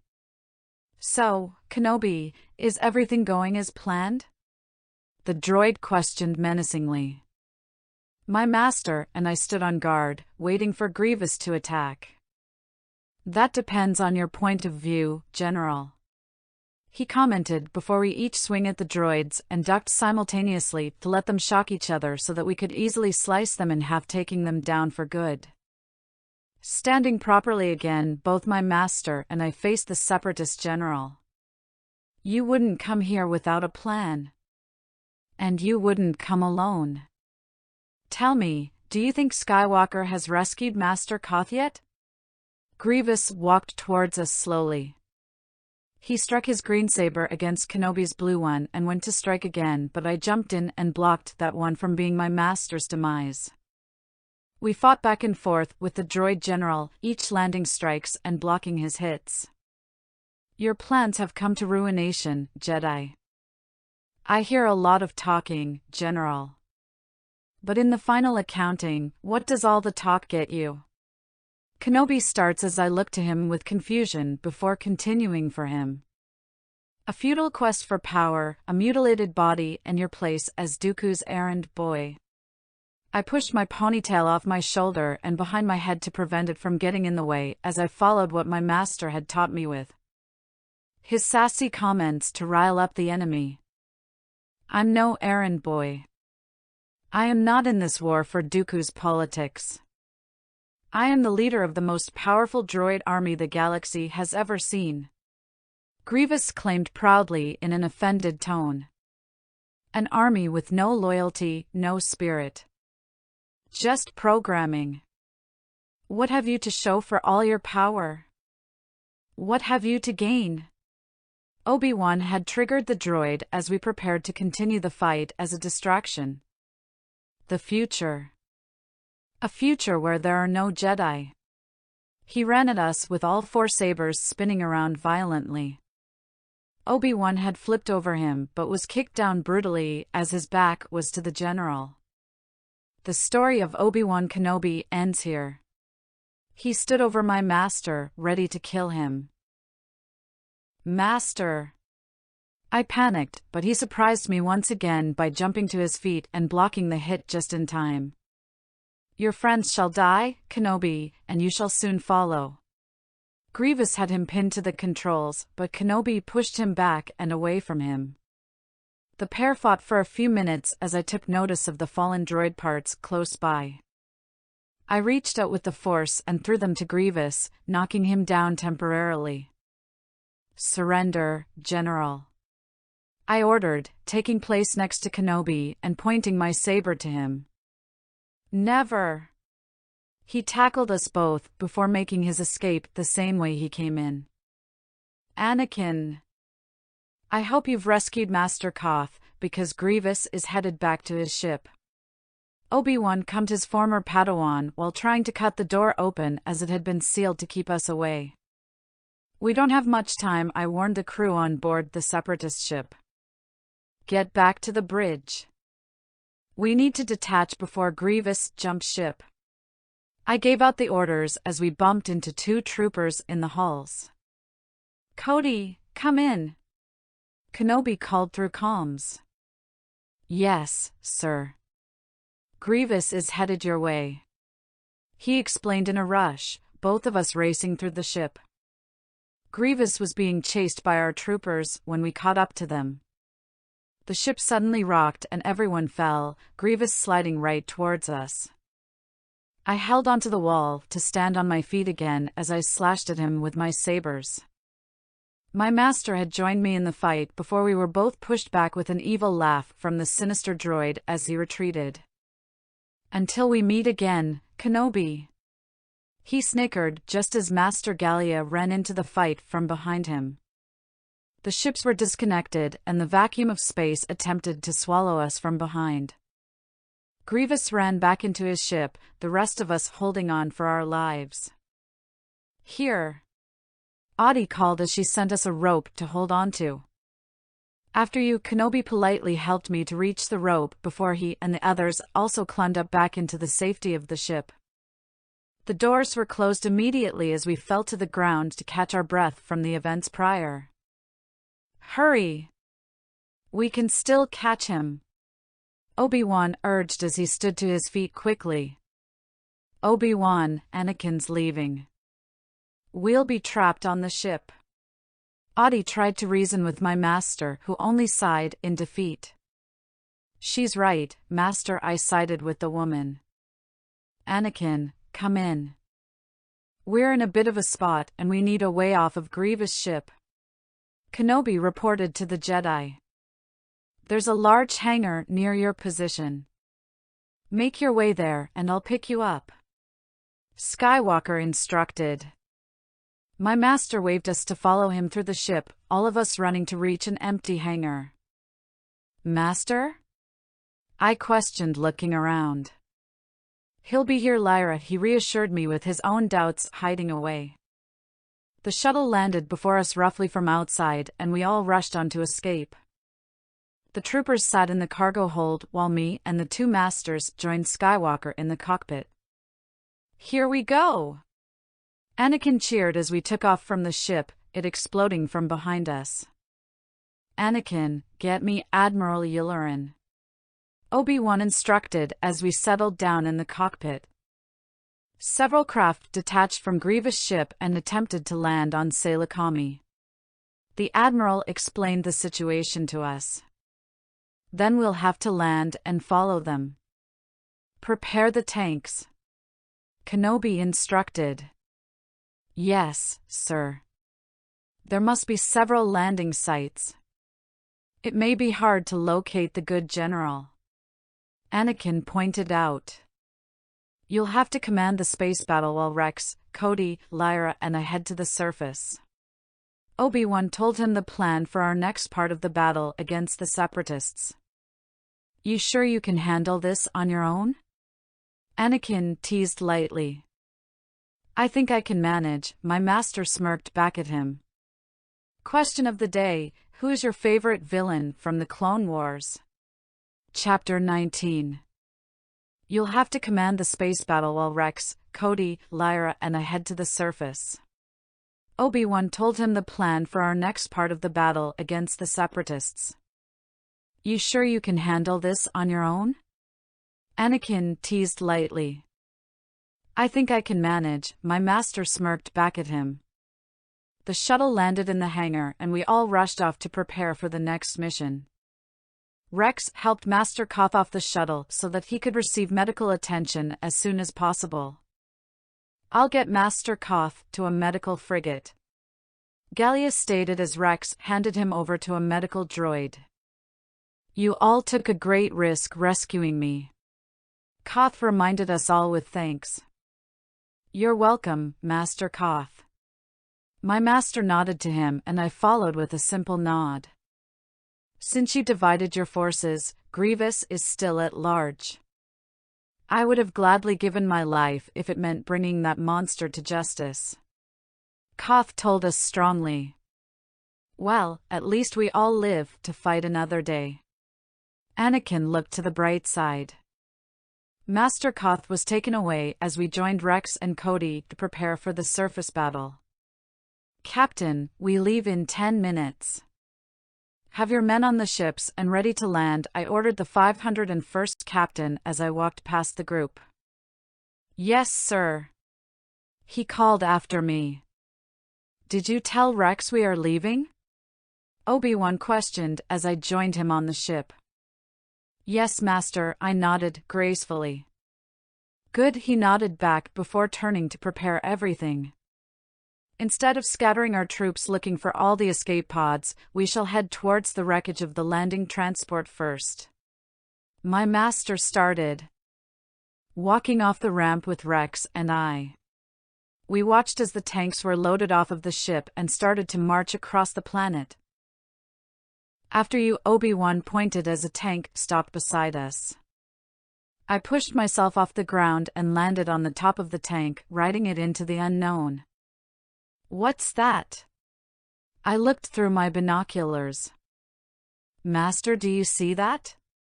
I pointed out to what seemed to be a ship wreckage. Seems we have found what we are looking for, he commented proudly. General Kenobi.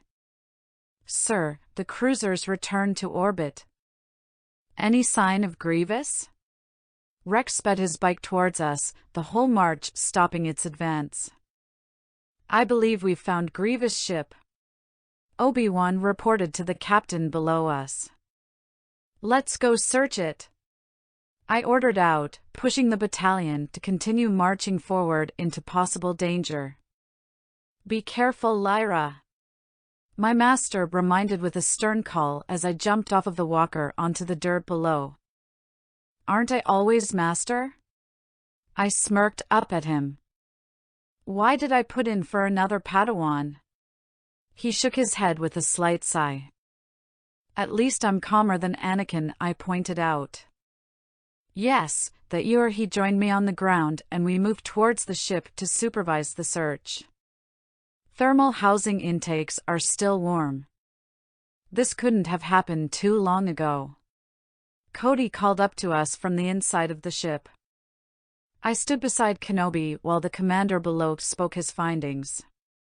The crew compartments almost entirely destroyed, Rex explained as Jesse and him joined us. I turned to face the two clones from the 501st and smiled kindly upon seeing them. You'll also like. We'll split into teams, Kenobi stated. Lyra, Rex, take Jesse, Hardcase and Kix and search those wetlands. My master told us our orders. Yes, sir. Rex waved us off. Cody, you, cries, and I will pick it up from here. We began to walk off while my master continued. And, Rex, if you get a visual on Grievous, contact us before you engage. The three of us stopped our walking to listen to the rest of his instructions. Rex nodded in response before placing the helmet on his head and leading us off once again. Each of us hopped on a speeder and took off into the wilderness. I sped with the others, just behind Rex as he led us through the planet. I felt as though something was off and kept my eyes on the lookout, a bad feeling settling in my gut. Suddenly Rex was thrown off his speeder and I panicked while speeding past him with Jesse and Hardcase. "Captain!" I shouted out with worry. "Protect the captain!" Jesse orders out. I looked to him with a thankful smile as he took charge and gave out instructions. Kix sped back around to his captain and kneeled next to him while the rest of us continued on to find who shot him. I noticed 2 droids running in the distance. "Jesse, 1 o'clock!" I shouted out, ordering him and Hardcase to shoot down the droids. "Commando droids." Jesse noted as the 3 of us paused for a moment to survey the area once the droids were dealt with. "Lyra, you better get back here," Kix reported from his spot with Rex.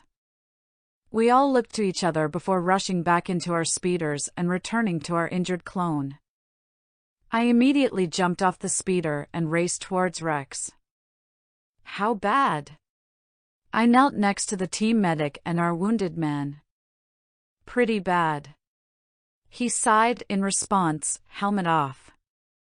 I need to remove his armor to see the full extent of the damage. Kix began to explain what he needed to do to fully assess the damage done to the captain. Those snipers might have called for backup. Unless we want to start getting picked off one by one, we should find better cover first. Hardcase pointed out, looking to me as I was in charge and currently had no help from the captain.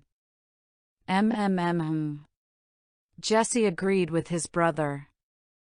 I heard a noise from beside us and spotted 2 animals eating the grass calmly. "Wait a minute. Those critters are domesticated." I examined with a cheery tone. "Sir?" Kix looked to me with confusion at my point. "I think we're on farmland. And where there's a farm, there's usually a farmer. Let's find his homestead," I told the men, moving to help Rex onto a stretcher. Jesse and I lifted Rex up as Kix placed a stretcher under him. I lead the team to find the farm and soon we arrived at a small homestead. We came to a slow outside of the door when a pink Twi'lek woman busted open the door and pointed her shotgun at us. My men followed as I raised my hands carefully in peace. "We want no trouble here." She spoke sternly yet gently. I nodded along and allowed Jesse to talk to her and explain our situation. "Easy with that weapon, ma'am. We're here as friends." Jesse removed his helmet and held it at his side. "State your business," she urged, pushing the gun closer to me, which made Jesse a little uneasy. "Our captain's been hurt. We need dash." Kicks started to explain with urgency. "I'm no doctor, so just dash." She started to wave us off again.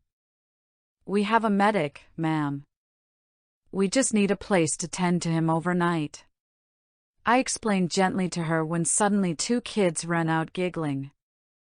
"Mommy, who's dashed?" the daughter started with excitement, standing beside her mother. "Get back inside, both of you," the woman instructed her kids, earning groans of complaint. "Oh, Mom! Look, there are some benches out back in the barn. It's the best I can do." She nodded us in the direction of a small hut. "That'll be fine, ma'am." "Thank you." I smiled kindly. The woman lowered her gun and I led the boys back to the barn. Help me get him on the bench, Kix instructed Jesse and Hardcase as he pulled the stretcher to a stop in front of the doors. The men followed as the medic instructed and moved their captain onto the table. I sat off to the side, looking out of the small window to see the small farm and house set up. Kix had begun cleaning Rex's wounds immediately while the other two men took a moment to rest from the action. What happened? Rex awoke as Kix placed a Bacta patch on the middle of his bare chest. Commando droids took a potshot. That would have gone straight through your heart had it been 2 inches to the left. Hardcase began to explain. I can't move my arm. The captain groaned with struggle, his men standing around him with worry. You have some nerve damage. Kix told him simply. Understood. Now patch me up, and let's get on with it. Rex attempted to sit up straight on his own. Sir, you're in no condition. It will heal, but it will take time. Kix warned. We're getting underway, Kix. Rex seemed to grow frustrated with the medic. That's an order. Rex finished. At those words I turned to protest with the captain, but Kix had already taken the lead. Sir, as the team medic, when it comes to the health of the men, including you, I outrank everyone. So I respectfully order you, sir, to get some dash kicks started to get Rex to lay back down on the bench. Excuse me.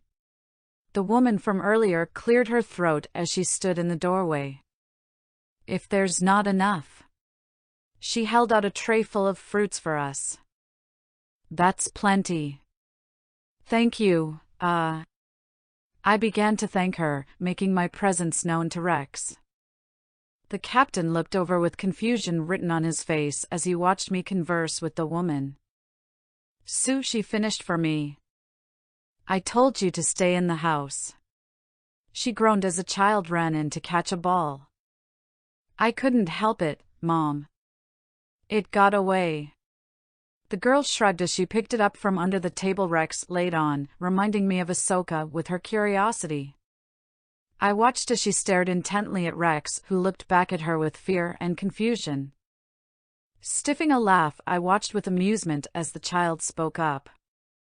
You look like my daddy. She told him straightforward.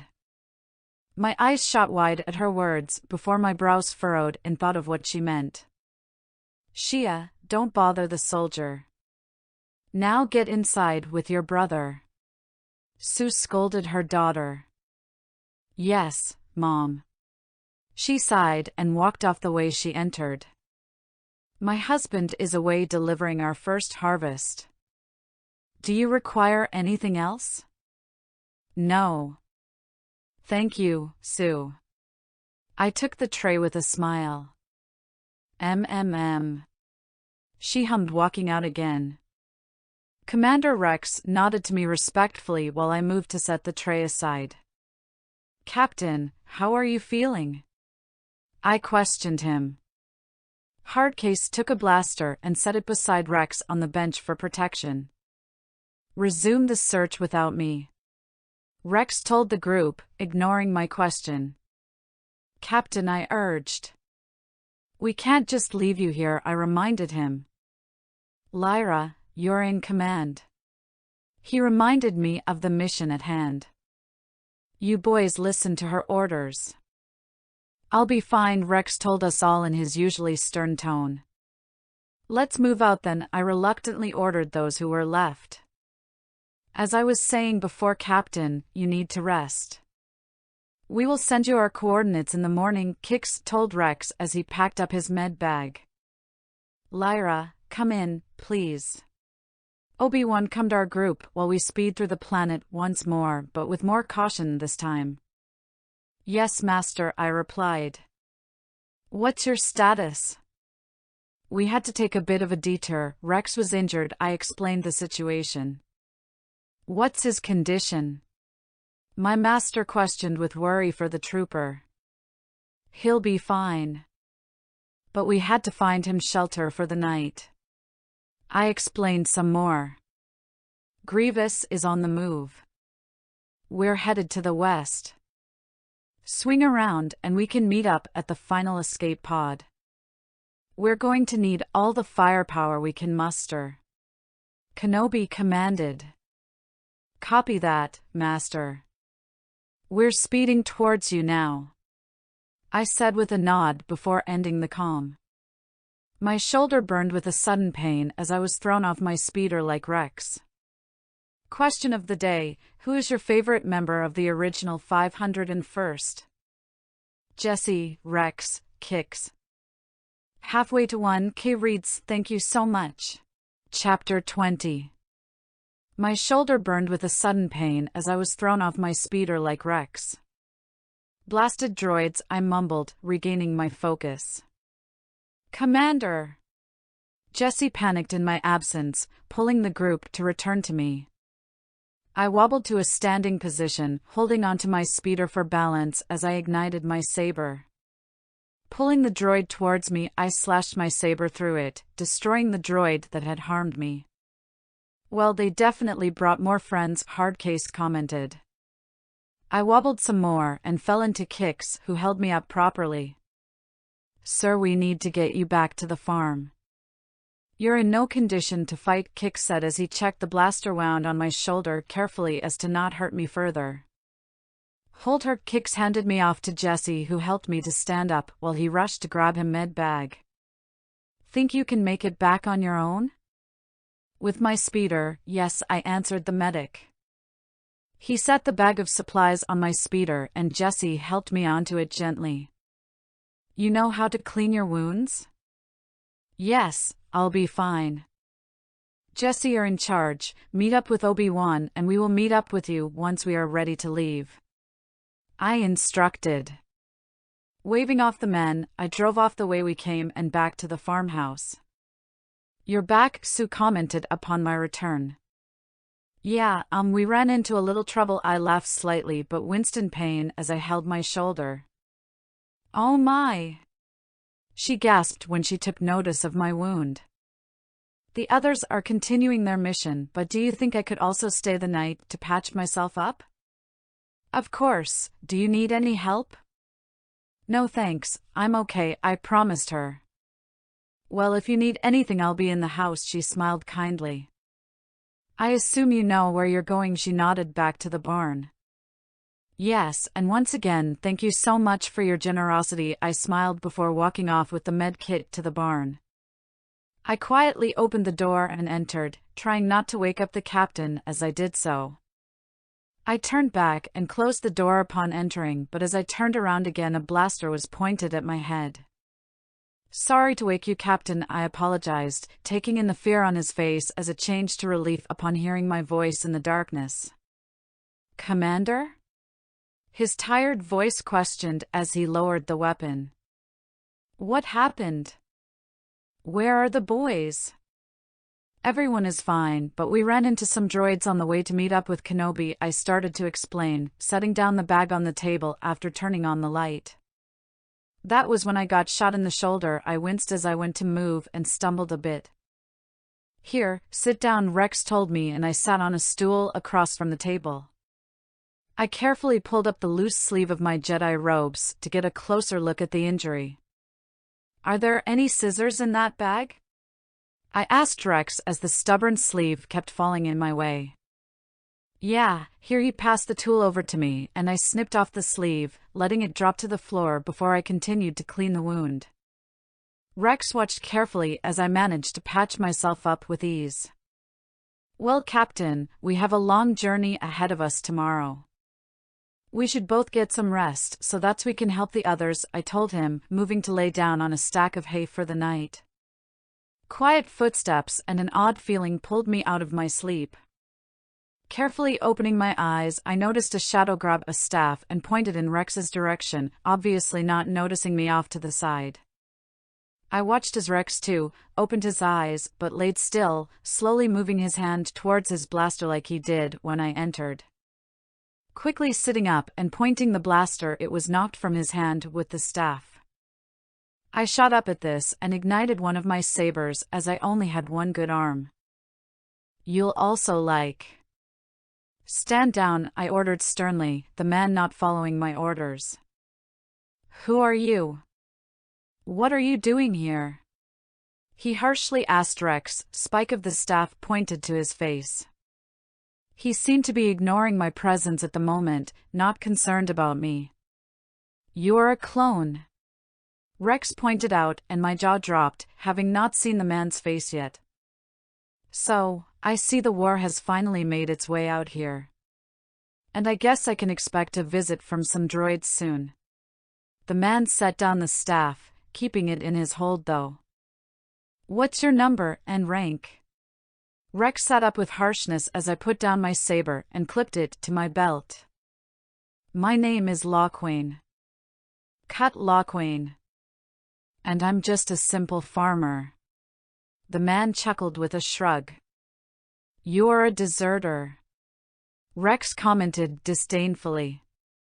Well, I like to think I'm merely exercising my freedom to choose. To choose not to kill for a living. Cut laid the staff against the wall and turned on the lights. While he did that, I moved to lean against the bench that Rex sat on. That is not your choice to make. Rex growled out as he sat fully up now. You swore an oath to the Republic. You have a duty. The injured captain continued with his anger boiling. I watched with interest, not as mad with the deserter as Rex seemed to be. I simply wanted to hear him out and hear why he left the war. I have a duty, you're right.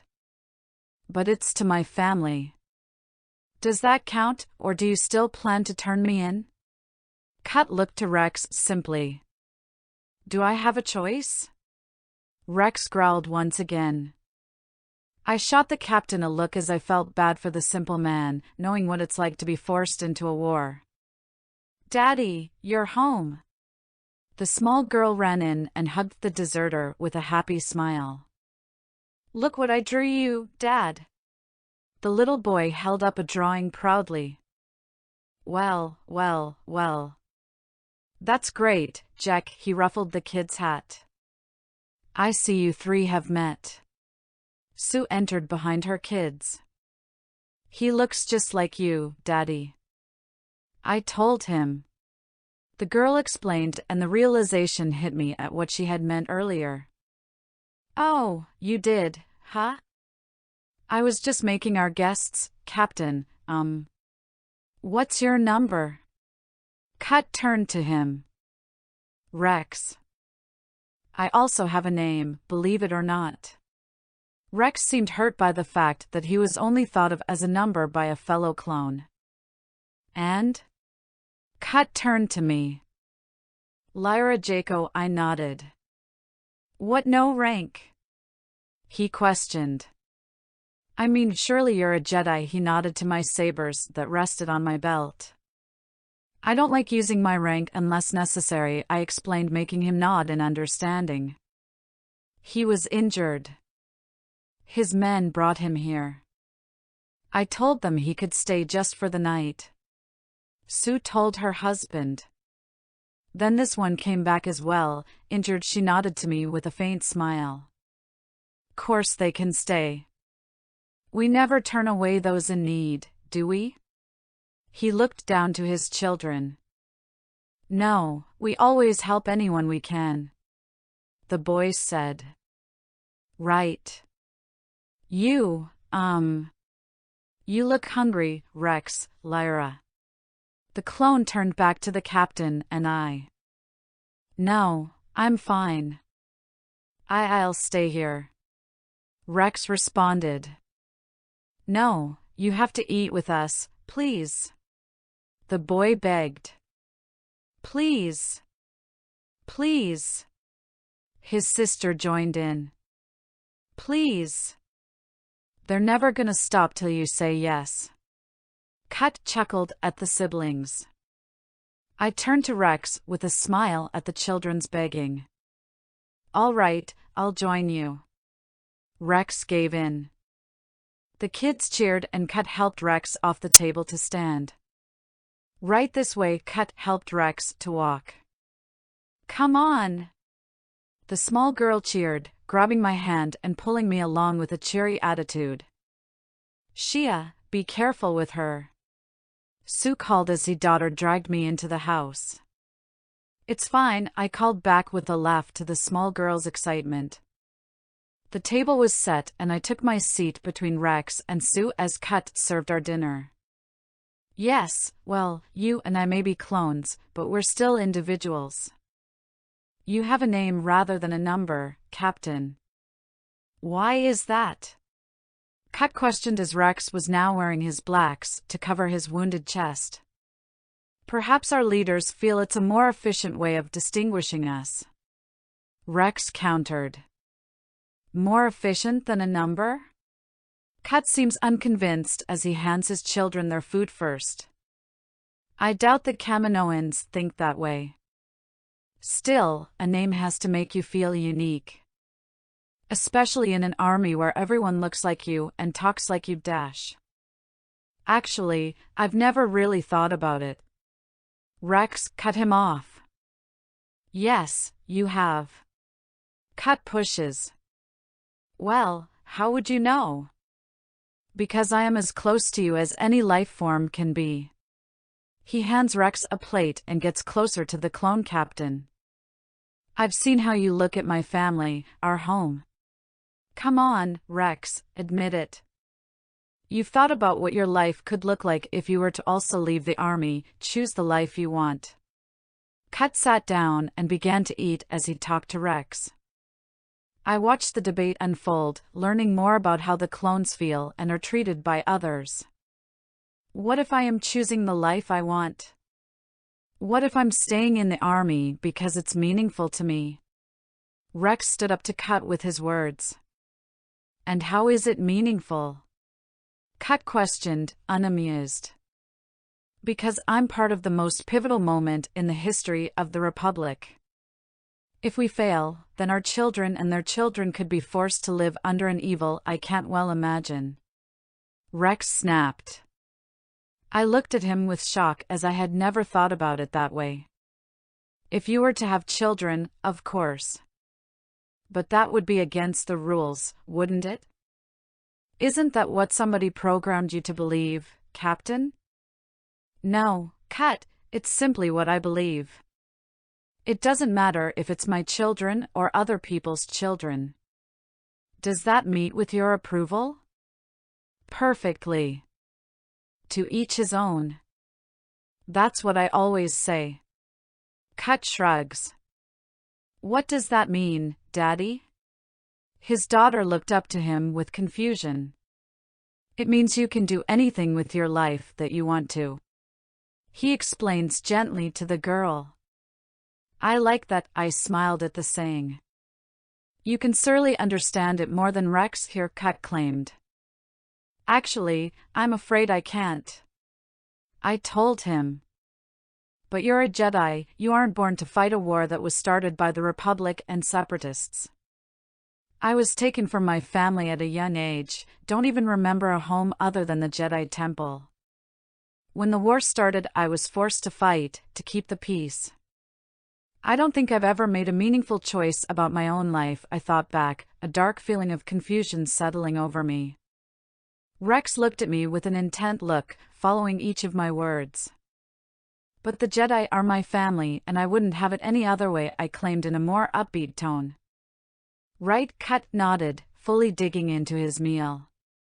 Can you tell us a story? Shia asked me after dinner as I sat with Sue. Yes, what would you like to hear?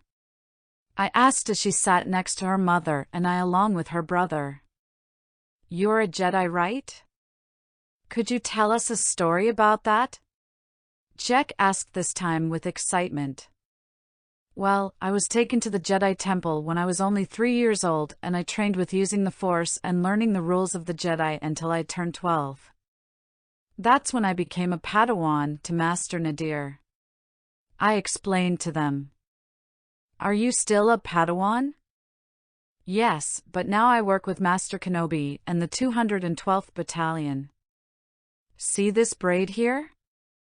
That's called a Padawan braid. I smiled to them as I explained some more about myself.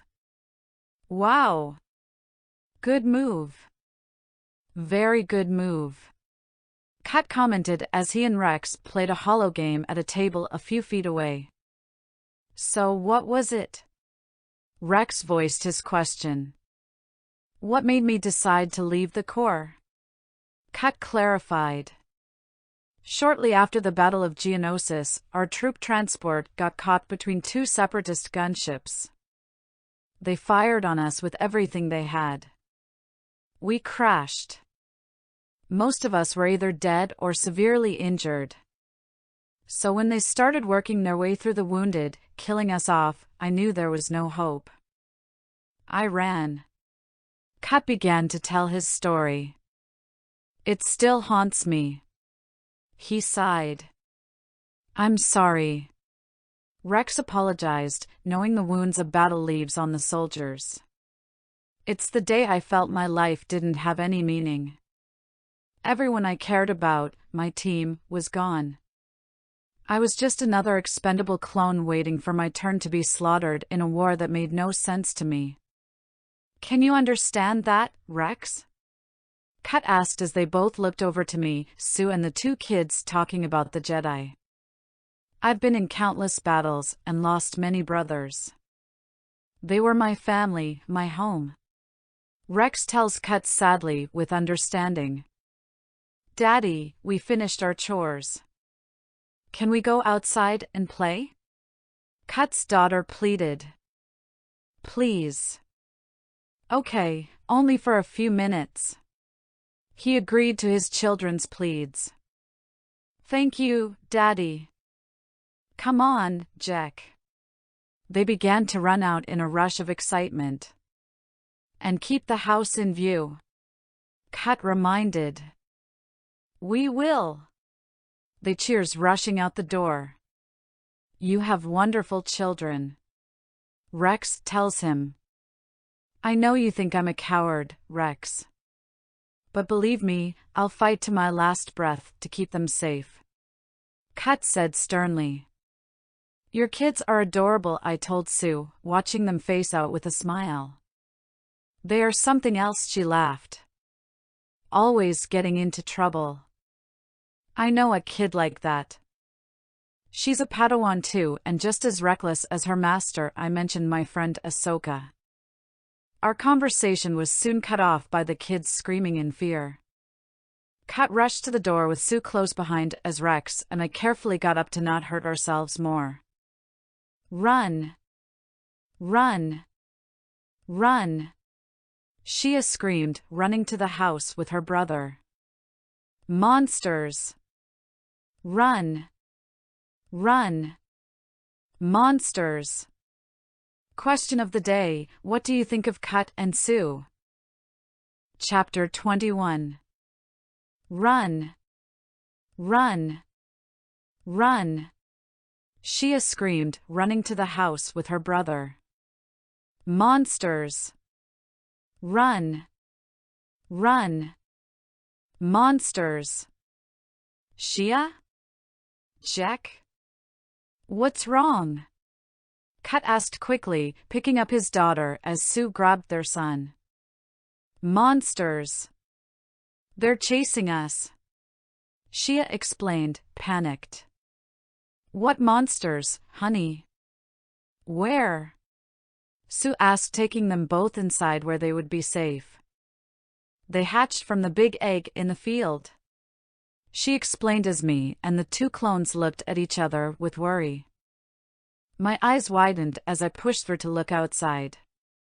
Kat grabbed his binoculars and stared out into the field. Ah. This is not good. I count 20. Kat, what's out there? Sue held her kids close with worry. Commando droids. He reported sternly. What are they doing? Rex asked, but received no response. Sue, get the kids upstairs. Cut ordered. Come. Come, children. Come now. She helped them up as Cut shut and locked the door quickly, jumping into action to keep his family safe. What weapons do you have? Rex asked. Cut suddenly opened a safe in the wall to reveal a bunch of weapons. We can catch them in a crossfire. You take that corner. He began to give out instructions. No, Captain. With respect, you're not in charge here. Cut told him, cutting him off sternly. I can be useful. Rex pleaded. Sir, you're injured. You have only one good arm. But I can fight. Rex protested. So can I. Cut reminded. What do you want us to do? I spoke up, settling the argument to take back to the task at hand. Rex, I need you to be the last line of defense for my family. Lyra, do you think you can help him? I'll take care of them. Rex promised. I'll help too, I nodded. Thank you. Cut turned out the lights as I ran upstairs with Rex as fast as we could. It's gonna be okay, I calmed the kids as Sue held them close to her. Rex stood behind the wall next to the door while I kneeled in front of the 3 members of Cut's family. Shots were heard from downstairs and I saw the family flinch in fear. Rex, they're coming for you. Cut warned us. I stood up and hid behind the other wall, nodding to Rex as a signal to go. Rex ran out and I followed soon after. He shot one droid while I sliced through the other with my green saber glowing in the dark house. Lyra, watch out! Captain Rex warned, jumping in front of me and shooting the droid who was aimed at me. Unfortunately for us, the droid shot through the floor, causing us to both fall down beside Cut. I groaned in pain as I shifted slightly. Rex had gasped for air as we landed and a droid held him by the throat. I cowered back in fear and pain until Cut shot the droid, letting Rex fall to the ground. Daddy? Daddy? Jack asked while peeking over the hole in the floor. I'm okay. It's over. He sighed, standing up and helping us to our feet as well. Rex leaned his body against the wall to save his strength as I held onto the nearby table. All right, that should do it. Rex stated as we packed up one of their animals to ride back to our team on. You'll also like. Captain Rex, are you going to turn in my husband? Sue worried as she stood with her family. I'm sorry, Sue, it's my duty. But in my condition, I probably won't remember any of this. Rex smiled to them. I looked up to him with a smile on my face as I now understood more about the clones than I did before. Thank you. She cheered, hugging her husband closer. You're still a deserter, Cut, but you're certainly not a coward.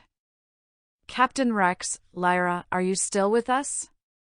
Obi-Wan's voice echoed through our comlinks. Yes, General Kenobi. I'm still with you and thankfully on the mend, sir. Rex replied for the both of us. And my Padawan? All good, master, I reassured him next. That's great news. We certainly missed you at the party. Kenobi told us. Sorry, sir. I had to attend one of my own. We told him with a slight laugh. Can't wait to hear about it. We're standing by. Kenobi said. We ended the comm and turned back to the family waiting to say goodbye. You're welcome to stay, Rex. Cut offered the fellow trooper. This is your home, Cut. My family is elsewhere. He looked over to me as I packed up Kick's bag of medical supplies. Goodbye. Bye. The kids cheered. After you, Rex helped me onto the animal and I helped him up after. We nodded to each other and gave the family a wave before returning to our men. Rex is back, Jesse called out as he saw us in sight. Captain, how are you feeling? Kix asked, helping the trooper off of the animal. Better, Rex nodded back simply, moving to help me down next. Commander? Kix turned to me.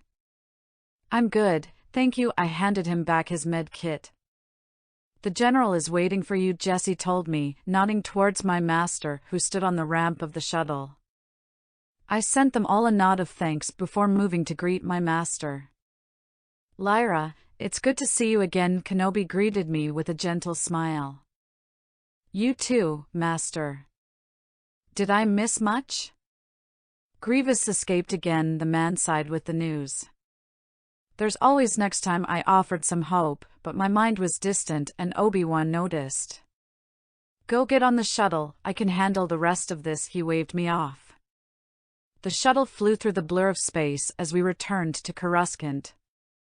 Everyone was peacefully sleeping in their designated quarters until I suddenly shot awake with a start. My heavy breathing slowed to normal and I wiped a hand across my forehead to feel the sweat from my nightmare. Shuffling out of the bunk with a groan, I decided to venture into the cockpit where I could stare into space and distract myself.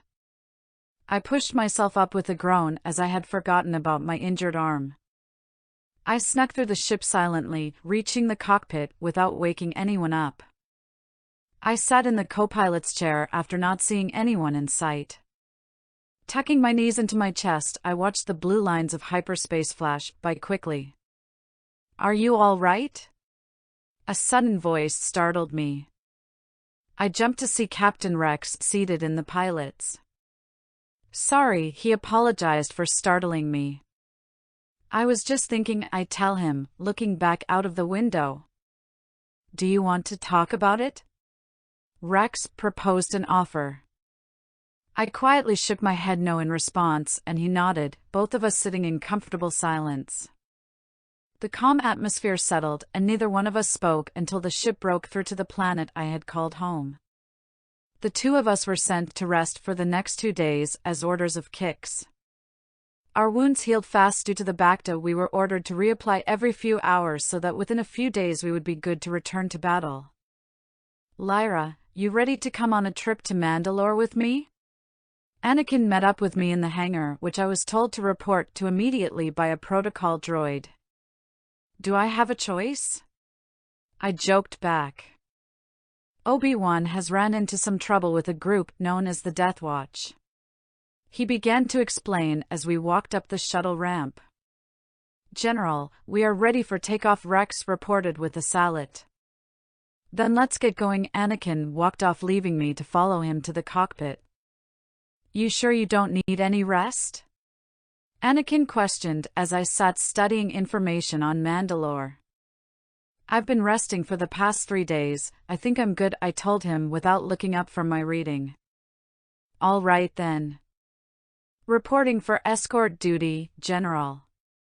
Anakin spoke up as he walked over to Master Kenobi, me, Cody and Rex following him. I looked over to the Duchess, who had walked off seemingly in anger and frustration. Oh. Anakin, Lyra, am I glad to see you. My master gave us a tired smile upon seeing our faces. You sound tired. I noted.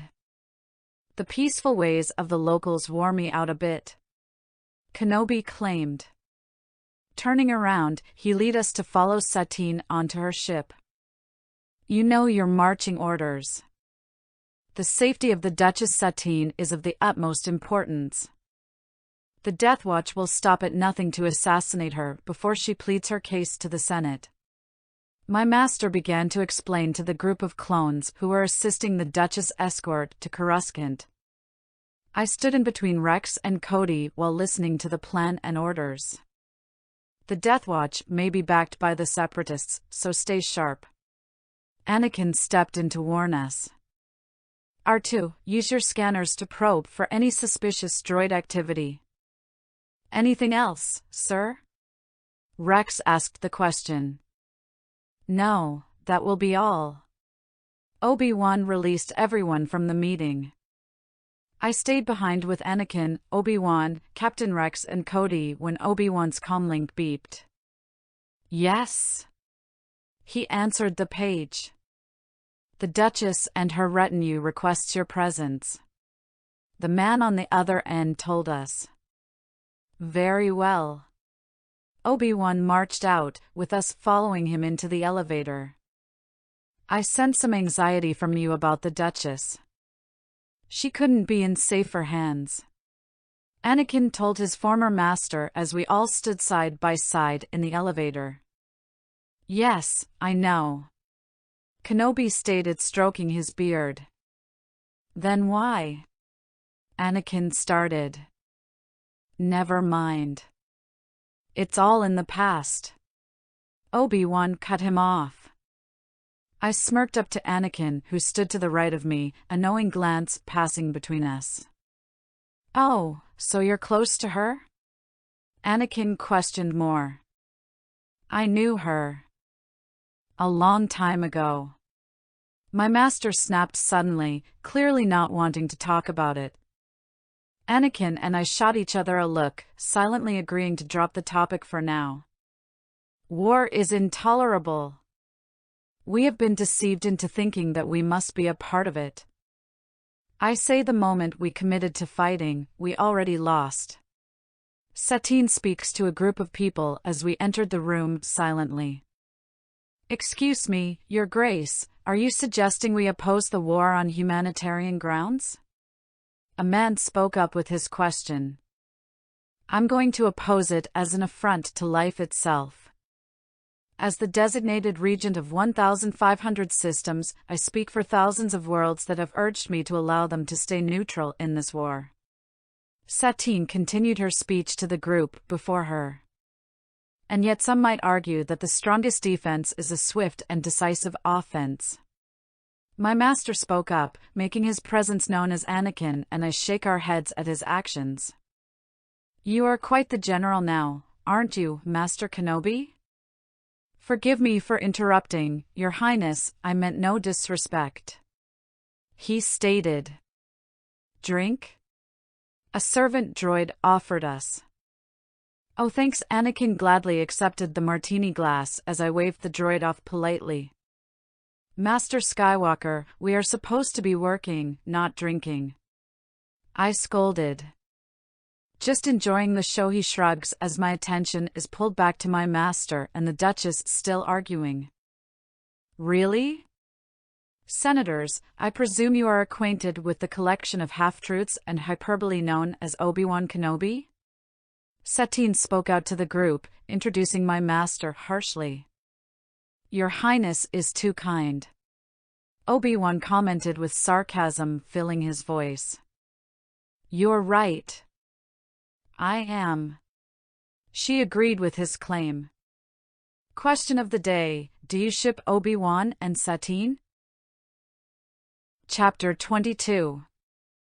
Allow me to introduce my fellow Jedi, Anakin Skywalker, and my Padawan, Lyra Jayko. Obi-Wan motioned to Anakin and I. Your servant, my lady. Anakin stepped forward and bowed as I did the same. I remember a time when Jedi were not generals, but peacekeepers. She scowled at the three of us. I gave her a slight look of shock as she spoke to us in such a harsh tone. We are protectors, Highness. Yours at the moment. We fight for peace. Anakin protested gently to the Duchess. What an amusing contradiction. She laughed lightly at his protest. What Master Skywalker means is that we are acting at the behest of Your Highness to protect you from the Death Watch and the Separatists, who don't share your neutral point of view. Obi-Wan stepped up to her, explaining why we were there. I asked for no such thing. Satine argued. That may be so, but a majority of your court did. Kenobi reminded. I do not remember you as one to hide behind excuses. She continued to go back and forth with him. I do not remember you as one to shrink from responsibilities, he countered. I am certain we all agree Duchess Satine and General Kenobi have proven there are two sides to every dilemma. A blue Twi'lek man stepped in to stop the argument. Indeed. Another person agreed. Now, in regard to the Senate vote, we think the blue man was cut off rudely by Satine. I think a multitude makes discord, not good counsel. Right again, my lady. The Twi'lek bowed to her to show his respect. There may be two sides to every dilemma, but the Duchess only favors hers. Obi-Wan whispered to Anakin and I, our Republic military presence is the only sure defense against the Separatists. Obi-Wan started up again, walking back towards the Duchess. Even extremists can be reasoned with. Satine stood up this time. Perhaps, if one can be heard over the clanking of their battle droids. Obi-Wan and Satine walked closer to each other with anger. The sarcasm of a soldier. She glared. The delusion of a dreamer.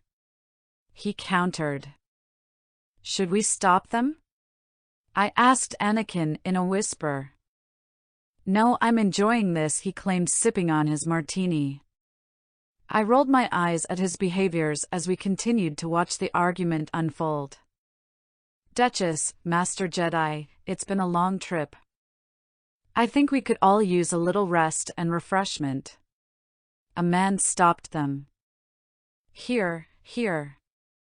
Now let us put politics aside until after dinner. The blue man agreed. Fine.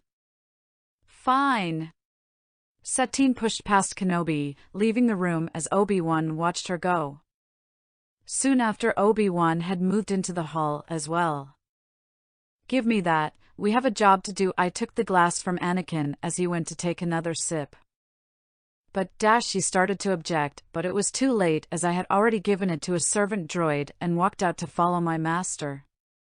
You and Satine have a history, Anakin pointed out as the three of us wandered through the halls of the ship. An extended mission when I was younger. Master Kagan and I spent a year on Mandalore, protecting the Duchess from insurgents who had threatened her world. They sent bounty hunters after us. He explained their history as we stepped into the elevator. We were always on the run, living hand to mouth, never sure what the next day would bring.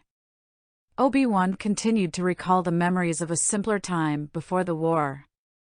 You'll also like. Sounds romantic. Anakin joked, causing Obi-Wan to shoot him a "you've got to be kidding me" look. I stifled a laugh at their conversation towards the end. A civil war killed most of Satine's people, hence her aversion to violence. When she returned, she took on the difficult task of rebuilding her world alone. Obi-Wan continued as we walked through the halls some more. You didn't stay to help her? I asked him this time. That would have been problematic. My duty as a Jedi demanded I be elsewhere. Obi-Wan entered his quarters and sat in his chair with a deep sigh. Demanded? But it's obvious you had feelings for her. Surely that would affect your decision. Anakin argued his view on the situation. Oh, it did. I live by the Jedi Code. Obi-Wan grew sad as he sighed, quieter this time. Of course. As Master Yoda says, a Jedi must not form attachments. Anakin reminded us all. Yes. But he usually leaves out the undercurrent of remorse. Suddenly Obi-Wan's comlink buzzed after he spoke. Yes, Captain? He answered it immediately. General, something's wrong with Skywalker's astromech. Scared him real good, sir. I've also lost contact with 2 of my men. Rex reported the situation from the cargo hold. I'm on my way down to assist you, Obi-Wan stated, standing from his seat. I'll go, Master. If there's something dangerous down there, the clones and I can handle it. Anakin waved, walking out. I'm coming too. I quickly rushed after him to catch up. What? Your master getting boring? Anakin gently nudged me. I don't think I can stand any more of their bickering. Plus, this will without a doubt give us something to do. I told Anakin my reasoning. Just be careful with that arm of yours, the fellow Jedi reminded, knowing if I got hurt he would never hear the end of it from Obi-Wan. All right, men, what's the problem? I'm missing dinner. Anakin sighed as we entered the lower decks. You volunteered to come down, I reminded him, but he brushed it off. We're not sure yet, sir. But there's still no sign of Mixer and Red-Eye. Rex explained as the group of clone troopers stood around R2-D2. What's the matter, buddy? Anakin asked his droid, kneeling down to receive beeps in response. I know. But I'm here now. Use your scanners. See if something's out of place. With that, the droid took off and we followed close behind to scout out the danger. Well, what have we here? Rex looked into an empty box with his headlight. Looks like the contents of this box are missing. Rex pointed out the obvious. Or it got up and walked away. Anakin suggested. You don't really think I started to question his suggestion? You never know, Anakin shrugged simply, which made me stand on guard even more. All right, fan out, separate squads. I'll contact Obi-Wan. Anakin, what have you found? My master questions through comm. There's a large open container, and the contents are missing. And I still have 2 men unaccounted for. Anakin explained the situation from where we were. That's not good. Keep things quiet, I'll stay with the senators. Obi-Wan instructed the next step of our plan. Got it. Anakin ended the comm. What's up? Did you find something? He questioned as his droid beeped at him. Anakin moved to follow R2 while I looked in a different direction. Hearing a loud clash from Anakin's direction, I looked up at the captain of the 501st and the other commander of the 212th. What has he gotten into now? I sighed from beside Cody and Rex. Come on, I motioned for them to follow me, and we reached the large droid hovering over Anakin. The men shot at it as I helped Anakin up to his feet. The lift! Anakin shouted as another droid went into the elevator. Oh no, I panicked. Obi-Wan! There's assassin probes down here. One made it up the lift. We'll try to hold the others here. Anakin reported in a rush to my master. There might be one left. I explained to the troops while Obi-Wan and Anakin conversed over the situation at hand. Let's spread out and find it. I ordered out. Watch it! Cody called out as a small droid walked around the floor. We all readied our blasters and sabers quickly, watching as dozens of little droids crawled out of the larger one's head. Anakin! I gasped, not knowing what to do. Destroy them! Anakin shouted the orders to all of the men, snapping me back to focus. They're everywhere. Rex complained as the men shot at the floor and Anakin and I worked to cut them up. Get behind me! Anakin told them. Get it off! One trooper shouted as they climbed into his armor. R2 stormed through the group, electrocuting them all as he passed through. Soon enough there were no more baby droids in sight. Good work, men. You too, buddy. Anakin said to us and his droid. We all took a minute to breath after the rush that had just occurred. Assassin droid. How did that monster end up in the hold? Rex voiced his question to the general. The question is, who smuggled him on board? Anakin pointed out. I gave him a weary look of deep thought at the idea of a senator sneaking in on board.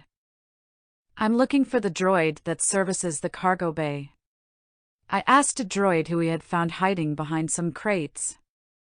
The protocol droid was sitting on one of the crates as I spoke to him. Yes, sir. Are all those creatures dead? The droid questioned, worry evident in his voice. It stood and made its way over to the table sitting in the darkness while speaking. That's what I'm trying to find out. You're in charge of the cargo manifest, right? Anakin took over the interrogation with frustration.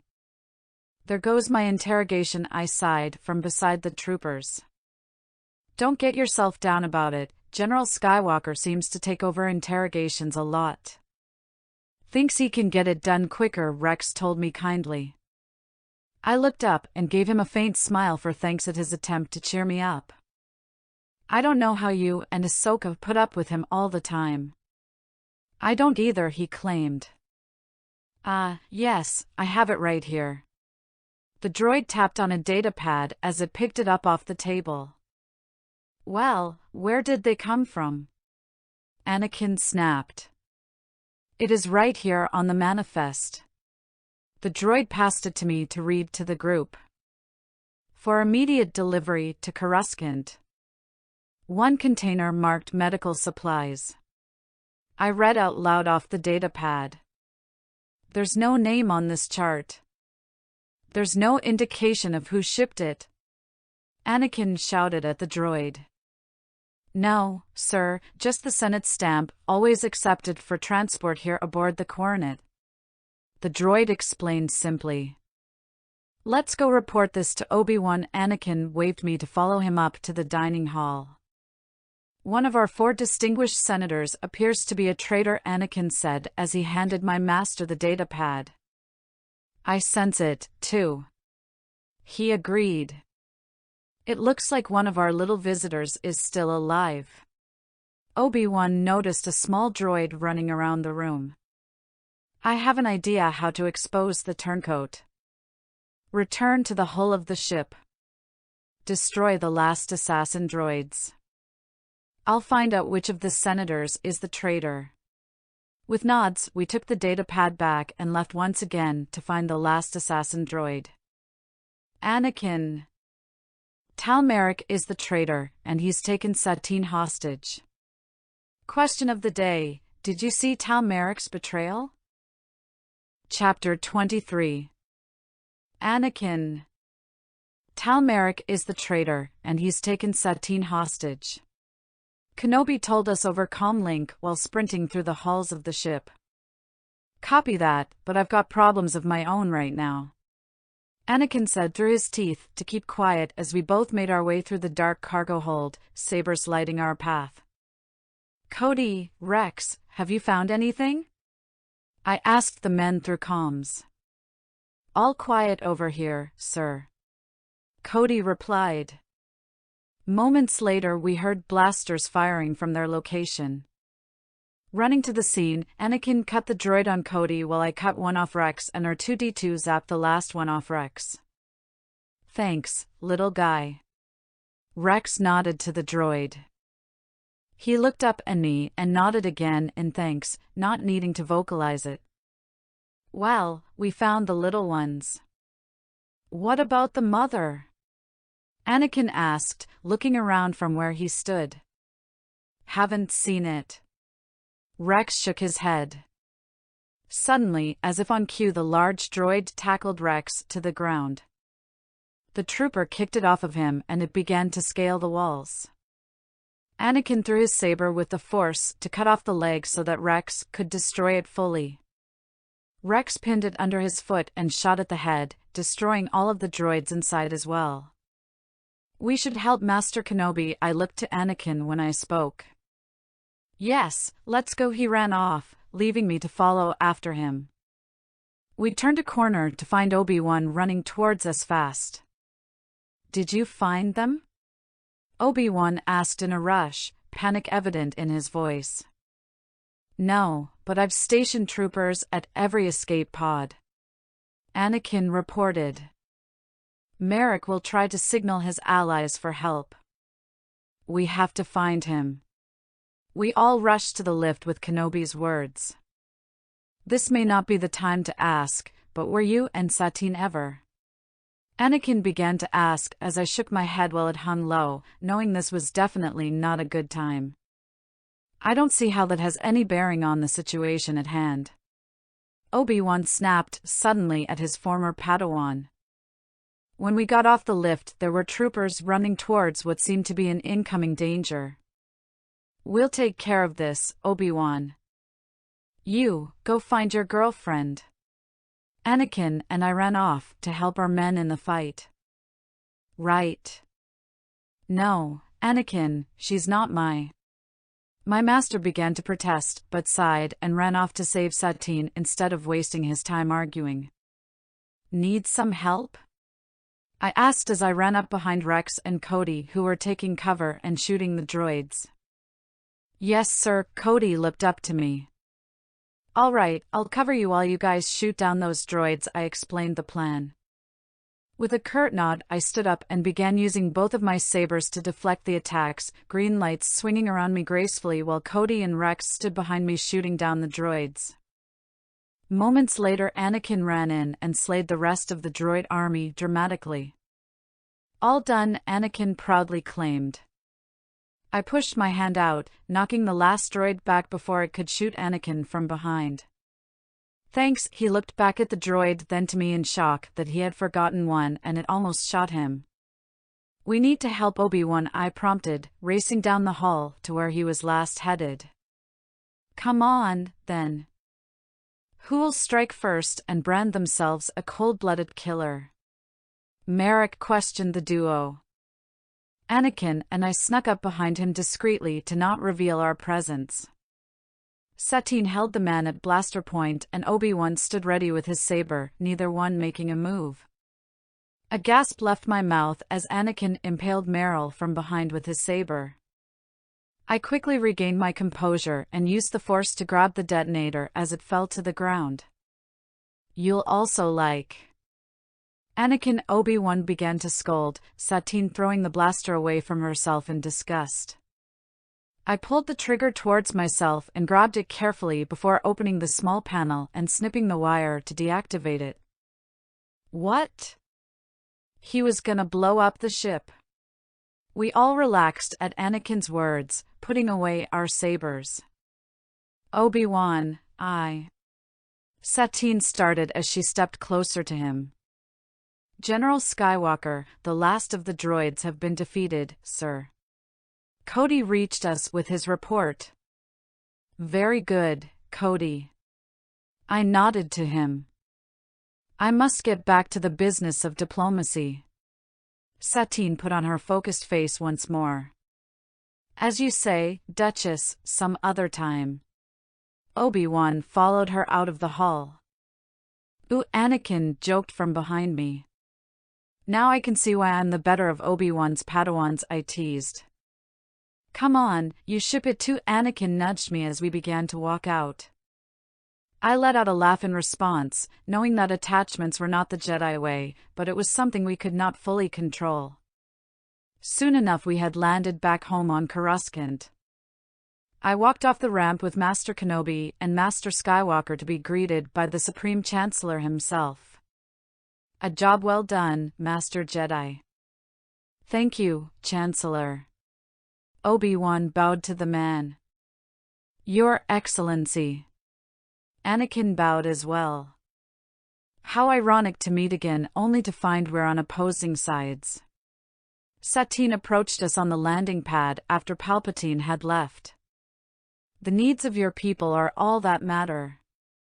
They couldn't be in better hands with you to guide their future. Obi-Wan told her while Anakin and I simply watched the encounter as we had been forgotten by the pair. Kind words indeed from a mindful and committed Jedi. And yet. She drifted off, stepping closer with a sigh and look of deep thought. What? He began to worry. I'm still not sure about the beard. She cupped his jaw gently. Why? What's wrong with it? He asked her with a faint smile. It hides too much of your handsome face. She tells him before walking off. What was that all about? Anakin laughed as I hit his arm. A very remarkable woman, I said. She is indeed. My master agreed as he watched her go. Padawan Jayko, you will be going with the 212th to deliver relief supplies to a Republic planet in need. Master Windu instructed as I stood before the council. Dress warmly you should, Rain it will, Yoda advised me. Thank you, Master, I bowed slightly before taking my leave. I grabbed my cloak and made my way to meet up with the others. Ready to go, Ly? Anakin asked me when I joined him in the bridge. I gave a small nod in reply, watching as the blue lines faded in front of us. Why did we have to get the mission in the rain? I complained to Cody when we were sent down to evaluate a situation on a rainy planet similar to Kamino. Skywalker and his men are in the cruiser up there, why don't they come down and join us? I continued to rant angrily as rain poured down on my head. With all due respect, sir, the rain doesn't bother us clones. We grew up on Kamino and our armor prevents us from getting soaked. Cody explained to me. Well, lucky you. I stomped off in frustration to talk to the leader of the people who we had just delivered supplies to, leaving Cody to chuckle at my situation. Thank you for your help, the leader smiled kindly while my hood was up and I was holding my arms close to myself to preserve warmth. Of course, it is what the Republic does, I replied. If you are all set, we will be leaving now, I nodded to them before walking off towards our gunship that had taken us down to deliver the supplies. Leaving so soon, Commander? Cody taunted me. Shut up, I grumbled back, standing in the gunship as it flew us up to the cruiser above. Looks like we got you out of there just in time, Cody told me as I started shivering more at the sudden change in air temperature. Aha, I nodded back. Once the ship landed, I quickly pulled off my cloak, which was dripping, and did nothing to protect my inner layers of robes. Great, I sighed. Setting aside my cloak, I realized I didn't have any time to change and dry off before I had to report to the council. I quickly made my way towards the command center of the ship to contact the council, hair dripping down my back with my ponytail falling loose. General Jayko, your mission was a success? Windu started the meeting. Yes, Master, the supplies have been delivered. Good, return to Coruscant, you will, Yoda gurgled in his old voice. The council ended the transmission and I hugged my arms around myself to keep warm. You're back, Anakin cheered upon seeing me as he and Rex entered the bridge together. And soaking wet, he added after looking me over, a puddle dripping under me. Yeah, well, that's what happens when it rains. Someone is not too happy, Anakin whispered to his captain. Sir, you should go to the medbay, Rex recommended, ignoring his general's comment. Why? I'm not hurt. No, but the boys said it was cold when you left, and my best bet would be that you are developing a cold from the weather. Since when did you get so smart in the medical field? I questioned him with amusement. Since Kix had to lecture General Skywalker about the same thing when he got sick, the trooper replied. Very well, I sighed. Wait! Kix, will you escort the commander to the medbay? Rex called through his comm link. Yes, sir, I'm on my way, the medic replied, and soon enough he was walking me to the medbay to check if I had a cold and give me meds to help. What's wrong with Lyra? Kenobi questioned Anakin protectively as he watched me exit the gunship back on Coruscant with a blanket wrapped tightly around my shoulders and a scowl set on my face. She came down with a cold, Sir, Rex answered for his general. How long is this going to last? My master worried for my safety and my patience of being on bed rest. Kix prescribed her to bed rest for 3 days and told her to stay warm and drink tea to help it go away faster. The captain explained some more, having known all of this from when Anakin had developed a cold. Very well, Obi-Wan sighed, knowing I would be out of commission for a few days to rest up. At least she will handle it better than Anakin. Hey! Anakin went to protest, but Kenobi was already making sure I made it to my room safely. Question of the day: do you like the rain? Chapter 24. There is a traitor in the Grand Army of the Republic, and the Jedi Council is trusting us to find and stop them. They think a clone helped to break Aurra Singh out of the prison. My master told me our orders. Where do we start? I asked my first question, eager to start back again after being sick for the last week. I'm going to talk with Cody about it. They think the suspect is a part of the 212th. You can investigate the prison breakout with Commander Fox. He gave me my orders. Yes, Master, I agreed with a sigh, as Commander Fox did not like other people getting involved in his investigations. I got onto a speeder and made my way towards the prison where Fox was waiting outside for me. Commander Jayko, General Kenobi told us you would be coming. You may look around the crime scene, but I'm afraid there's not much to see. The clone painted in red armor greeted blandly. Thank you, I gave him a nod before looking around at the area.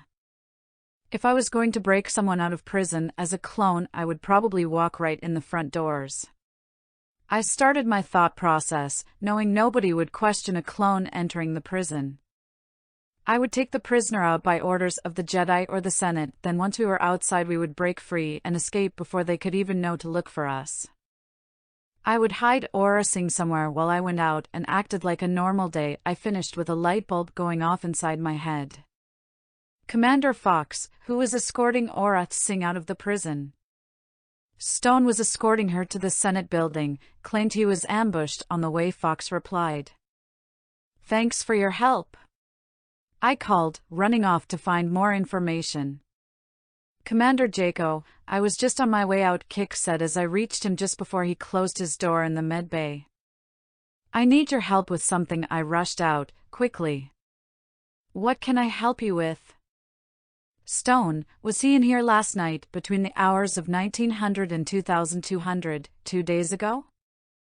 No, I don't think so, but I was just getting back from a mission, so it was pretty chaotic here. Kix shrugged, confused as to why I was asking about this. Could you check the patient log for me?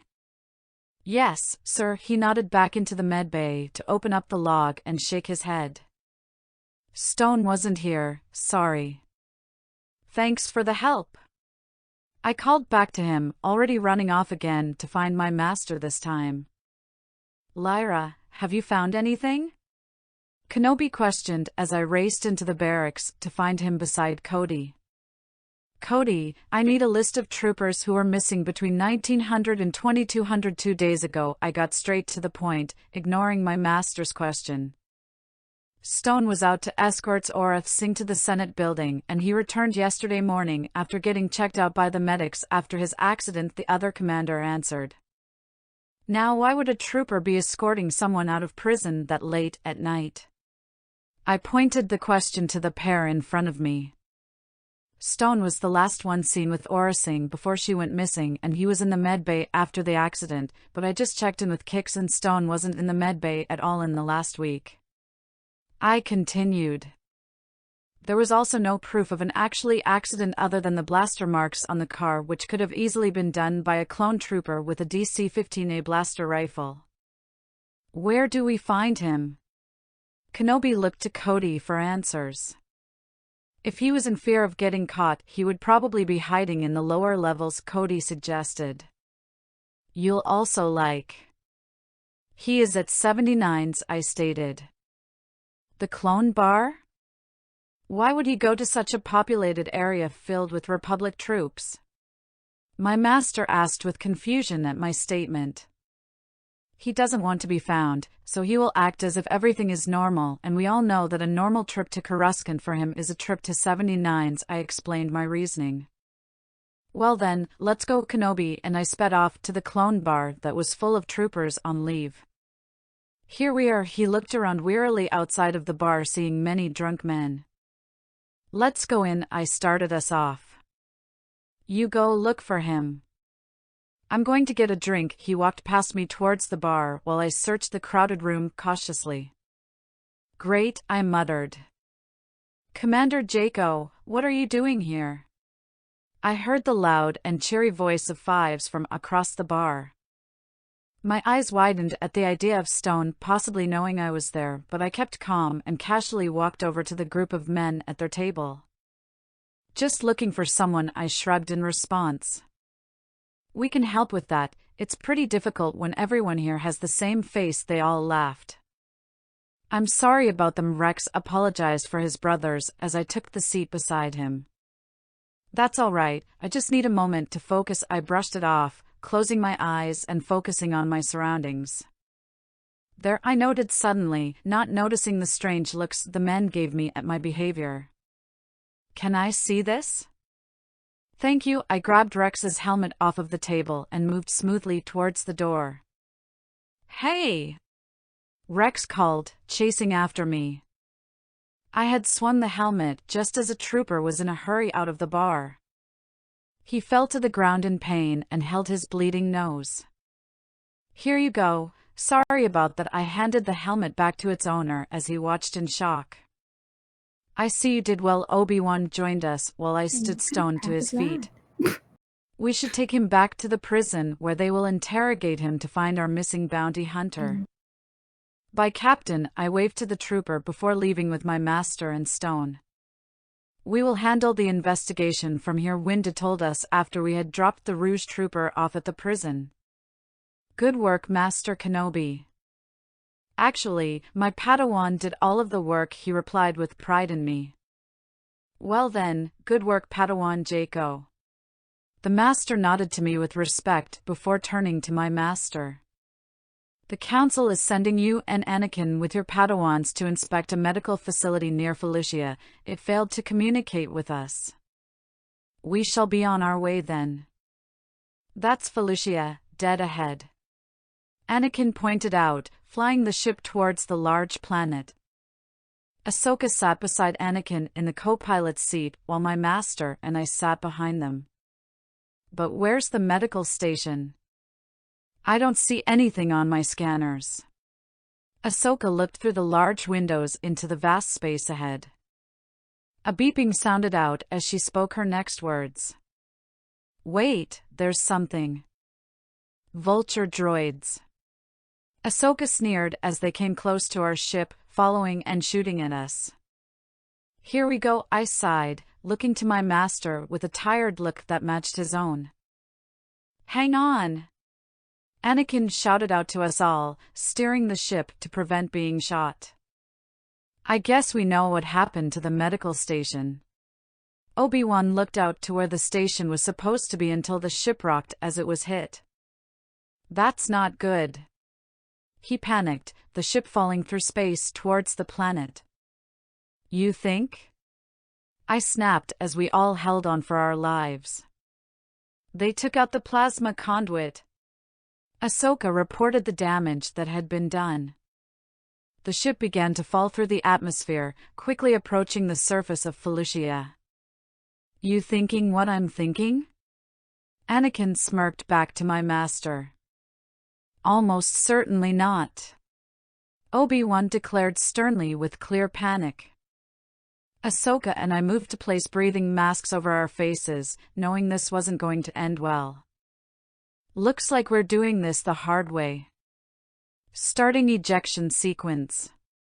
Anakin stated as they also placed their breathing masks over their mouths. How come every time you fly, we crash? Ahsoka snapped at her master. It's not my fault. It's the ship. Anakin snapped back. Ready to eject. Ahsoka stated. Wait. Now. Anakin ordered as the ship grew closer to a large rock on the surface. We all pulled our ejection strings and were thrown into balls in the air to protect us from injury. He always blames the ship. Ahsoka groans as our safety balls around us hit different things until we fully land. Coughing, I stood from my seat and exited the ball that protected me on our landing. I covered my eyes from the bright sun shining down on us and looked for the others who also stood around. "You all right there, Master?" Anakin asked with a smirk. "I'm fine, Anakin." Obi-Wan reassured him with annoyance to his tone. "Where on Felucia do you think we are?" I asked the obvious question. "I'm not sure," my master replied as we began to walk around the area. "I don't like the sound of that," Ahsoka commented at the sound of animals growling close by. "And I don't like the look of that." Anakin pointed ahead to large giant creatures. "We don't want to scare them," Anakin told us as we stood still at the site. "We can't just wander around aimlessly. We need a plan. You always taught me to go on instinct, and my instincts tell me to go that way." Anakin pointed. "Well, that doesn't seem right. I think we should go this way." Obi-Wan pointed another way. Ahsoka and I looked to each other as we watched the encounter before us. "Why do you even ask for my opinion? You never do things my way," Anakin complained. "We crashed the ship your way," my master quipped. "Very funny. I see your sense of humor survived the landing." Anakin sarcastically laughed. "It's about the only thing," Obi-Wan commented back with sass. If you two are done arguing, I think there's some smoke on the horizon." I pointed ahead to where a black smoke floated into the air. "Which means people, and a way off this planet," Ahsoka continued, both of us leading the men. They both looked to each other then shrugged, following their Padawans to find a way back to the Jedi Temple. "Look, there's a village." Ahsoka pointed up ahead with enthusiasm. "Maybe they have a ship we can borrow," Anakin suggested his hopes. They're growing healing herbs," I noted, walking into the village to notice the plants growing on the farmland. "Nisalim, I believe. One of the most valuable crops in the galaxy." Obi-Wan explained his understanding of the plant. "This place looks deserted." Ahsoka looked around cautiously, noticing that it was empty of people. "I don't believe it is. The crops are ready to be harvested. Tools are lying about. No, something's amiss." Obi-Wan stroked his beard in thought as we all walked further into the town with caution. "Well, there's one thing I learned where I grew up. If you want to know what a farmer's up to, look in their barn." Anakin walked towards the barn and pressed a button to open it up. When it opened, it revealed a large ship inside, not typical for farmers. "This is an odd ship for farmers. Perhaps someone's here to pick up the Silim." Kenobi suggested a possibility. "I still don't get it. Where is everyone?" Ahsoka asked again. "Come with me," my master instructed as Anakin and Ahsoka walked off into another hut. "What are we looking for, Master?" "Any clues as to who owns that ship or where the people of this village are?" he answered my question. "I have a bad feeling about this," I stated as we entered an empty house. "We should get back to the others." "Yes, that would be a good idea," Kenobi agreed, leading us out of the hut and towards Anakin and Ahsoka. "Wait a minute, 4-on-1? You mean 4-on-2? Ahsoka's voice questioned from inside. I looked to my master with my eyebrows pulling together. He placed a finger to his lips as a signal to stay quiet, listening to the encounter inside before making our presence known. "We don't count you, Nihai," a droid said. With nods, Obi-Wan and I both slowly walked inside to join the pending fight. "Do you count me?" He ignited his saber as I ignited both of mine. The other two took this as their chance to prepare for a fight as the bounty hunters held them at gunpoint. "Stop! Don't harm them. Can't you see these are Jedi? We are saved." A small alien man walks into the house with no fear but lots of excitement. "Saved?" I inquired, looking down at the creature. "Need I remind you, Casus, you already made a deal with us?" The woman with her gun on Ahsoka spoke. But with the Jedi's help, he starts his pleads again. "Excuse me, but help you with what?" Ahsoka asked, voicing our obvious confusion over the whole situation. "Pirates," he told us sternly. Question of the day: who is your favorite bounty hunter? Chapter 25. Simply stated, if we don't give the pirates a portion of our crop, they will destroy our homes with us in them. The man from earlier explained his problem to us in hopes that we would help. Ahsoka, Obi-Wan and I sat beside each other at the table. Across from us was the 4 bounty hunters, and at the end of the table was the leader of the village. Anakin stood behind the bounty hunters in the darkness of the hut, sun having just set. I see your dilemma." My master nodded in understanding, listening intently. "Silim farming is a meager trade. Without our herbs to sell, we will have no money for food, fuel, or equipment." The leader continued. "And yet you can afford to pay mercenaries?"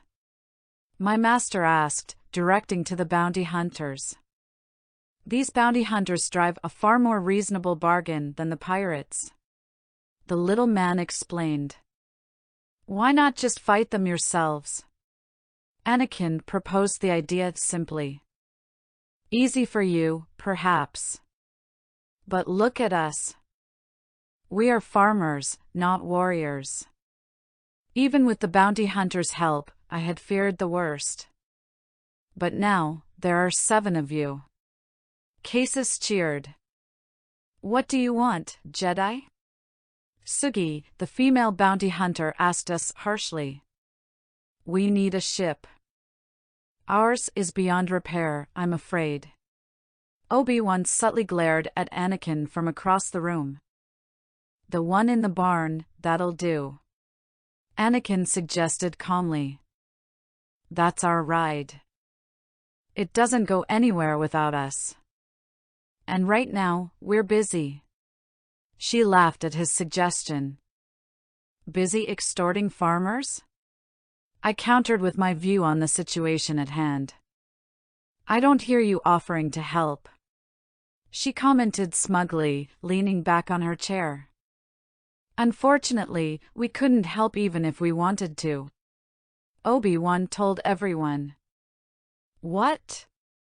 Ahsoka asked in shock. Ahsoka Anakin tried to warn his Padawan from running her mouth and getting us into more trouble. "Let's discuss this elsewhere." Kenobi stood to his feet and led us Jedi outside. "Master, these farmers are in trouble. Why can't we help them?"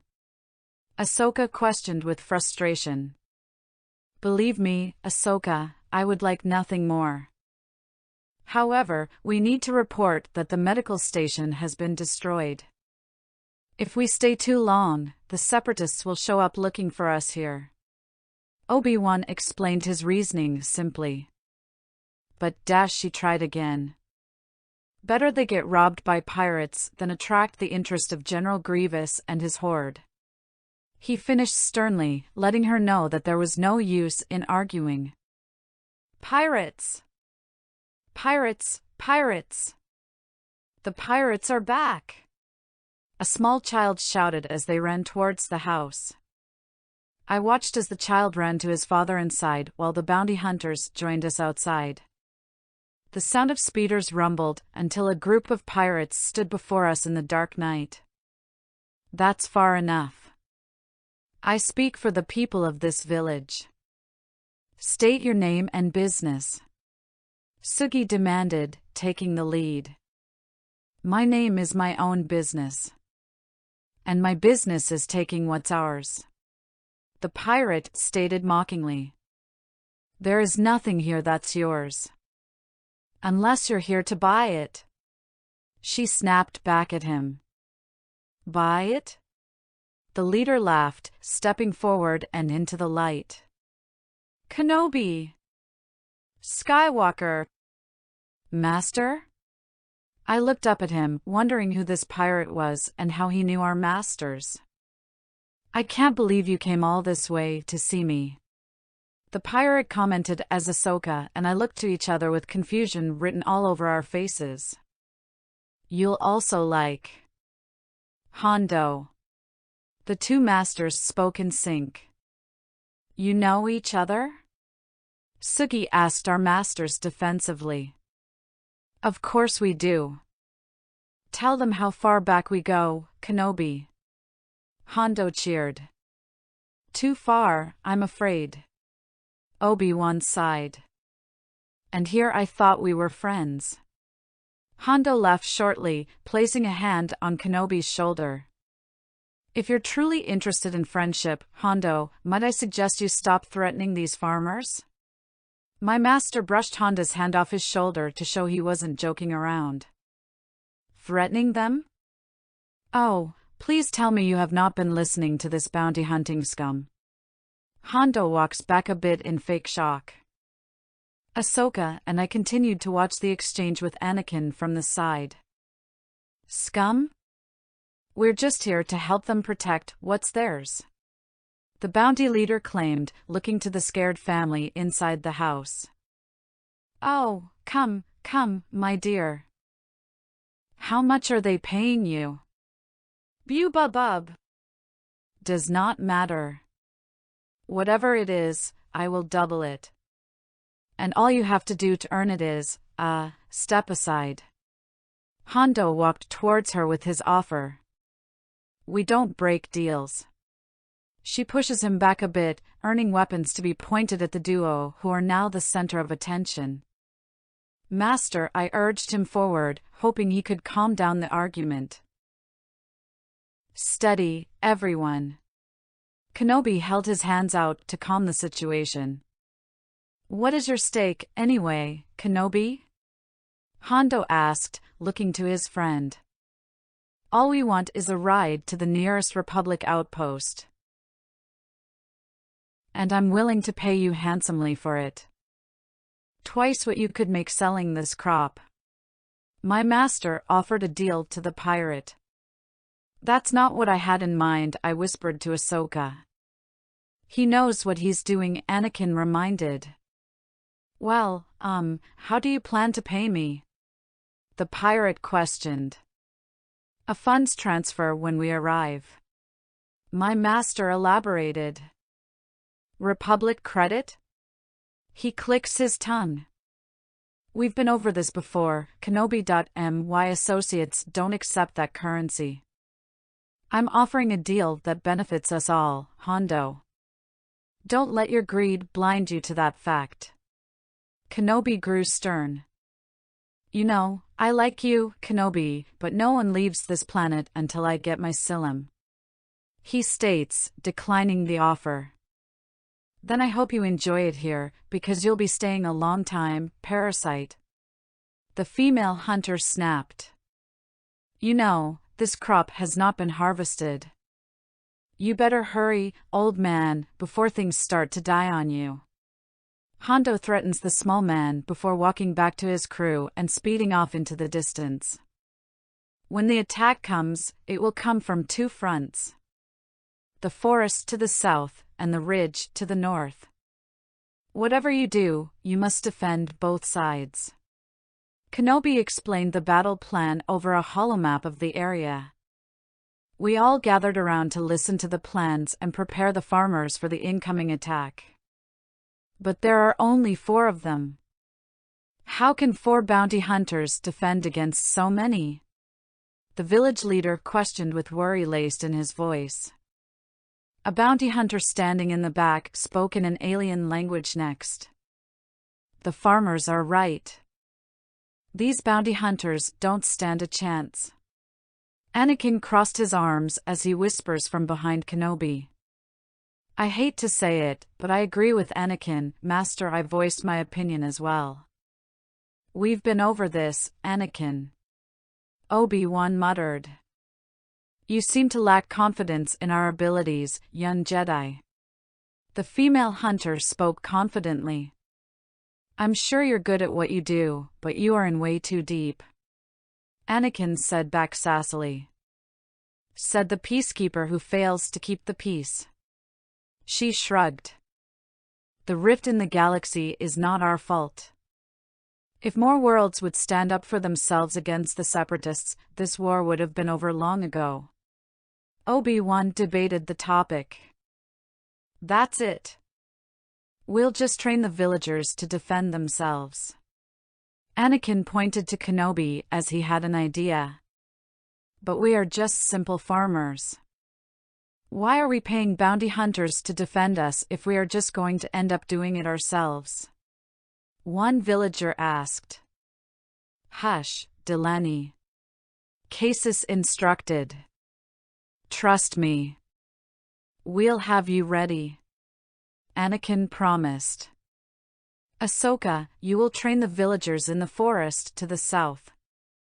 Set up a trap for when the pirates come, Anakin instructed his Padawan. Lyra, I am going to prepare the crops and supervise the setup.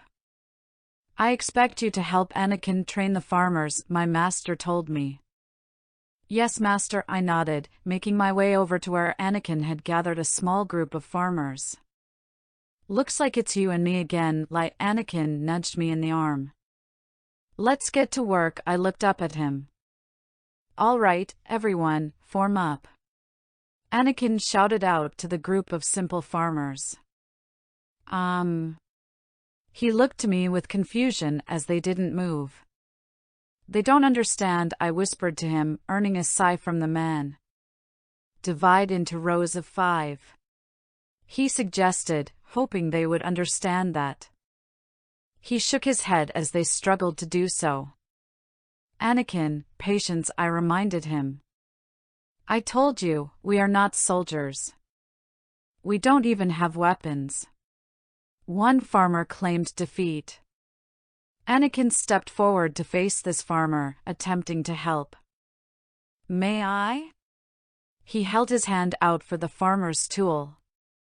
With a small nod from the farmer, he handed over the staff where Anakin then tossed it back and forth to get a feel for it before spinning it and doing a few fighting moves with it. Yep, these will do. Anakin stated, moving back to stand beside me as we were each given a staff to demonstrate with. Anakin and I would show the farmers the stances, and they would copy after us. A staff was suddenly thrown towards me, catching it just in time. I let out a short sigh. Patience, Lyra, Anakin reminded me this time. Not even a moment later, Delaney fell to the ground as he had tripped doing the forms. I heard a laugh sound out and turned to glare at the bounty hunter who was watching us train them. What's your problem?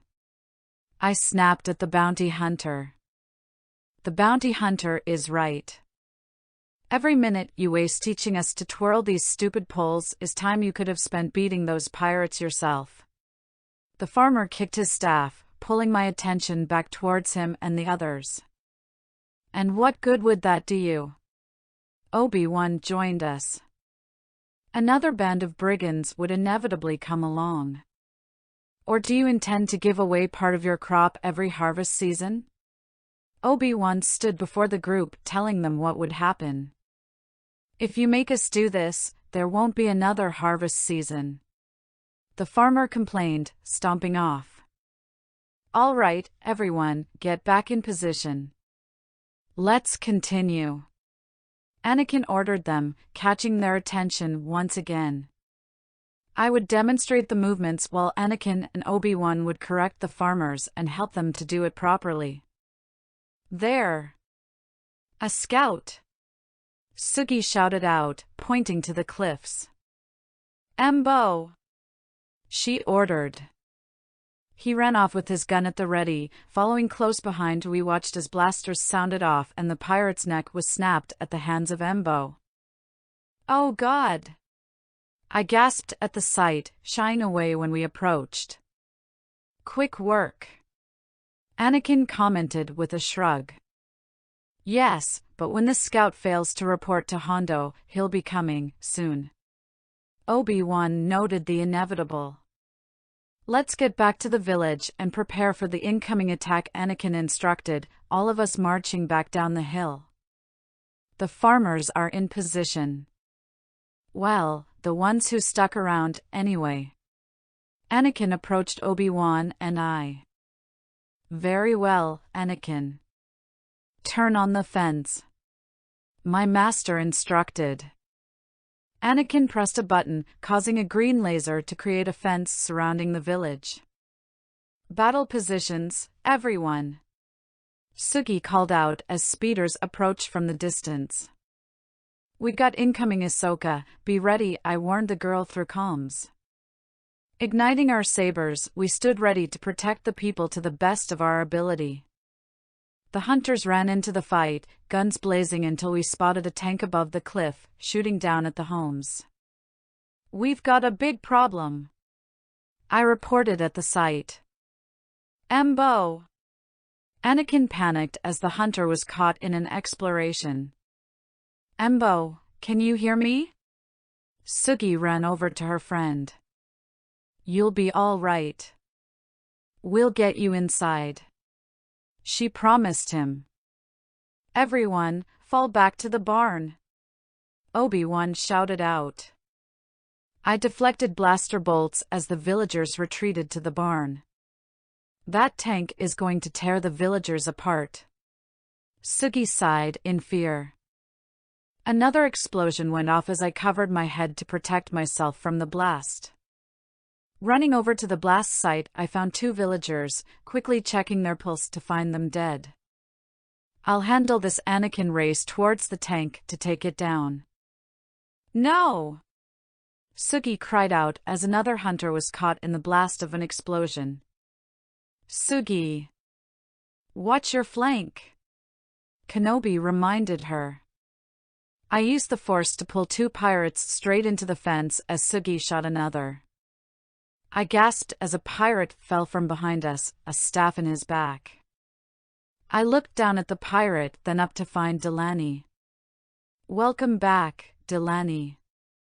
Are you all right? I welcomed as he retrieved the staff from the pirate. Fine. He nodded, joining the fight. The captain. Let's go! One pirate shouted as he noticed Hondo holding onto the cliff and Skywalker standing over him. The pirates all sped off as we watched the events from below. The day is won. The villagers cheered at their victory. I watched Anakin help Hondo onto the cliff again, a bad feeling settling in the pit of my stomach. What is he doing? I questioned, and soon after an explosion went off, landing Anakin right in front of us. Hondo had escaped with his crew, retreating to another planet in the galaxy. There are crops to harvest, fields to till, huts to rebuild. Now, let's get to work. Casus instructed his farmers. How can I ever thank you for saving our village? He turned to us after the others walked away. We didn't save your village, Casus. Your people did. I told him kindly. For the first time in my memory, my people don't have to be afraid. We will never forget you. He bowed to us as we did him. I seemed to find myself light on company. Still need that ride back to the Republic outpost? Sugi offers us. If it wouldn't be any inconvenience. My master told her. On the contrary, it would be my pleasure. She lead us onto the ship. Question of the day, Do you prefer bounty hunters or pirates? This story is almost as 1K reads. Thank you all for commenting and voting for this story. I love reading and responding